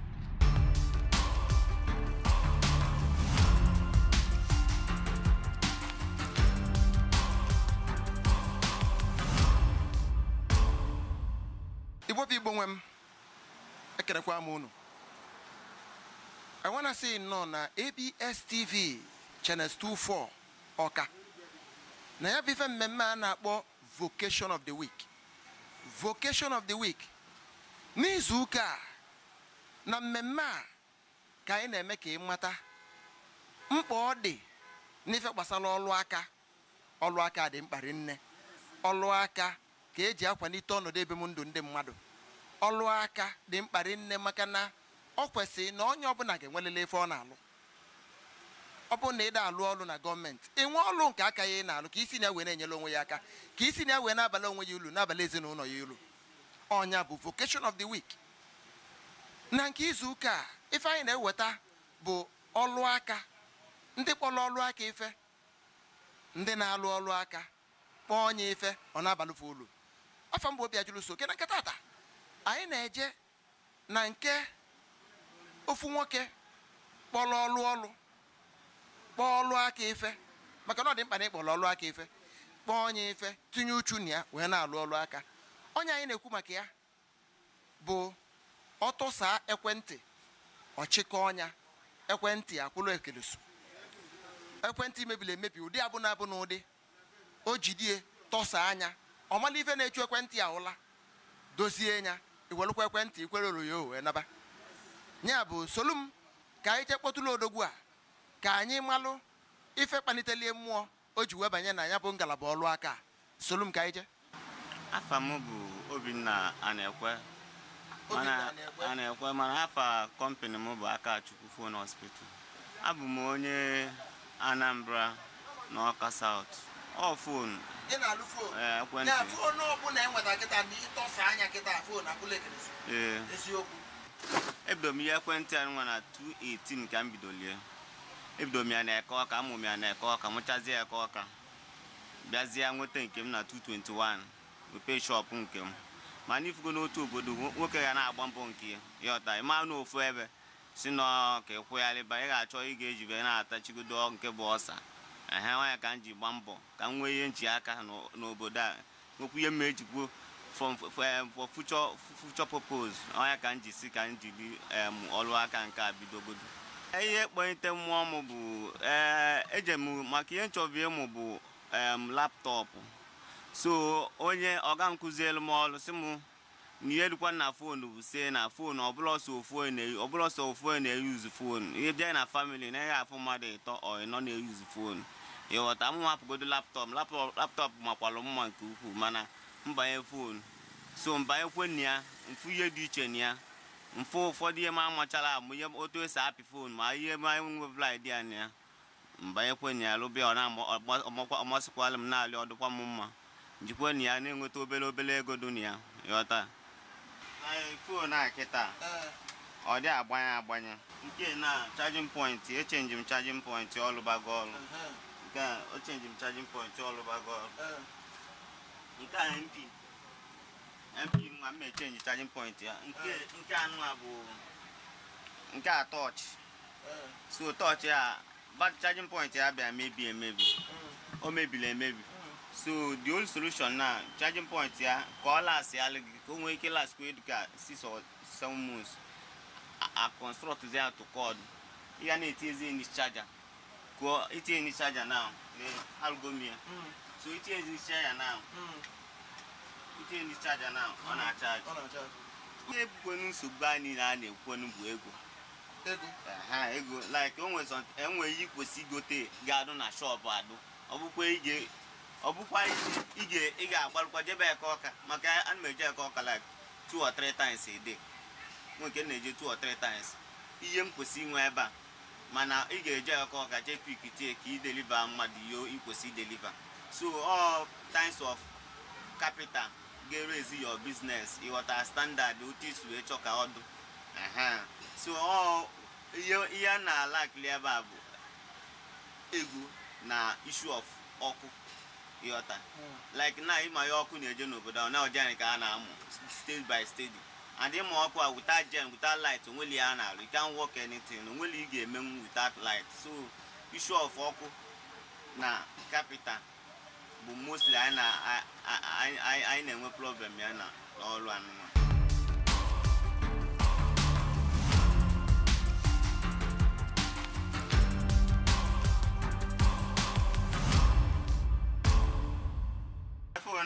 Battery tamina have battery connection yana. So we issue. So all to beloge. Okay, we are going to go on. 20 minutes. If I know what I even a phone and if I got a man or the one, I don't matter saying, yeah, battery tamina now. Yeah, carry change. Maybe. You can go issue. Oh, yeah, carry change na phone. You change yeah, phone. Yeah, phone. Oh no, it change now. Contacted na battery. Whatever energy you buy phone. You don't need dozen more. So I change when I look at now. Think of can meet here now. All of all. Talk with you. Yeah, when I would tell you. When I would tell you, now, tell you no to. So, nka charging point $1. So may change charge oya biya. Oya biya never. Oya BT phone onye energy na charge. So charging point ka it charging point now or charge above me couple of phone new phone. Obulo obi anwule na na. Modern na-enye we say ị na-alụ ọlụ a. Ị na-alụ ya with clear conscience. Ị na-alụ ya bụ ka onye anachi etechi. Yota. Obuli iwu na ị ga-elekọta onwe nke ga-agba loose. So ị na-alụ ya na ị na-alụ nwanne gị phone ị na-alụ ya ịlụchakwa ozugbo onye ọzọ na imeli ọfụma na imeli obi ọma. Ọ ndụmọdụ na-enye. And na-ezi ndụ nọ nkịtị. Obodo a ọbụla mmadụ ama agwazi ka ije emali ị ga-eme maka agụụ dị n'obodo. So onye ọbụla need ịbọkụlụ ọp ka ị malụ otu isi kwado onwe gị maka agụụ dị. Ịnọ nkịtị bụ ịkwado onwe gị oli nwa adụ squeeze. So mmadụ na-enye onye ọbụla ka onye ọbụla je chọọ ọlụ aka amaka. Ọ bụ ọbụla iwu na ị ga-alụ ụlọ mana ị ga na-afụ daily intachi ị ga na-ebe ọlụ aka amaka maka na nwere ife dị ka na mmadụ nwere ọlụ aka ọ na-alụ. Ọ bụrụ sọsọ na ị nwere ọlụ aka na itinyela uchu n'ọlụ aka ị na-alụ. Ndị mmadụ a na-enwe anwụlị n'ọlụ aka ị na-alụ. Unu afụghị na anyị bịa na nke Amamchukwu onye na-alụ fon ọsịnọ fon hospital na iwelu fon ịbịa ọtọsa fon ịmala ife bụ nsogbu fon ọlụ anya iwelu fon nwebe anwụlị naba ọlụ aka amaka. Kaba arụ ka ị nwee ọlụ aka nke ị na-alụ. Kaba arụ ka ị nwee ife ị na-alụ ga-abalị ya olu maka na ị nwee ọlụ aka nke ị ọ ga-enyere ya aka iwepụ aka na ụmụ aja akwa dị iche iche. Kaba arụ ka ị nwee ọlụ aka maka na ọlụ aka amaka. Igbo bụ Igbo nwe m n'ebe ka anyị na-ewetazi vocation of the week nke izu ụka ọlụ aka nke izu ụka ọzọ anyị na anyị ga-anọkwa afọ mbụ obi ajụlụ so oke na ABS TV Channel 24 ka ọ dị.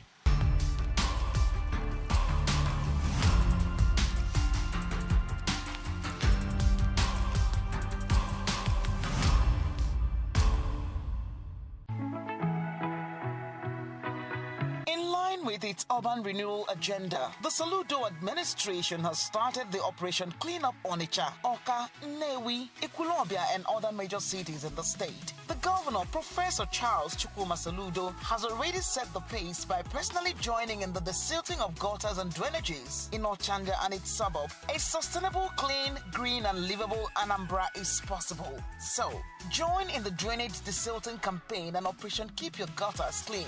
Keep your environment clean. Clean your gutters regularly. Do not block drainages with refuse. Properly dispose of sachets, banana peels, and upper wraps. Please pay your sanitation levy to enable the government fulfill its obligations. The solution is here. Be part of the solution.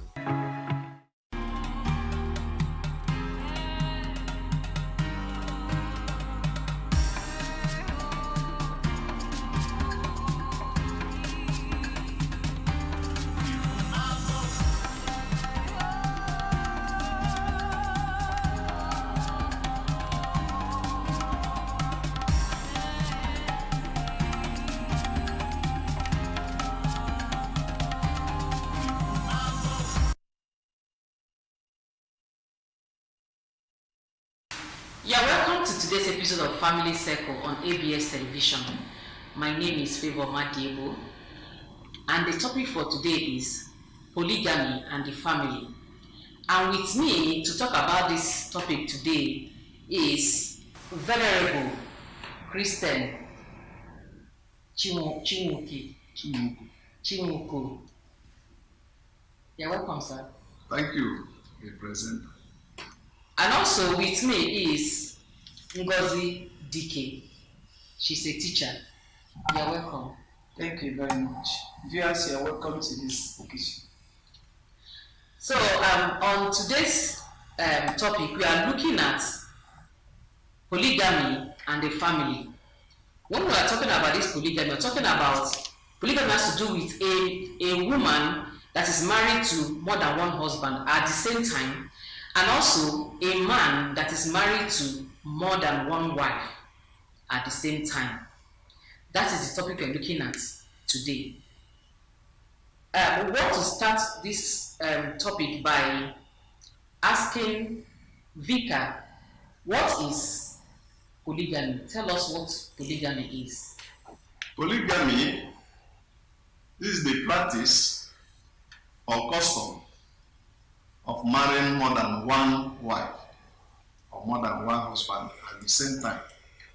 Just mind the underline word there, the same time. Because people can marry and remarry some other time. But polygamy is when a man marries more than one wife, or when a woman marries more than one husband at the same time. That is polygamy. And I would like to explain or expatiate further on this word, polygamy.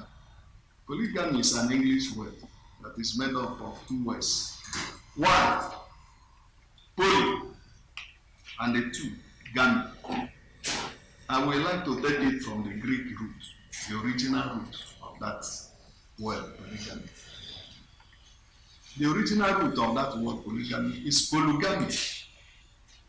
And it's made up of two words. One is polu. Polu means many, much, excessive, of many parts or different kinds, etc. Then gamy means marriage. So polygamy is the marriage of many spouses. That is polygamy. Thank you, sir. Vika, I will ask you, what do you think can make a man to go into a polygamous marriage? Many things can make a man to go into polygamy, but I will mention only three. One, when a man is born in a family and he is the only issue in that family, that will lead that man to marry many wives in order to raise children in that family, so that the family will not go into extinction. This is number one. Then number two, affluence and prosperity can make a man to marry many wives, just to show his affluence and prosperity. Then number three, when a man marries a nagging wife, this will lead him to marry another, or marry more than two or three, in order to relieve himself of that psychological trauma. Because a nagging wife can lead him to his untimely death. But when there are now 2 or 3 women, they will be striving to please him, and he will have a relief. So are you saying that marrying more than one wife gives a man peace? Because when you are talking about a nagging wife, it will cause a man to go and marry a second wife. this marrying of second wife, is it what will solve the problem? Can it solve the problem? What if the second wife comes in and she's even worse than the first? Because the issue of marrying second wife, I don't think it will solve the problem. So what do you think should be done? What will you think that if a man marry more than one wife because the other one is nagging, that he will not have peace? What made you to say that? Well, in some cases, it solves the problem. But in some cases, it doesn't solve. But what the man wants is to have a relief from that nagging wife, so that the man will not die untimely. In some cases, it doesn't solve the problem, because you may go and marry another woman in order to have a relief from that nagging wife. Now you marry somebody who is even far worse than the first one. So that is why I say that in some cases it doesn't solve the problem. But for the immediate relief of that psychological trauma, the man will relieve himself, because there will be competition now among the two wives who will please the man better. Yes. Ngozi, do you support, or what do you have to say on what Mika just said about marrying a second wife, just to calm the situation down? Do you think that will help? That continues to lead to marrying so many wives, because if the second one comes in and is worse than the first, the man goes out again. Goes out again to marry until the man marries the actual. So that's what I'm going to add. So if the man is marrying and marrying, then he's looking for solution or looking for happiness. But that's not, I don't think that's a proper thing to do. Because I feel if you are married to one wife and your wife is giving you issue, as a man, you have ways to make your wife calm. You have ways to address a nagging wife that will make her calm. There's conditions whereby you can even send the wife to the parents just for them to go and learn manners and ethics before bringing them back. So the issue of marrying, as you just said, if a man marries a second wife for the fact of, or the reason of the first wife is nagging, if he marries the second one too is not good or is even worse than, and he continues like that, that is why it will not be proper for a man to marry a second wife. Instead, he should look for a way to solve the situation, so that the issue of marrying second wife will not come into into his mind or into his life. Yes. So the issue of marrying this second wife is not proper, and the nagging issue stuff is something that a man can on his own solve. So, Reverend, do you agree with me on this, what I just said now? No, I don't agree with you, because the man cannot solve the problem of nagging wife. It is only God that will solve it. When the nagging has entered into the bloodstream of a woman, no person can stop it apart from God. Then so even if you take her to her father's compound 10 times, you will not solve the problem. Yes. So if God is to solve the problem, that means the man should go into prayers then. Yes. Instead of marrying second wife, he should pray that we solve the problem, not taking the wife to the husband, to the father's house. We solve the problem. Yes. I also wish to add that when the first marriage does not produce children, the man can still go into polygamy. Don't you think so? Yes, on that ground, I think there should be a waiting time. The man should wait. It's not you marry 2 years, 3 years, even 5 years, you're not jumping to another marriage, or my wife cannot have a child.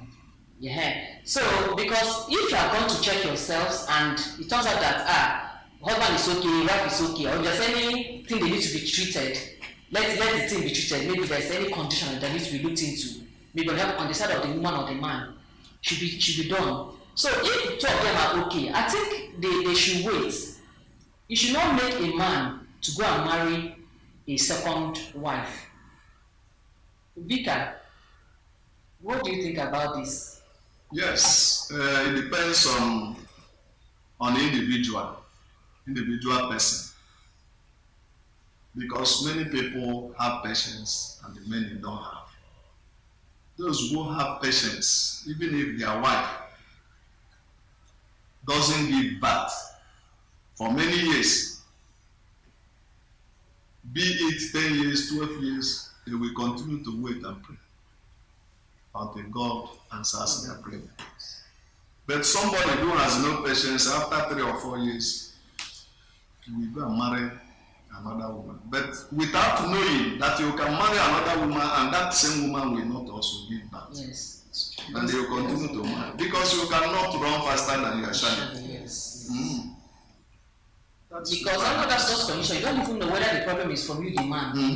By marrying another, yes, by marrying another wife, you find out that the woman will still come in and what is on ground is still what is on ground. Yes, exactly.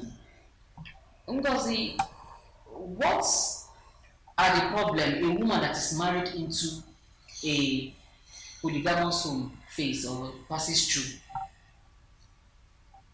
For a woman that goes into a polygamy has so many problems.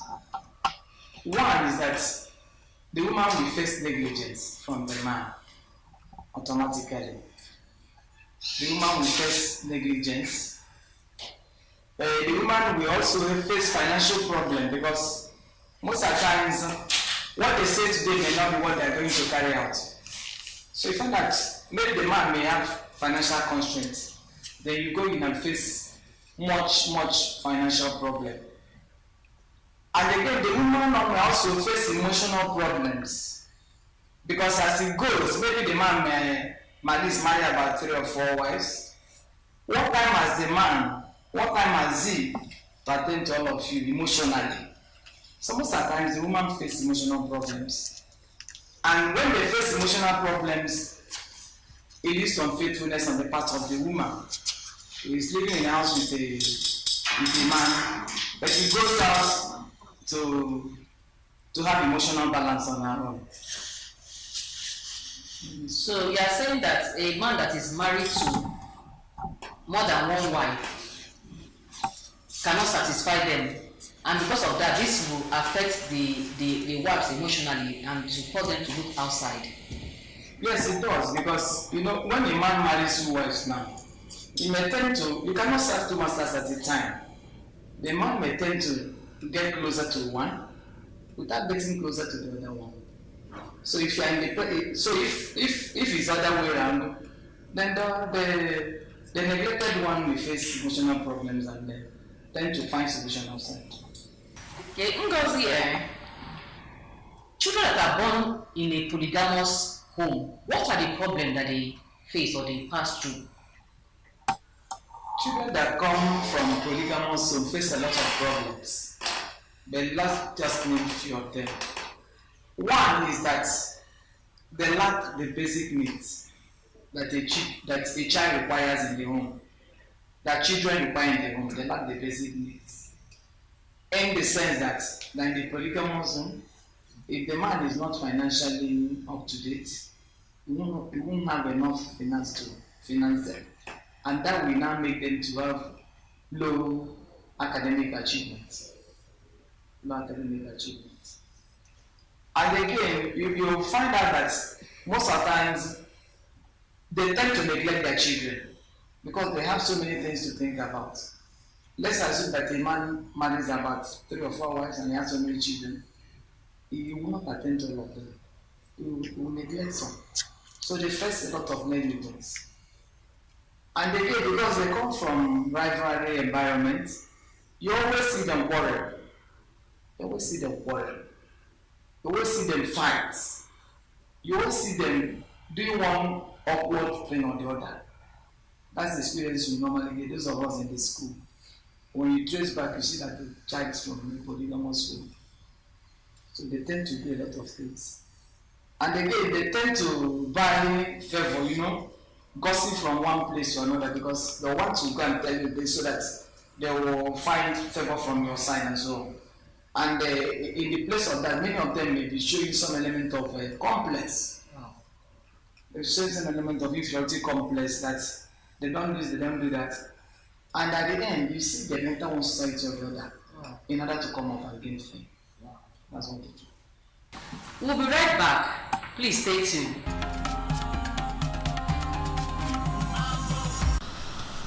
Polygamy has a lot of challenges, you know.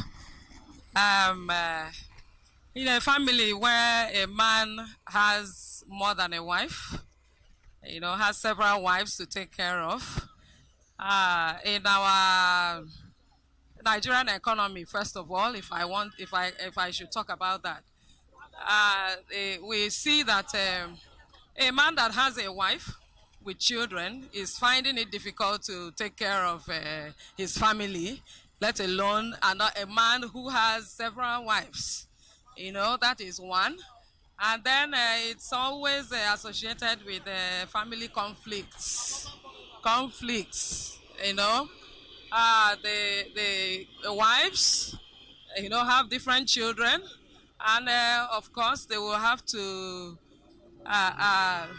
quarrel over inheritance of the man, and whatever the man has to offer the children, they have to quarrel over it most of the time, you know.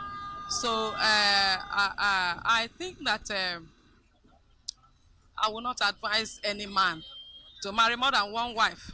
My view on polygamy is that polygamy is not good. You know, God knows why he said in the Bible that he created man and woman. You know, one man, one wife.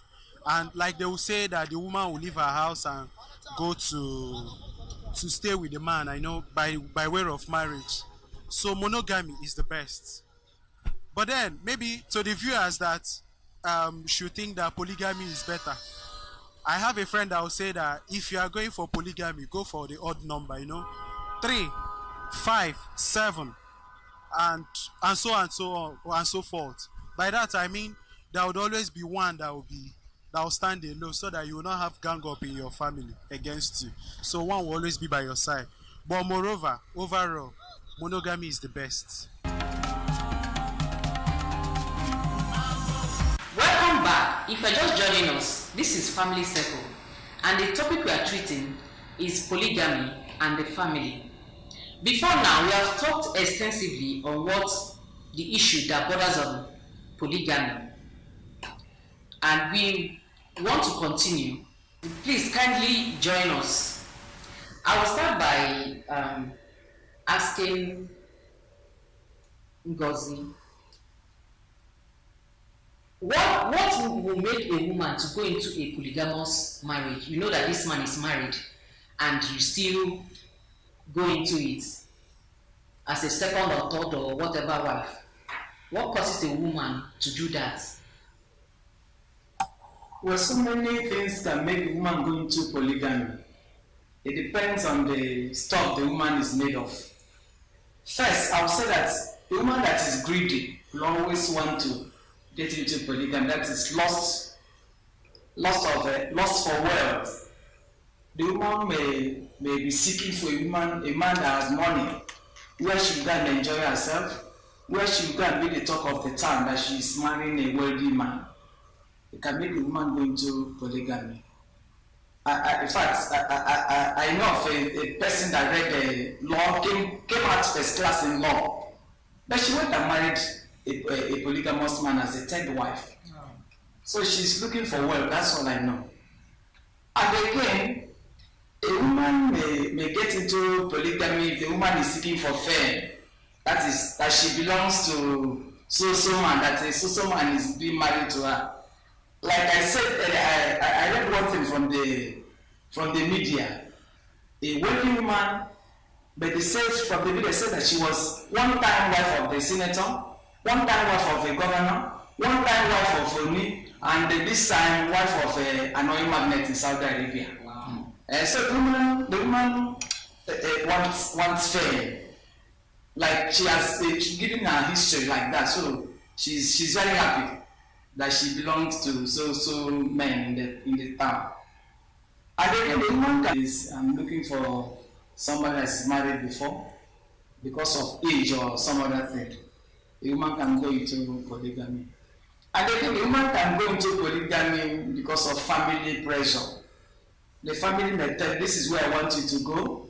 This man is this and that. He can help us. He can do this.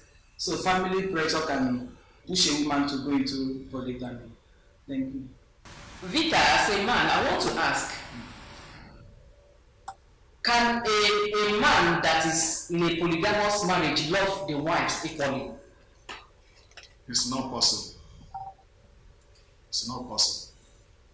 So the love a polygamist will have for the wives depends on how the wives behave. So whoever behaves better will be loved more than the other one. So the love cannot be. There is the issue of, the latest is the most loved. When you marry maybe the latest one, the third one, you marry the latest one, then you now love that one. So you are saying there's no way a man can love the wife because there's a religion that says you can marry more than one wife if you can love them equally. So are you saying that that saying cannot hold? It doesn't work. No, that saying cannot work because it is not true. You cannot prove it. So whatever that cannot be proved is not true. So you cannot have equal love for all your wives if you are a polygamist. It cannot work. Even if you marry that one newly, yes, you will love her maybe at that initial stage. But when that one starts to misbehave, you can even go to the first one and love her most. And be regretting why you married her. Yes, and regretting marrying that latest one. Vika, as a man of God, how do you see or what can you say concerning tradition supporting multiple wives? Yes, the traditions in Nigeria support multiple wives. Or what may support polygamy. But that doesn't mean that God supports polygamy. God supports monogamy, child in a family, no other male issue, no other female issue. So that man can now decide to marry many wives in order to have children, to avoid the family extinction. Then another one is wealth, just to exhibit wealth and influence. So you marry many wives. That is a couple. That our culture may support polygamy, but God does not support it. On the issue of God not supporting polygamy, after Adam and Eve, when the people started multiplying on earth, God encouraged polygamy. Because some men, when you tell them that Bible does not support polygamy, they tell you if you go to the Old Testament, this person is marrying, David married so, the Solomon married so, and they use it to buttress their point why they should be polygamous. So now that the Bible, there's an aspect of the Bible that says so. Why are you not saying that God does not support polygamy? Yes, the reason why I say that God does not support polygamy but monogamy is that right from the creation, when God created the first, decided to make him a helpmate or helpmeet. So whichever you call it is okay, it's correct. Then God created only one woman. God didn't create 2 women or 5 women or 20 women or 100 women. He created only one woman, whom to Adam to be his helpmate or helpmate. So it will not take God anything to create 100 women for Adam if God so wishes and so designs. But God tried to teach us that polygamy is not his design but monogamy. That is why he created that first woman and he gave her to Adam to marry as a single woman, not as 2 women or 20 women or 100 women. So even if others like David and the Solomon are married So they are not the first man on earth. Then again, to prove that God does not want polygamy but designs monogamy, is that Abraham, whom God made the father of the faithful, married only one wife, Sarah. He didn't marry two. And Abraham remains the father of the faithful till the world ends. So when Abraham is such an exemplar, then why then do we look at Solomon and David? So those people just married many women in order to exhibit their affluence and the wealth, not that they did God's design. Thank you. To just round up, do you think polygamy makes a man happy? Just quickly. Polygamy may make a man happy, may not make a man happy. It depends on the circumstance and situation. So when you marry many women and they are behaving well, then they will make you happy. But when you marry many women and they are all rough and bad, then you will die very soon. Yes. Ngozi, when a man is married to more than one wife, like in polygamy, do you think it will cause or make them to be faithful to those 2 or 3 wives that they are married to? It does not necessarily mean so. A man may marry many wives and still remain unfaithful. Yes, a man might marry about 10 wives and still remain unfaithful. It depends on it. We have come to the end of today's episode of Family Circle. I thank my viewer for being a part of this program, and saying thanks to my guests for coming. Vika, thank you for coming. Thank you, the moderator. Yeah. Ngozi, thank you for coming. Thank you too. Join us next week for another episode of Family Circle. My name is Favor Madiego. Thank you, goodbye, and God bless.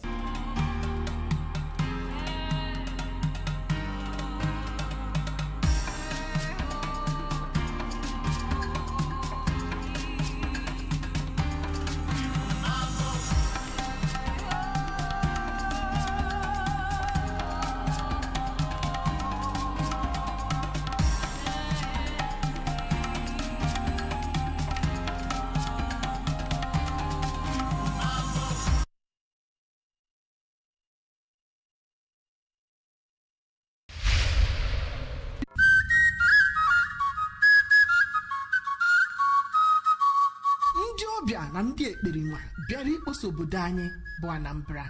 Esokwana ha, enyekwana ha ohere. Solu dozie Anambra. Ọdịmma anyị dị anyị n'aka.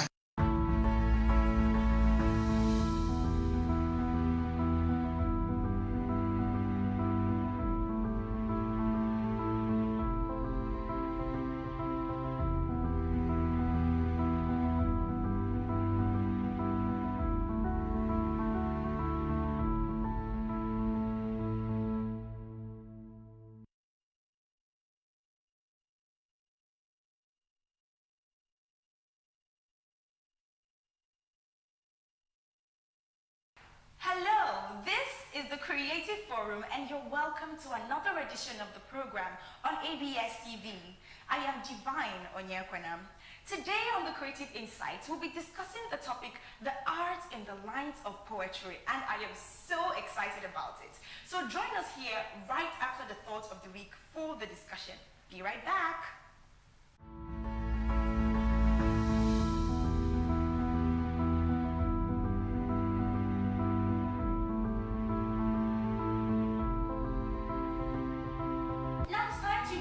Our guest. He is a poet and an essayist. His works have been published in several magazines like Adroit's Journal, America Magazine, the Chestnut Review, the Renata, and elsewhere. He was awarded the Christopher Okibo Poetry Prize in the University of Ibadan in 2019, a first place winner of the 2020 Jack Grips Poetry Prize, and was recently longlisted for the Climate Change Poetry Prize. Ladies and gentlemen, introducing Mr. Chiwenite Onyekwalo. Chiwenite, so glad to have you here today. Yeah, it feels great to be here. Thank you for having me. Okay, you're welcome. And again, like I said earlier, we'll be discussing the topic, the art in the lines of poetry. Okay, so start with this. Chiwenite, why do you write? Why do you write? What's in poetry that attracts you so much? Well, first is I love language. I love the fact that language can be fluid. Okay, so, and then poetry is this art form that makes me feel like language is movable. Okay, so, and then I also like that poetry tells stories in a concise form. Okay, this is basically what attracts me to the art. Okay, so if I'm to ask what poetry means to you, would it be the same thing as reason as to why you write? No. It would be a little different. Poetry to me means more than just writing.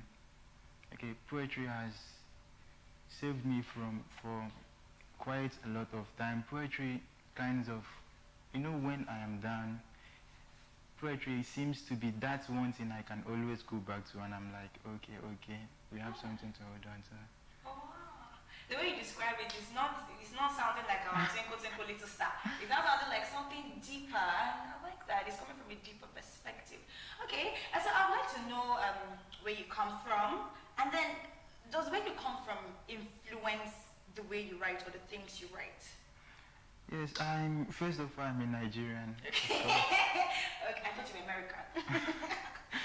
So I'm from Ogidi. I'm from Ogidi here in Anambra State. Yeah, where I come from influences what I write. Recently, I looked at most of my works and I realized that several of them go back to my childhood events that I did not know I would someday come back and put them down and all that. So it has a big influence where I come from on my art. Okay, all right. And as we're speaking on societies and where we come from, how do you think that poetry, how important do you think poetry is to the society? Does it have any importance to the society? Yes. Yes, it does. It does quite a lot. First of all, I think the first importance is that it documents. Oh, okay. It documents several things. When NSAS was at play, people documented events that happened within that period. Okay. Personally, I've documented at one point when this kid tried to set me on fire. I was still growing up though. So I have the experience documented in my works. And then apart from that, poetry seeks to speak up. Okay, it speaks up against several vices. It speaks up against injustice, everything you can name them. Poetry is a form of revolution. Okay, when poetry comes together, we can see what is happening. For instance, at this moment in America, Black Americans have been speaking up through their works. Okay, Hanif, Abdul, Raqib, so many of them. Okay, poetry gives voice to people who would otherwise have been voiceless. Okay. And since you're speaking on, what it does to society, it does quite a lot from what you say, but if we bring it down to our society here in Nigeria, it's as if little relevance is given to it. I mean, you can't say you're a poet without saying I'm a poet and a lawyer. You can't just say I'm a poet. It's not exactly something like standalone. What's your thought on that as to the little relevance that's given to poetry, even as it does so much work? Okay, I think first is that era we've started moving away from that period where people give just little relevance to poetry. Okay, yeah, initially it looked like an elitist thing, only people who are really smart and maybe different. It was only them that wrote. I disliked poetry while growing up. Okay, so, but now the narrative is changing. People are saying that, yes, I don't write poems, but I like reading poetry. The same way people go to buy books, even when they don't write and all that. So, yes, poets are starting to come out and create works that people can understand. Unlike some of our poets that came earlier, you read some of Chinua Achebe's works, you read some of Wole Soyinka's work, and you are like, I don't get what they are saying. So poets now are starting to tell our stories in languages that we will understand. Okay, as at the moment, people are coming out people are really getting very interested in reading poetry and writing poetry. Okay. I like that, the fact that, most people don't like poetry, but as it is right now, poetry is being recreated, if I should use the word, in a language that people understand and relate to. Okay. Okay, so let's come down to you now. Let's see society. Okay, so for you, is there a particular time that's your favorite time of the day to write? Is it in the morning, like any hour, the inspiration come right? Or do you just write anytime? Yeah, I don't work based on inspiration. Okay. Inspiration can be quite tricky. You can wait for weeks and it doesn't come. So, yes, I work when I've moved away from people. Like, it could be early in the morning. It depends on what. Sometimes it could be late at night. I just give myself time to, remove everything I've seen on the way. I must have talked with people. I just give myself time to come back into myself, okay, without all that noise and all those voices. So it can be any time. It could basically be right in the morning. It could be right here if I've not spoken for like a couple of hours. Okay. So you don't even work with inspiration.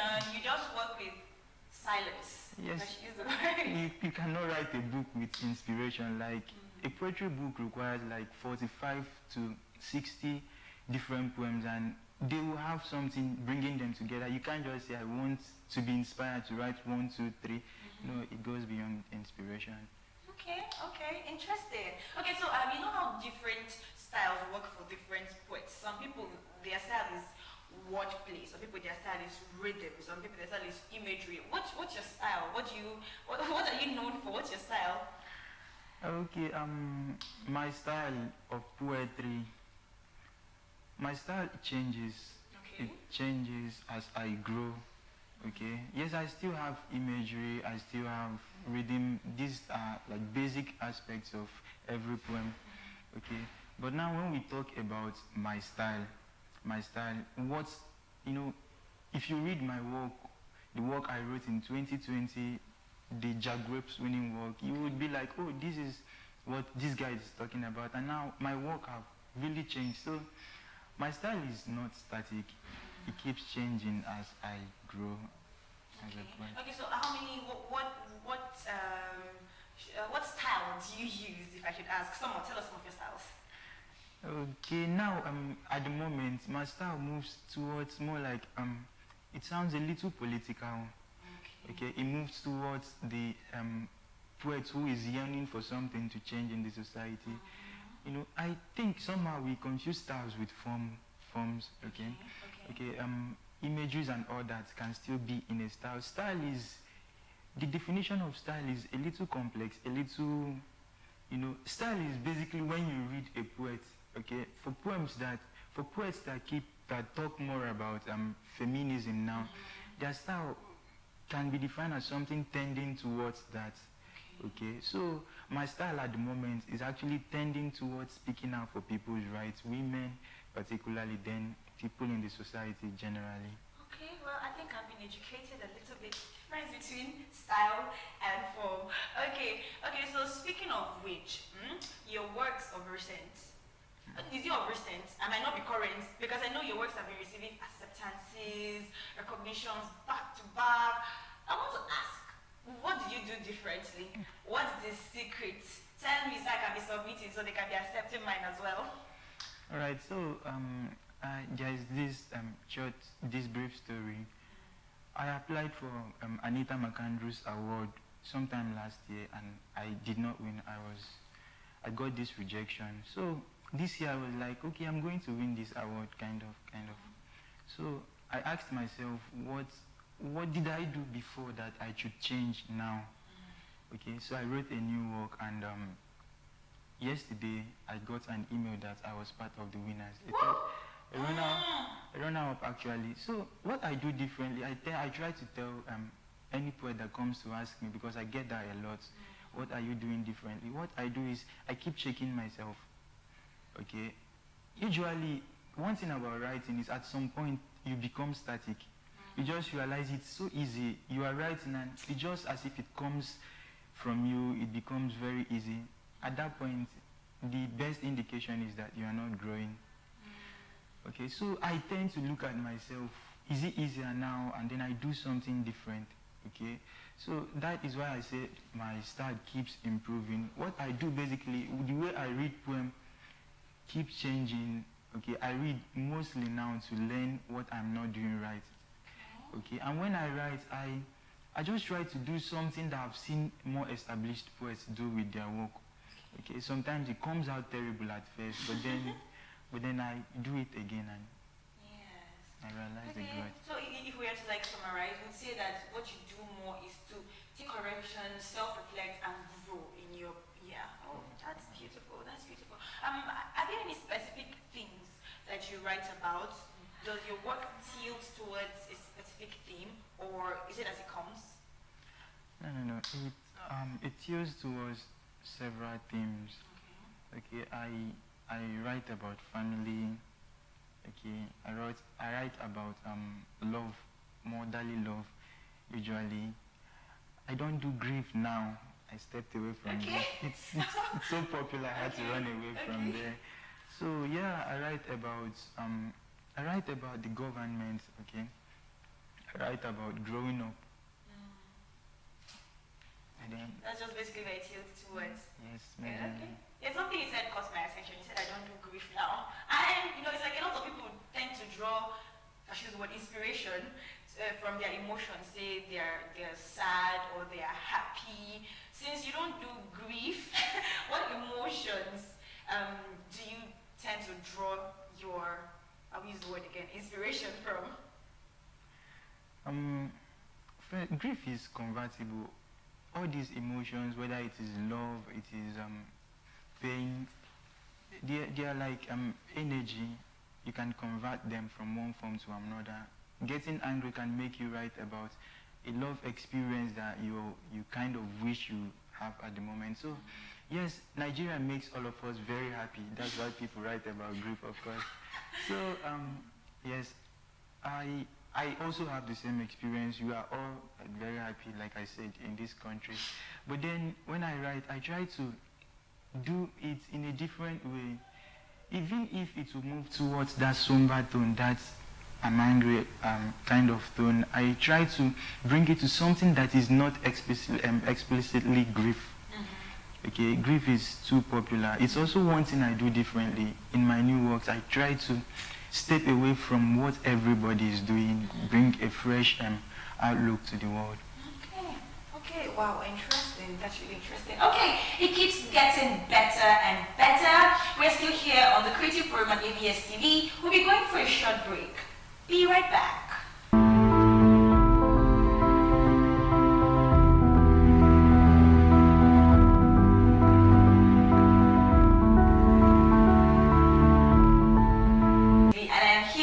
The poet Chiwenite. And so Chiwenite, I would like to ask, is there a particular poem? I know this is going to be a very hard question to ask a poet, but is there a particular poem you felt so connected with? And what was it about, if there is? It's always the hardest question for any writer. Even Chinua Achebe had to point that out. Okay. Okay. At the moment, I feel more connected to my recent works. I feel connected to many of my poems, several of them. So, at the moment, yes, I feel connected to a particular poem. Maybe because it's new, maybe because it's different from what I would normally write. Okay, the name is This Is Not a Satiric Poem. Okay, and is there any writer that you look up to in the poetry industry? Yes, there are countless of them. Countless of them. Africans, non-Africans. Someone like I.S. Jones. She's a Nigerian American. Okay, we have Abdul Rakib, Hanif Abdul Rakib. We have Safia El Hilo. We have Romeo Oringun. We have Sadiq Zikogu. We have Swede.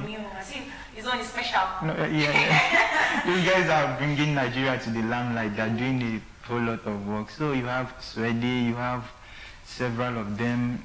I also take in high esteem writers that are upcoming. Okay, some of them are really doing exceedingly well that you can't just pass without saying that, yes, these guys motivate me. Okay. And listening to you speak, one would assume that whenever you bring your pen and you're silent and there are no people, everything is just going, you're writing. But I think in this a popular question poets get, it's about writer's block. Okay. Do you get writer's block? How often do you get it? How do you get out of it? I think it's like a thing among creative people. Yes, I do get writer's block. There was a time I tried to lie to myself. I said writer's block does not exist. Because I've always believed that the more attention you give, whatever you give your attention expands.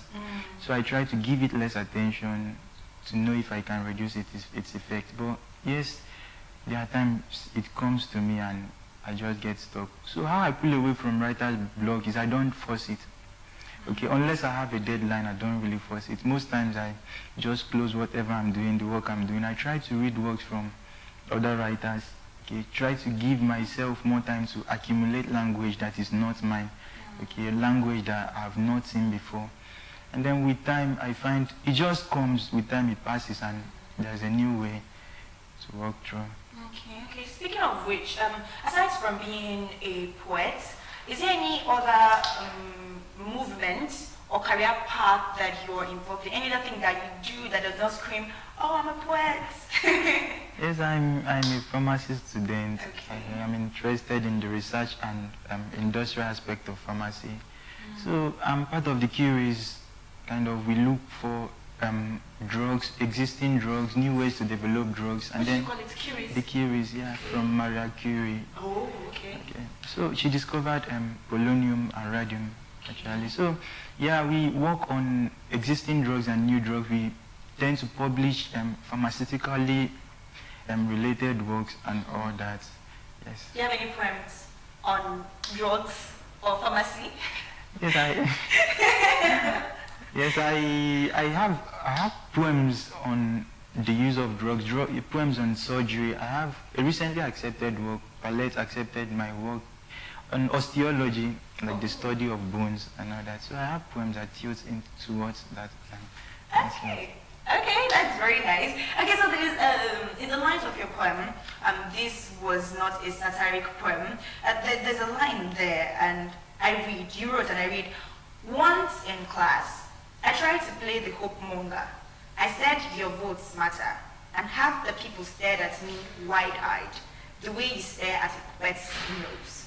Okay, so I'd like to ask, what were you trying to say here? In fact, what's the poem about, and what are you trying to say here? The poem is about Nigerians' apathy towards politics. Okay. At the moment, several people have not collected their voters' card and all that. So I was in class and I wanted to point out that, look, we can vote in the right government.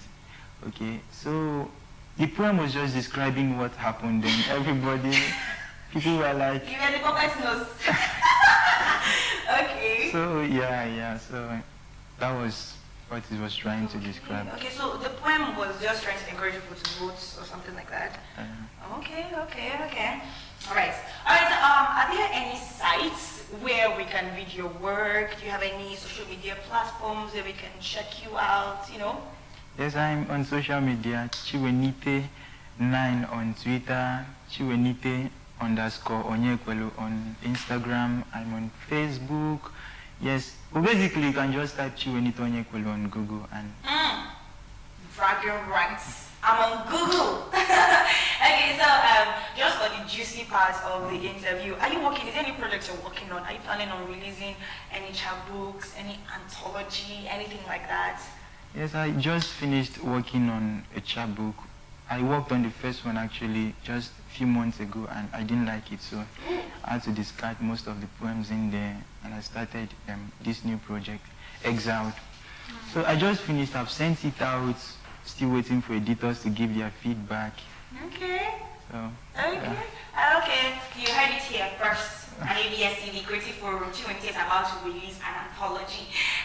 Chiwenite, it intrigues me to ask, are you more of a solo writer? Sometimes I see poets that duet with other poets to produce a particular work. Are you more of a solo writer? Do you work well when you want to collaborate with another poet? I'm more of a solo writer. Though these days I tend to, relate more with young writers in the writing community. I have this group of friends that we call ourselves the deadliners. Okay, I have an idea of what that means, but what does it mean, humor me? It means staying up late, doing the right thing at the wrong time, actually. And then there are the Frontier Collective, so I tend to come close to these guys. But then when I'm writing, majorly most of the time I do things on my own. But then I come there when I want to know how it's all doing, and they are amazing people. Okay. All right, and like finally, do you have any words to poets, budding poets already in the industry concerning the journey as a poet? Any words of wisdom? Yes, the first should be to do something different. Everybody seems to. There are thousands of poets, hundreds of thousands all over the world, and we seem to be talking about the same things. So find what appeals to you. It could be anything. Find what appeals to you, then do it differently. Okay, and then the second one is to not give up. It's very important to not give up. This writing journey can be very tough. You get rejections and all that. But with time, they reduce as you grow more as a writer. So it's just to hang in there until the light comes, and it's always very close, actually. That's beautiful. So the word for today is to do something different. A lot of people are doing what you're doing, but you can be that poet with a difference. Thank you so much for being here, Chiwente. It's a pleasure to have you. Thank you very much for having me. It's been amazing. You're welcome. You're welcome. All right, so we're wrapping up the Creative Insight. Stay tuned for the Creative Update.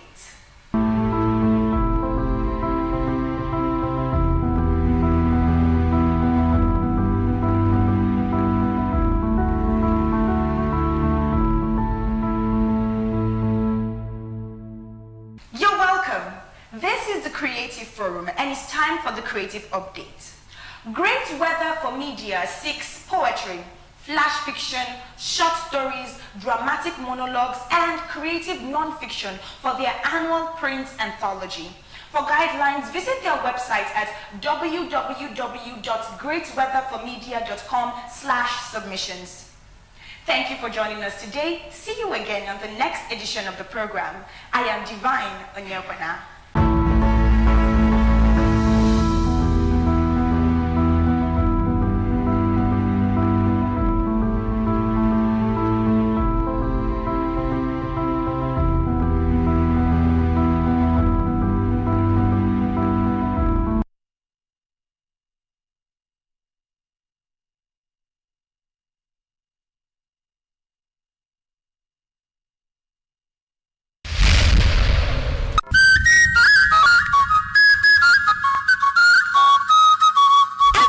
aja na-ebute ọnụ mmanụ pụtara na anyị ga na-alụ ọlụ ọbụna dị ụbọchị Mọnde. Solu dozie Anambra, ọ dị mma anyị dị anyị n'aka.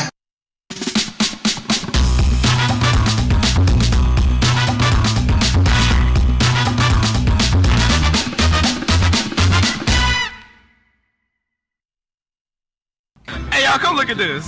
Kitchen chicken. Make I don't tell that for your mouth again. Oh yeah, now may we see how many people we go get them. God, you are there, go. Who go help? Kitchen chicken.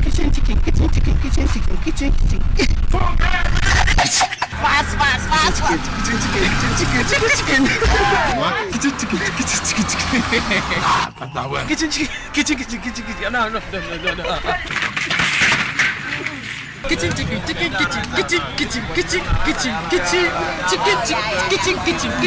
Hey, hold it there. Make I not hear that rubbish from your mouth again. Kitchen chicken.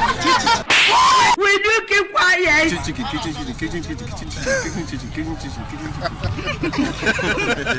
Enough of all this. What is happening? Kitchen chicken.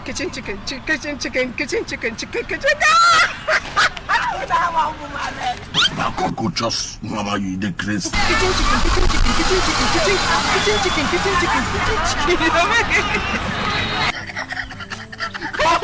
Kitchen chicken.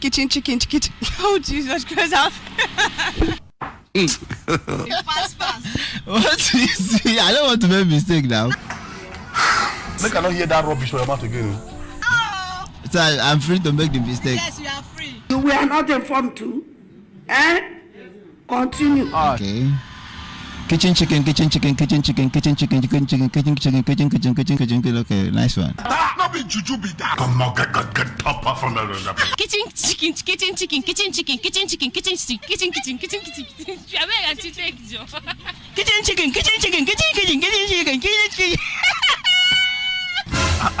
Madam, now you do all this kind of thing. Kitchen chicken.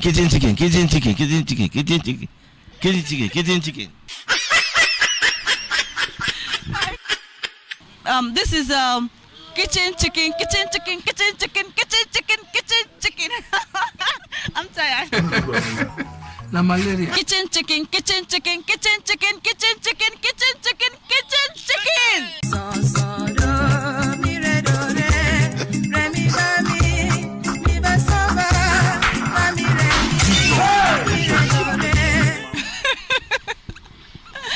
Oh God, I don't laugh tired today. So many small things wey be say you think say easy. When it's time for you to talk, you go chop your tongue to come out. Even myself, I know sabi talker. If you want to see or learn from us, keep a date with us. Same time, same station next week. I am Mimi Mercy Momo. Bye.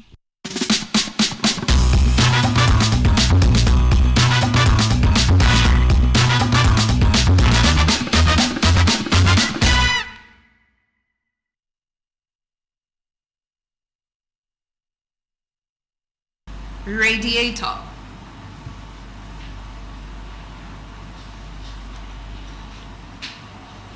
Rediator.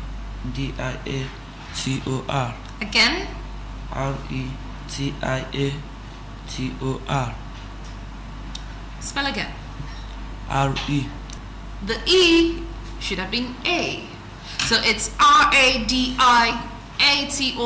Radiator. Contestant 2, pick a number. Number 9. Number 9. Germinate.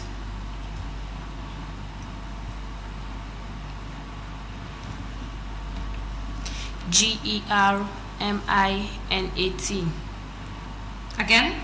Germinate. That was incorrect.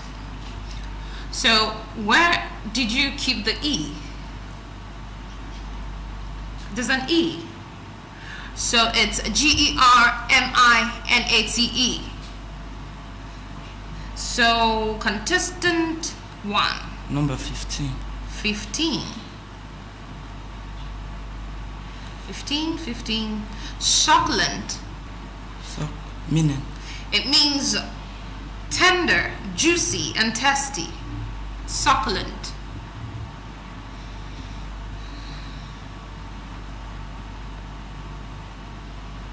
Succulate. Incorrect. It's Succulent. Repeat. Succulent. Succulent. 2, pick a number. 11. Number 11. All right. 11 says auspices. Meaning? An omen or a sign. Auspices.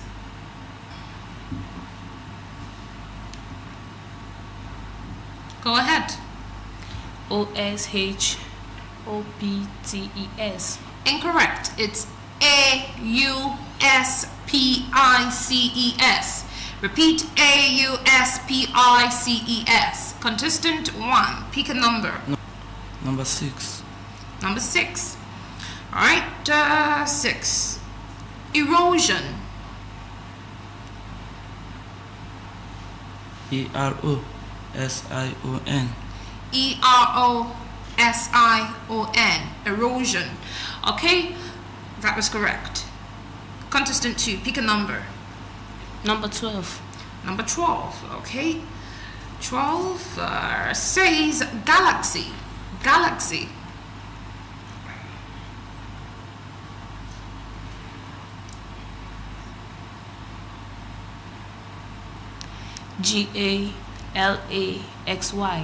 Galaxy, correct. Contestant 1, pick a number. 16. 16. All right, 16 says adjourned. Meaning? Break off a meeting, legal case, or game with the intention of resuming it later. AJION. Incorrect. It's ADJOURNED. Adjourned. Repeat, ADJOURNED. Adjourned. Contestant 2, pick a number. Number 13. 13.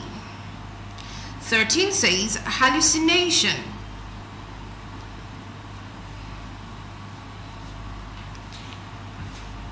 HALUSINATION. Incorrect. It's HALLUCINATION.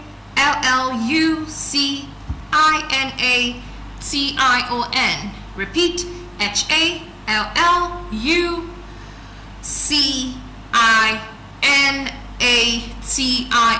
Hallucination. Contestant 1, pick a number. Number 18. Number what? 18. 18. Okay, let's look for 18.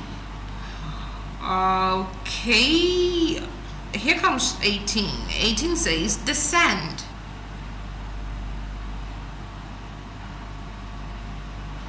DESCENDE. Again? DESCENDE.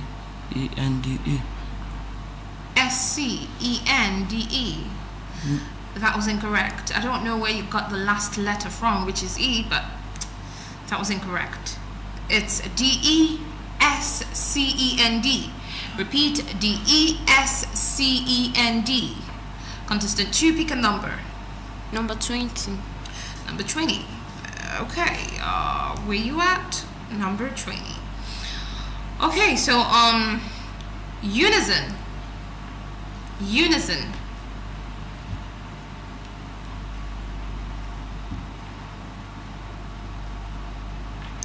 UNIZM. Incorrect. It's UNISON. Unison. UNISON. Contestant 1, pick a number. Number 19. Number 19. Portal. Portal. Meaning? Good. It means a website or web page providing access or links to other sites. Portal.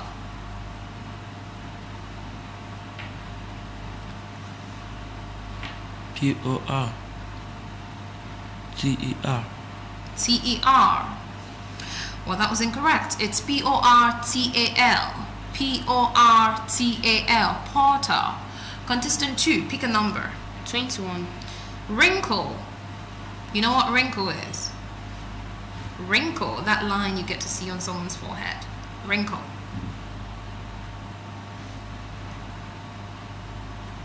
RIGUEL. Incorrect. It's WRINKLE. Wrinkle. The W is silent, so it's WRINKLE.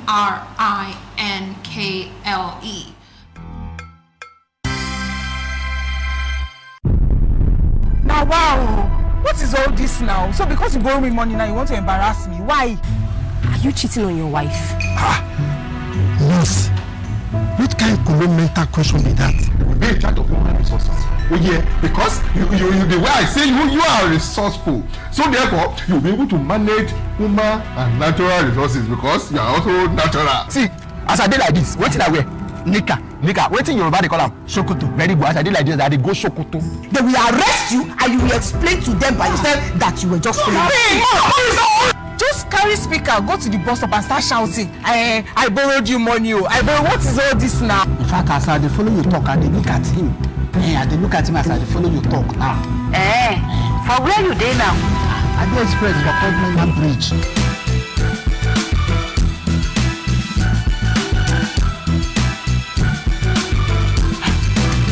Officer Alpha.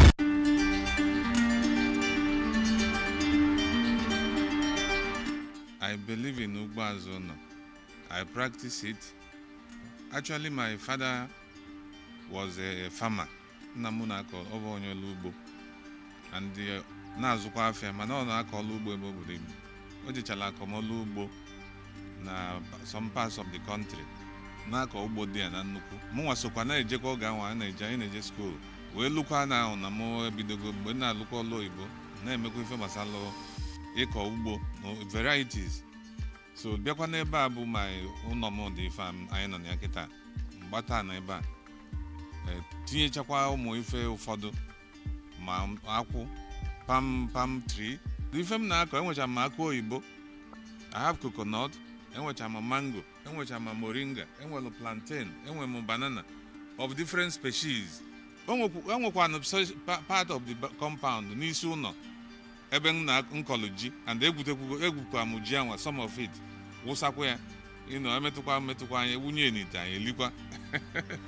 Saint leaf dịkwu na bema Saint leaf na ebe a rigbe na nke a na-ewusi isi ọma eji esi nri. Enwekwulu m ụgụ n'ime ebe a and ụgụ m amigo isi ọnụ ugbo azụ nọ ka eji wee kọọ ka m ji weta this species akwụ a bụ from the Ezeji from my community. Anakpọ ya Chief Eugene Otunabo.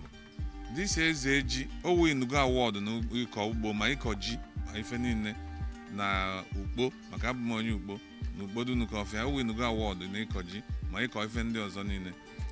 Ọ na-aka ya ka m si wee nweta akwụ a nyanwasị m bịa goli oge ahụ egokwala m ya ọtụtụ mana maka na enwere space ebe a m bịa zonye tọma ịnọ nsi wee gota nete wee zonye mana ije ife dịka na ebe m nwekwala farm na ukpo along the express road enwere m so many things nọ dị ma mango ma akụ oyibo kwa ma nkwụ ife dị iche iche dị n'ebe nke ahụ mana nke a bụ na family compound wee sị ka m weli eme ugbo azụ ụlọ. Akwụkwọ azọnyelie ebe 2012 or so, about 2012. Mana after 2-3 years azọnyelie ebutebe akwụ na ya ịchọ ibute akwụ ọ na-amị iwelu ọgụ bọpụ aja na wee gbuchapụ ya. So from that time every year ọ na-amị etu a. Ife ọmịlị bụ nke a ọmịlụ 8 ọmịlụ isi 8 fani na-echalụ ehechazịa ndị nke ọzọ na-achakwa within 1 month ife niile na-achakọta ọnụ. O nwekwa ndị ka dị na ya na-achakwanụ etu a ka o si dị ịnịcha ya na efu ndị isi ka na-apụtakwanụ ịga okilikili isi dịkwa na ya kịta ga-elukwa 8 awa or there about. So ife ọ mịtalụ bụ isi 8 ma ndị na Igbo ka o si eme bụ na akwụ na-amịba ofu isi ma ọ ịbụa at a time ọ chapụta and onwe ka o si migide mgbe o mịta ife lụrụ 7 n'ime 7 awa ịma na a ga-egbuli ya ọkụkụ a ga-celebrate zie. So from this ebe olugo 8 ya it calls for celebration before you nweta akwụ the species of akwụ na-amị ife lụrụ 8 7 na-abụ the highest number enwetago oluru 7 awa ebido celebration mana nke oluzi 8 ife ji rapụ ndị a bụ ka e wee fụ na ọkachala ọfụma maka igbupụtele ma igbuo ya ma ọ kara aka ọma nyeghị dị ọma mgba mmanụ ka nsi wee gụ ya na bụ ndị chapụtalụnụ ndị a na-achịchagolu red macha ogonu ka a gọziri ọnụ a wee gụta ya 8 mana n'ime ife ka ọ na-amịkwa ife ọ ka nọ n'isi ya ebe a kalụlụ ọ dị more than 10 or 15 pụtala apụta. O nwere a lot of benefits and the joy. The benefits and the joy ya nwa na-enye bụ ya so na ife kacha dịnụ because the joy revives you. It makes you feel happy na ife ị na-eme na-amịta mkpụrụ. Chukwu ana m ayọ Chukwu ka o nwee ike ka ọ gbaa m ume ka mme increase na ife gbasara ugbo azụ na maka na ị na-eweta ife n'ime ya na ọ na-enye joy. Ndụmọdụ na-enye ndị mmadụ maka ugbo azụ nọ bụ onye ọbụla arapụkwa na ugbo azụ nọ no matter how small ebe ibi dị gbaa mbọ fụ na onwe ife itinye n'ala o nwezigodili ife ọbụla ọ ga-abanwu ejena ka isi ka ịzọba osisi mba ebe ọ ga-abalị gị ọ bụrụ na ọ bụ arịgbe ka ị nwetanwuru arịgbe bụ nnukwu ego onye ọbụla na-eje afịa mana ije ịzụ arịgbe kịta bụ ife ya ịzụta nke iji si nri olucha 200 naira so arịgbe anwaghị konye tinye ma mgbọlọdị which is water leaf itinye ụgụ So I na onye ọbụla mebe nke ọbụla ị nwere ike ime na onidro acres of land or plots of land to do it. Just change one corner of your house, of your compound. You know, you do all these things, and the food that you will be enjoying. If you need to lily, you need to eat in your garden, ibalo water leaf, balo scent leaf. You know, etu akwu di no yen esi ofe akwu. If you go na enjoy esi ofe akwu no. Many people are benefiting from this akwu. It's beautiful. O nwe nke mbolo ka no cha n'ime. N'ime buta ekponyego m ya ndị mmadụ. Ekego m ya ndị neighbors mo. Onye mgbe egbuchale ọdacha atụ ụtasịa mkpụrụ ya n'ala. Mgbe kebezie ya ndị neighbor. Na-ekponye fanya na ife a. Penta by penta. Bonyecha ya ọ nke abụzi nke mkpofọlọ onwekwa ike bifo ji ya na-ejikwa ifụkwa ndị ga-abịa nebo ọga bụ onye kwuo m akwụ isikwa na ya kponyefe akwụ bikos emerọ m ya nọ ebe nsi agbata ife na-eli abụ m penshọna ma penshọn m a na-ama na-eji na ewe na-emekwa ife ndị ọzọ dị iche iche ma mgbe ụfọdụkwa etu o bugolo ibu a na ifugo na obugolo ife a ga-elele nwekwa ife eletakwalụ n'imi ewere na-eme argument nchọm achọkwa isi I will benefit from it.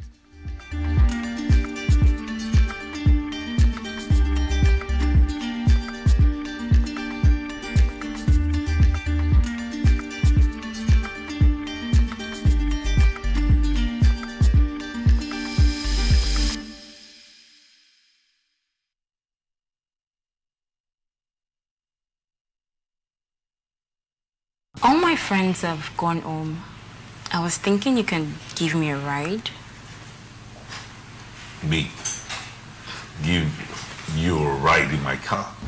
Oh, yes. There's something you can do. Yeah? You go to the lawyer and tell him to file a divorce suit for both of us. And you will see I will jump into the sky for joy. Yes, of course I am. Don't touch me. Don't you do that. I am crazy for your love. I want to talk to both of you. He's the one that needs counseling, not me. You said Dr. Albert is cheating on you with a younger lady. Yes. I feel you might have been the cause. Whatever it is you call me, I'm ready to bear. I'm so in love with you, and I'll sleep with you whether you like it or not. Liberty Villa.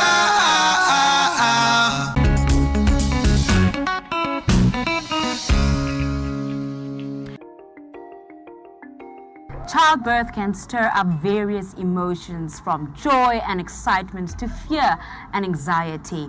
Now we all know that as mothers we go through different emotions, but it can also result in depression. I am Shante Hart Esenyi, and joining me today are the most beautiful women in the world.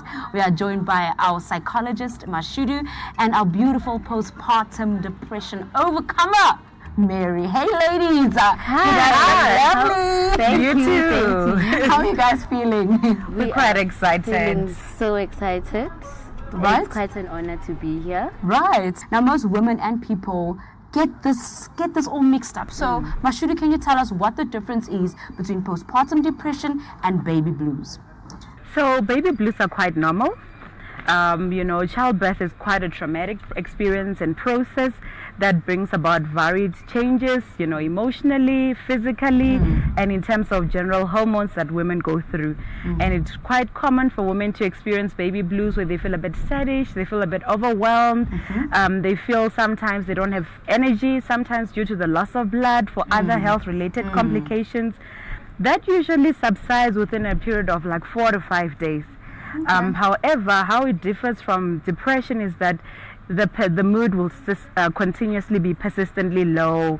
The mom will feel quite sad. Mom won't want to, bond with the baby. It'll be quite difficult to engage with the baby.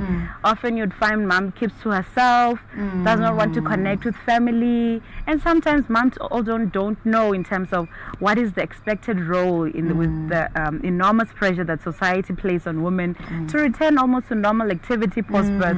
But again, we may not only look at depression post-birth, but also the postpartum period. What has happened to mom before she delivered? What was the circumstance around her giving birth? Was this a result of trauma? Maybe mom was raped. Maybe mom suffered a loss during the pregnancy. Maybe mom was made aware of other health complications that are impacting on her overall health. On that note, Mary, I want you to share with us your story because you are a postpartum overcomer. So share your story with us, please. We want to hear. 2019, I was in love with this gentleman. He proposed to me in 2019 and we were on our way to building our future. 2020, he fell sick. It was in April when he started feeling sick. And we just took it light, like, oh, okay, maybe it's your normal flu. We can just get rid of that. Okay, and then the next month in May, I was 7 months pregnant with our firstborn. Congratulations. Thank you. And he was admitted in hospital and he was diagnosed with pneumonia. A week after, I was 32 weeks pregnant and he was no more. He left us. Yeah. And that's how my depression actually started. Because I was dealing with a loss of the father of my unborn child, and this child is our first child. Was booked for a session with a psychologist at a local clinic, and that's how actually my journey started. The main priority was to deliver a very healthy baby.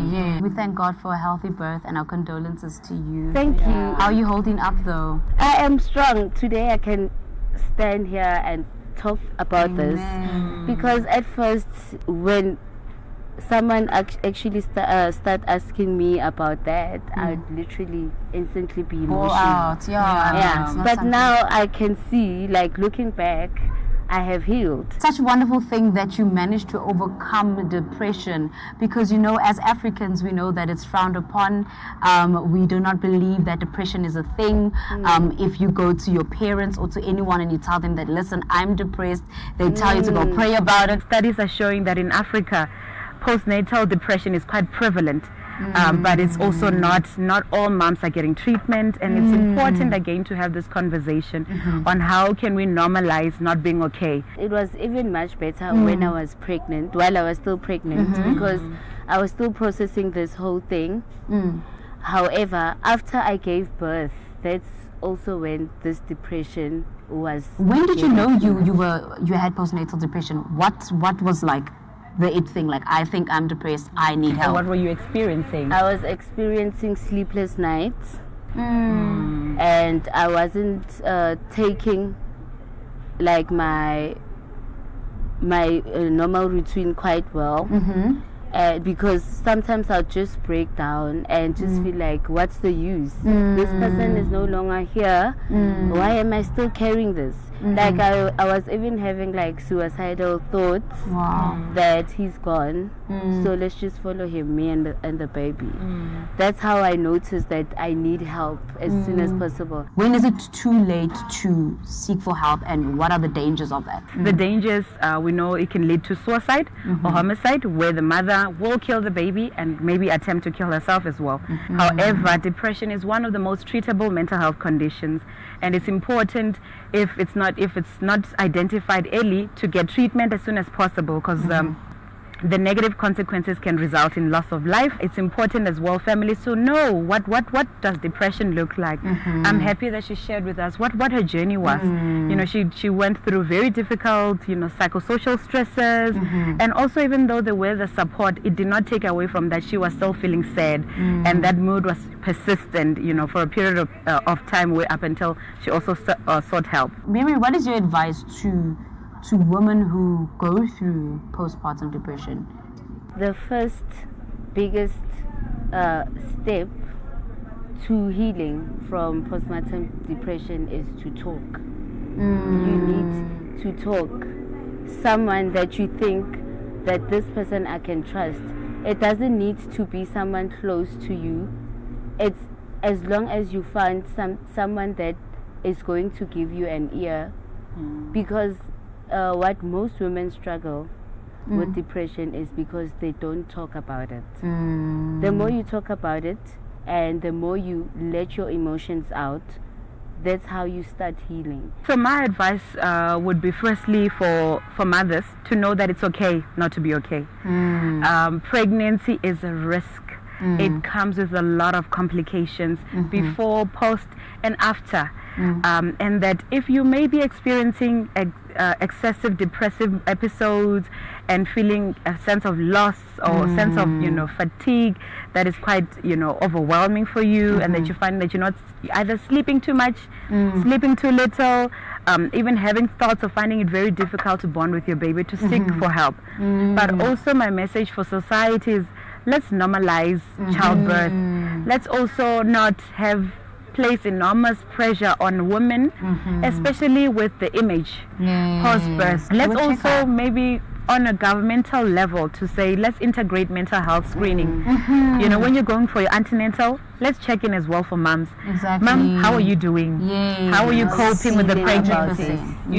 Let's not only check the fetus of the baby, the position of the uterus, but let's check where mom is at, where it contains the mind, where it contains the body or affects the body, and integrate that, because most in our African context, public health facilities are still where most women will access basic services where it pertains to the process of pregnancy and post-birth. Oh wow, there you have it, guys. I feel like Mashudu has said it all. A big thank you to Mashudu, and a big thank you to you, Mary, for sharing your story. You are strong women, both of you, and of course you out there. It is okay not to be okay. If you need help, reach out, because you are strong. If you have carried a baby for 9+ months, you are the hero, so you deserve to be treated well. But that's it for now, ladies. Woman empowerment, man. To strong women. To strong women.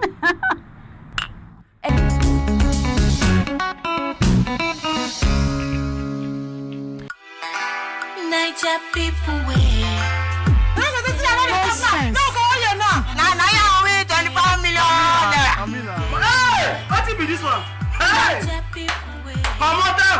Just be focused, that's all. You're such a beautiful lady, I must say. I'll surprise you. I don't want any surprise from you because you think what? I hope it's not what I'm thinking. Otherwise, I could just kill this girl. You will not get to kill me. Sir, please. Sit down, call your place. Huh? Collect money. Yes, 50,000. My mouth is on fire, fire!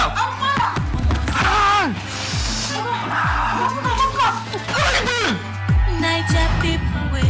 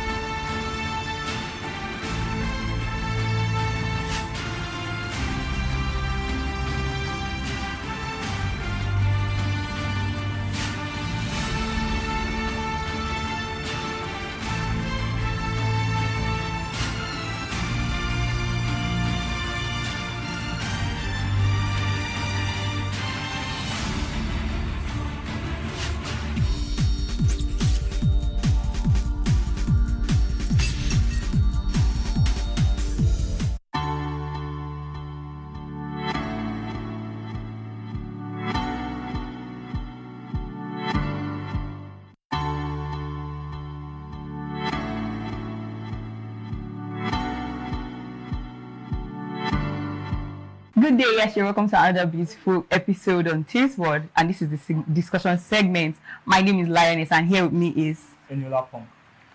Okay, so today our topic is something.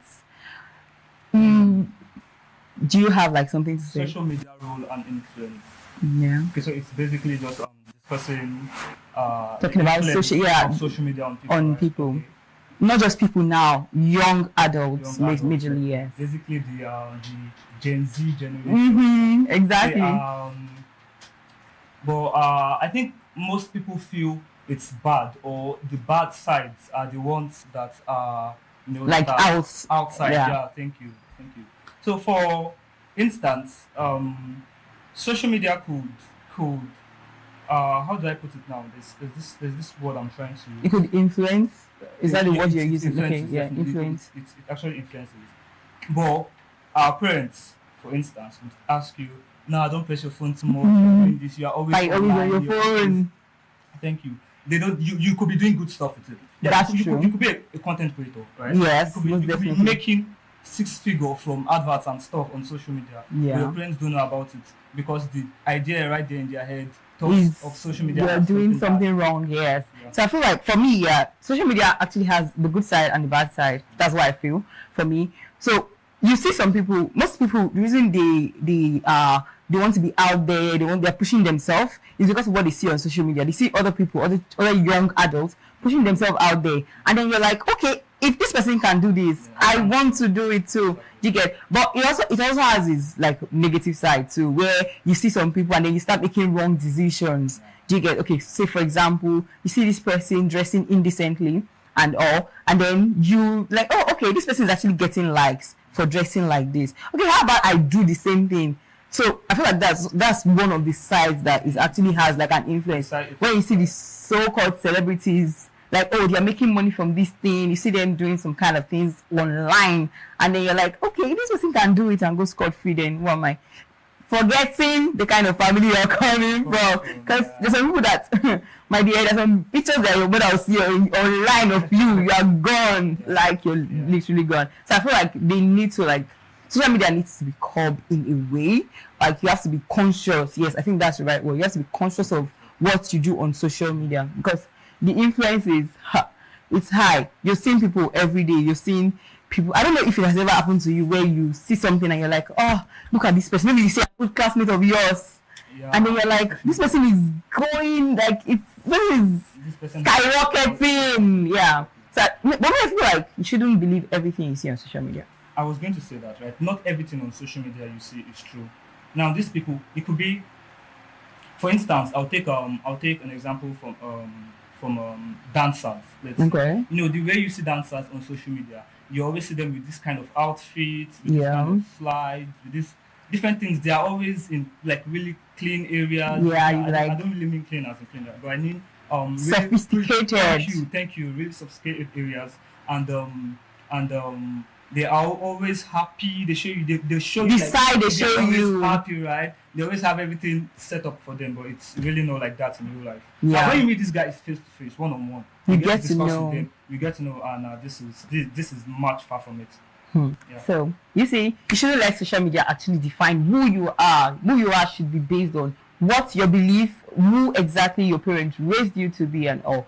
Depending on how you were raised too, that's another thing. You want the positive side, you want the negative side. You are defining who exactly you are. You have to just pick out the negative or the positive side, depending on who you are and your upbringing, like I said. So basically, social media actually has a very, very big influence on. You see, okay, so for me, I feel like celebrities are like the biggest role model right now. Everybody sees celebrity and they're like, oh, I want to be like this person. I want to be like this person, regardless. Like you said, I think you said something about not knowing who they are. Like most of them, a lot of them are actually depressed. A whole lot of them are actually depressed. I know some of you would be thinking Omale when we talked about social media influencers or so there are so many that are depressed, right? And we don't know because they never show us that part of them online. We always see I feel like happy people they are outside, they are happy, they're so excited, and you're like, what are you so? And then you see a part of them and you're like, okay, so I have someone that is very clear, I'm not going to mention her name. She's a hype woman, and then she's really like, if you see her on stage, she's another being. She's somebody else. But when she comes home, she just wants to be quiet. She doesn't want to talk to. You see her everywhere outside, but when she's home, my God, she'll just knock her door. And if you are knocking, if you don't call her before coming, you're going to be on your own. You're going to sleep outside. That's how like she is. So I feel like what you see on social media is really like a different thing. You should be able to get to know people for who they are, and not just say, okay, this person is a big person. Oh, okay, do you know how this person got there? That's another thing. That's why you see some people at the mall. You see some big guys, big influencers at the mall, and you want to take pictures with them, and they'll just snub you. it's not okay. They've been showing you they are happy always, right? They are not really that happy. Do you get And it? when they see you coming, they don't even want you to come close. Because they don't want you to. They don't want to project whatever it is that's wrong with them to you somehow. So I don't really blame them though. The pressure is actually very. Okay, this social media. Let's look at another aspect. Social media actually like puts a lot of pressure on them because okay, you see this person and you're like, oh, there's need to keep up a lifestyle. Yes. You get, and then you, a regular guy or a regular girl, it's not like you just have your life. You don't have your life all figured out yet, and you think they have your life figured out. You might even be better than them. That's the painful part. You might even have more than them. You might even like have like more. Should I say sensibility? Is there any word like that? Yeah. You might even have more sameness in your life than they do. Do you get? So you shouldn't let them actually define who exactly you are. I feel like social media is like it's not a yardstick. Yes, I think that's the right word to use. It shouldn't be a yardstick for you. It shouldn't let it influence you in a way that you now look at yourself and be like, who is this person? You know, sometimes some people look at themselves in the mirror and they're like, who is this person? Who have I become? Because I'm trying to become this particular person. You get, like, people that now look at themselves and they're like, oh, I want to be like this person. I want to be like this person. And then at the end of the day, you are like that person. Would you look back and be like, okay, the choices I made, am I okay with the choices I made? Like, am I fine with this? You get, so like, shouldn't let social media, like we said, don't let social media be your yardstick for anything. It shouldn't influence you in a way that you look back and be like, what decisions have I made? How have I like affected myself? Like, what am I portraying? What do people see me as? You get, so social media shouldn't be a yardstick for you. And you also know that when everything we do or everything we become has its good sides and its bad side. Yes. For instance, you create content, and one day you wake up being a celebrity. Yeah. Now the fact that you are a celebrity, people expect you to have money. Yes. Number one thing. That's all celebrities right. are rich. I know celebrities that their girlfriends buy stuff for them. I mean, their girlfriends pay the bills for them. Do you understand? But we would see them outside and we would think they have money, and they would have to measure up to the fact that they should have money. So and some of them end up doing some kind of things that they are not very proud of. So you shouldn't just even let those things. You'd see. I know a couple of them that are on the streets in London driving cars for people. You know, imagine they can't do it here in Nigeria because we already think them as celebrities. So they have to go do it somewhere else. They don't have money. They are it's just like how us regular people are. Yeah, everybody's going through a lot. It's not easy for them also. Everybody's going through a lot. See, pardon me, I feel like social media is fake life. It's just fake life. It's audio money, audio everything, audio clothes, audio, like, I don't know. We're not mentioning, that's why I didn't mention any celebrity. Like, celebrities, there are people that actually have money. There are people that have the money, they have this money, but there are some people that do not have. Okay, so don't just measure up. Those that even have the money, they did some things to have get the money. So that they don't fall our hands. That's another thing. So please, in order for you not to get into trouble or do something that you might later regret, just try as much as possible to do you. Just be yourself. Be yourself. If at the end of the day you become big, great, mighty, and all, you know that you did it because you wanted to do it, or because you it's not because. But let's look at another side. It could also be a motivation. Yeah, social media can also be a motivation because you see these people and you're like, okay, this person can do this, then I should be able to do this if this person can measure up to it. And especially for young adults, you see some young adults doing big, like doing really great stuff, and then you're like, okay, this person can actually be here. This person can actually achieve this. And some of them, let me use their word. Some of them came from the gutters. Because everybody's coming from the gutters these days. Like, I started from the gutters. Everybody's just starting from the gutters. The ones that their parents had money, they'll tell you, I came from the gutters. You know, I saw a video, yeah, this guy I just saw somebody come out of the gutter. I just see them focusing on the gutter, and then I just saw the guy say, I came from the gutters now. Nobody tell me say. Like, and I'm like, okay, it was actually comedy, but it made sense to me. I'm like, oh, I can actually relate because everybody's starting from the gutter. So he really started from the gutters. Yes, he started from the gutters. So don't let anything stop you. You can be whatever you want to be. You just have to just start, try, be yourself, and most especially, don't let anything stop you. Don't let anything get in the way of your success. All right, so we'll be right back. We'll go on this quick break and we'll be back.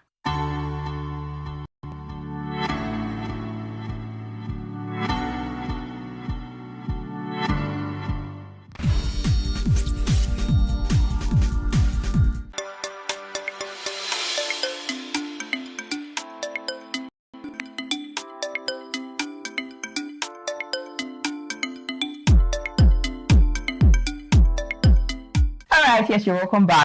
This is the Did You Know segment where we bring you juicy details and facts that I don't think you've ever heard. So the first one. So you said juicy. Would it be about juicy and stuff? I don't know what you're talking about. All right, so a chicken once lived for 18 months without a head. No. Is it not juicy? Did you know? No. You did. You see? I never knew. Only chicken. Clap for me. 18 months. Clap for without a head. Without a head. Yes. How?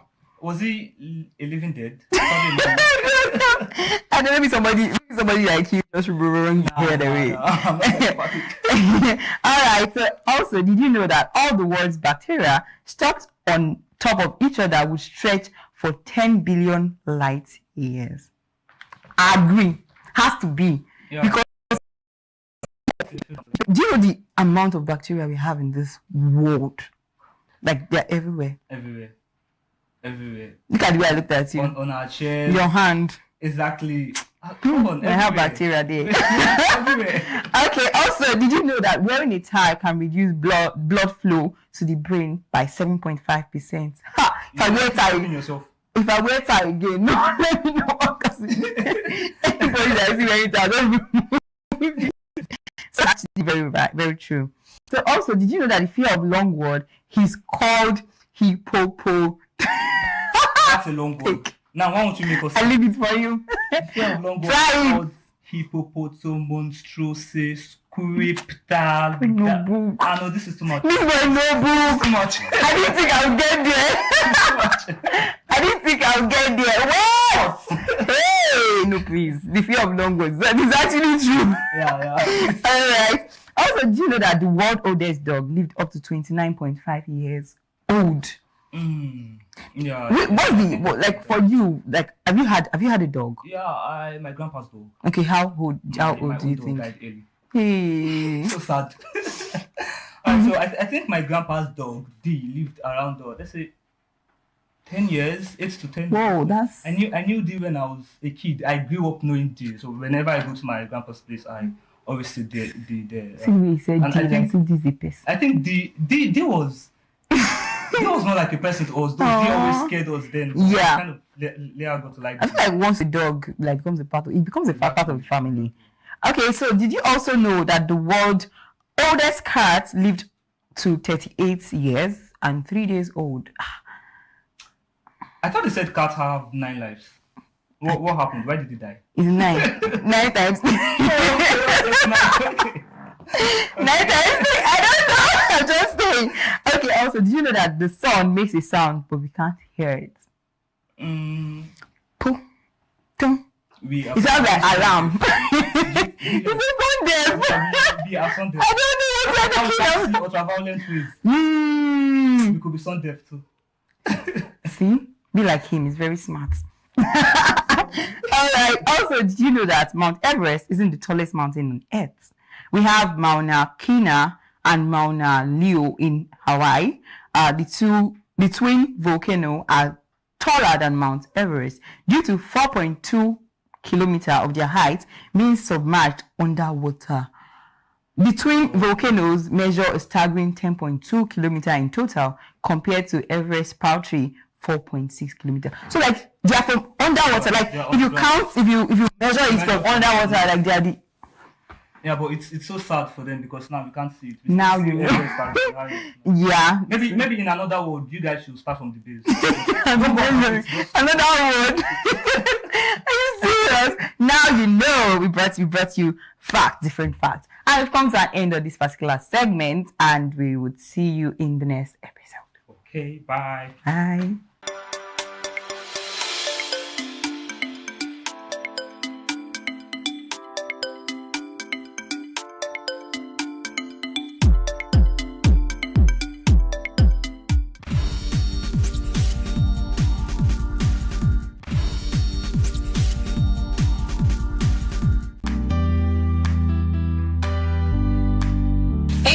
Welcome to Teens Ask. I am 13-year-old. And next question: would studying genetics be better than mechatronics for secondary school? It makes them feel like. All right, welcome back, guys, and we are now at the Teens Ask segment, where we would take questions. Okay. The first one is, people talk about everyone having a talent. Okay. But I don't think I have one, or should I say I haven't discovered mine. Okay, so I feel like if you haven't discovered yours, you just have to look inside of you. You get? So look at who are you? Who do you think you are? What do you think you love to do? So for some people, yeah, there are little things like talking. Some people like to talk. Yeah. So you could that could be your passion. Some people can talk for hours. You'd be like, oh my God. When some people talk, you'd be like, I can't bear it. Like you would get tired. Yeah. But these people go on, and they're like, it's okay.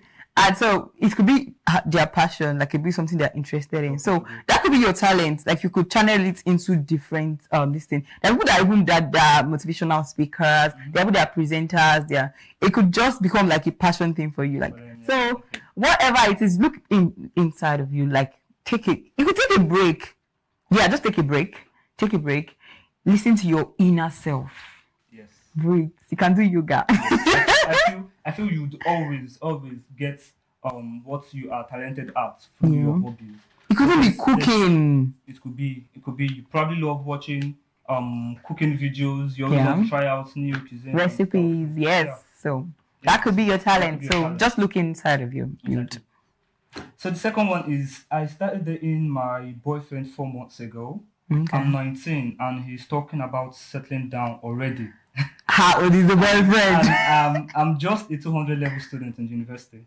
I love him, but I feel he is moving too fast, and it might hurt him if I tell him how I feel. What should I do? Did you mention the guy's age? Nah. Only hers.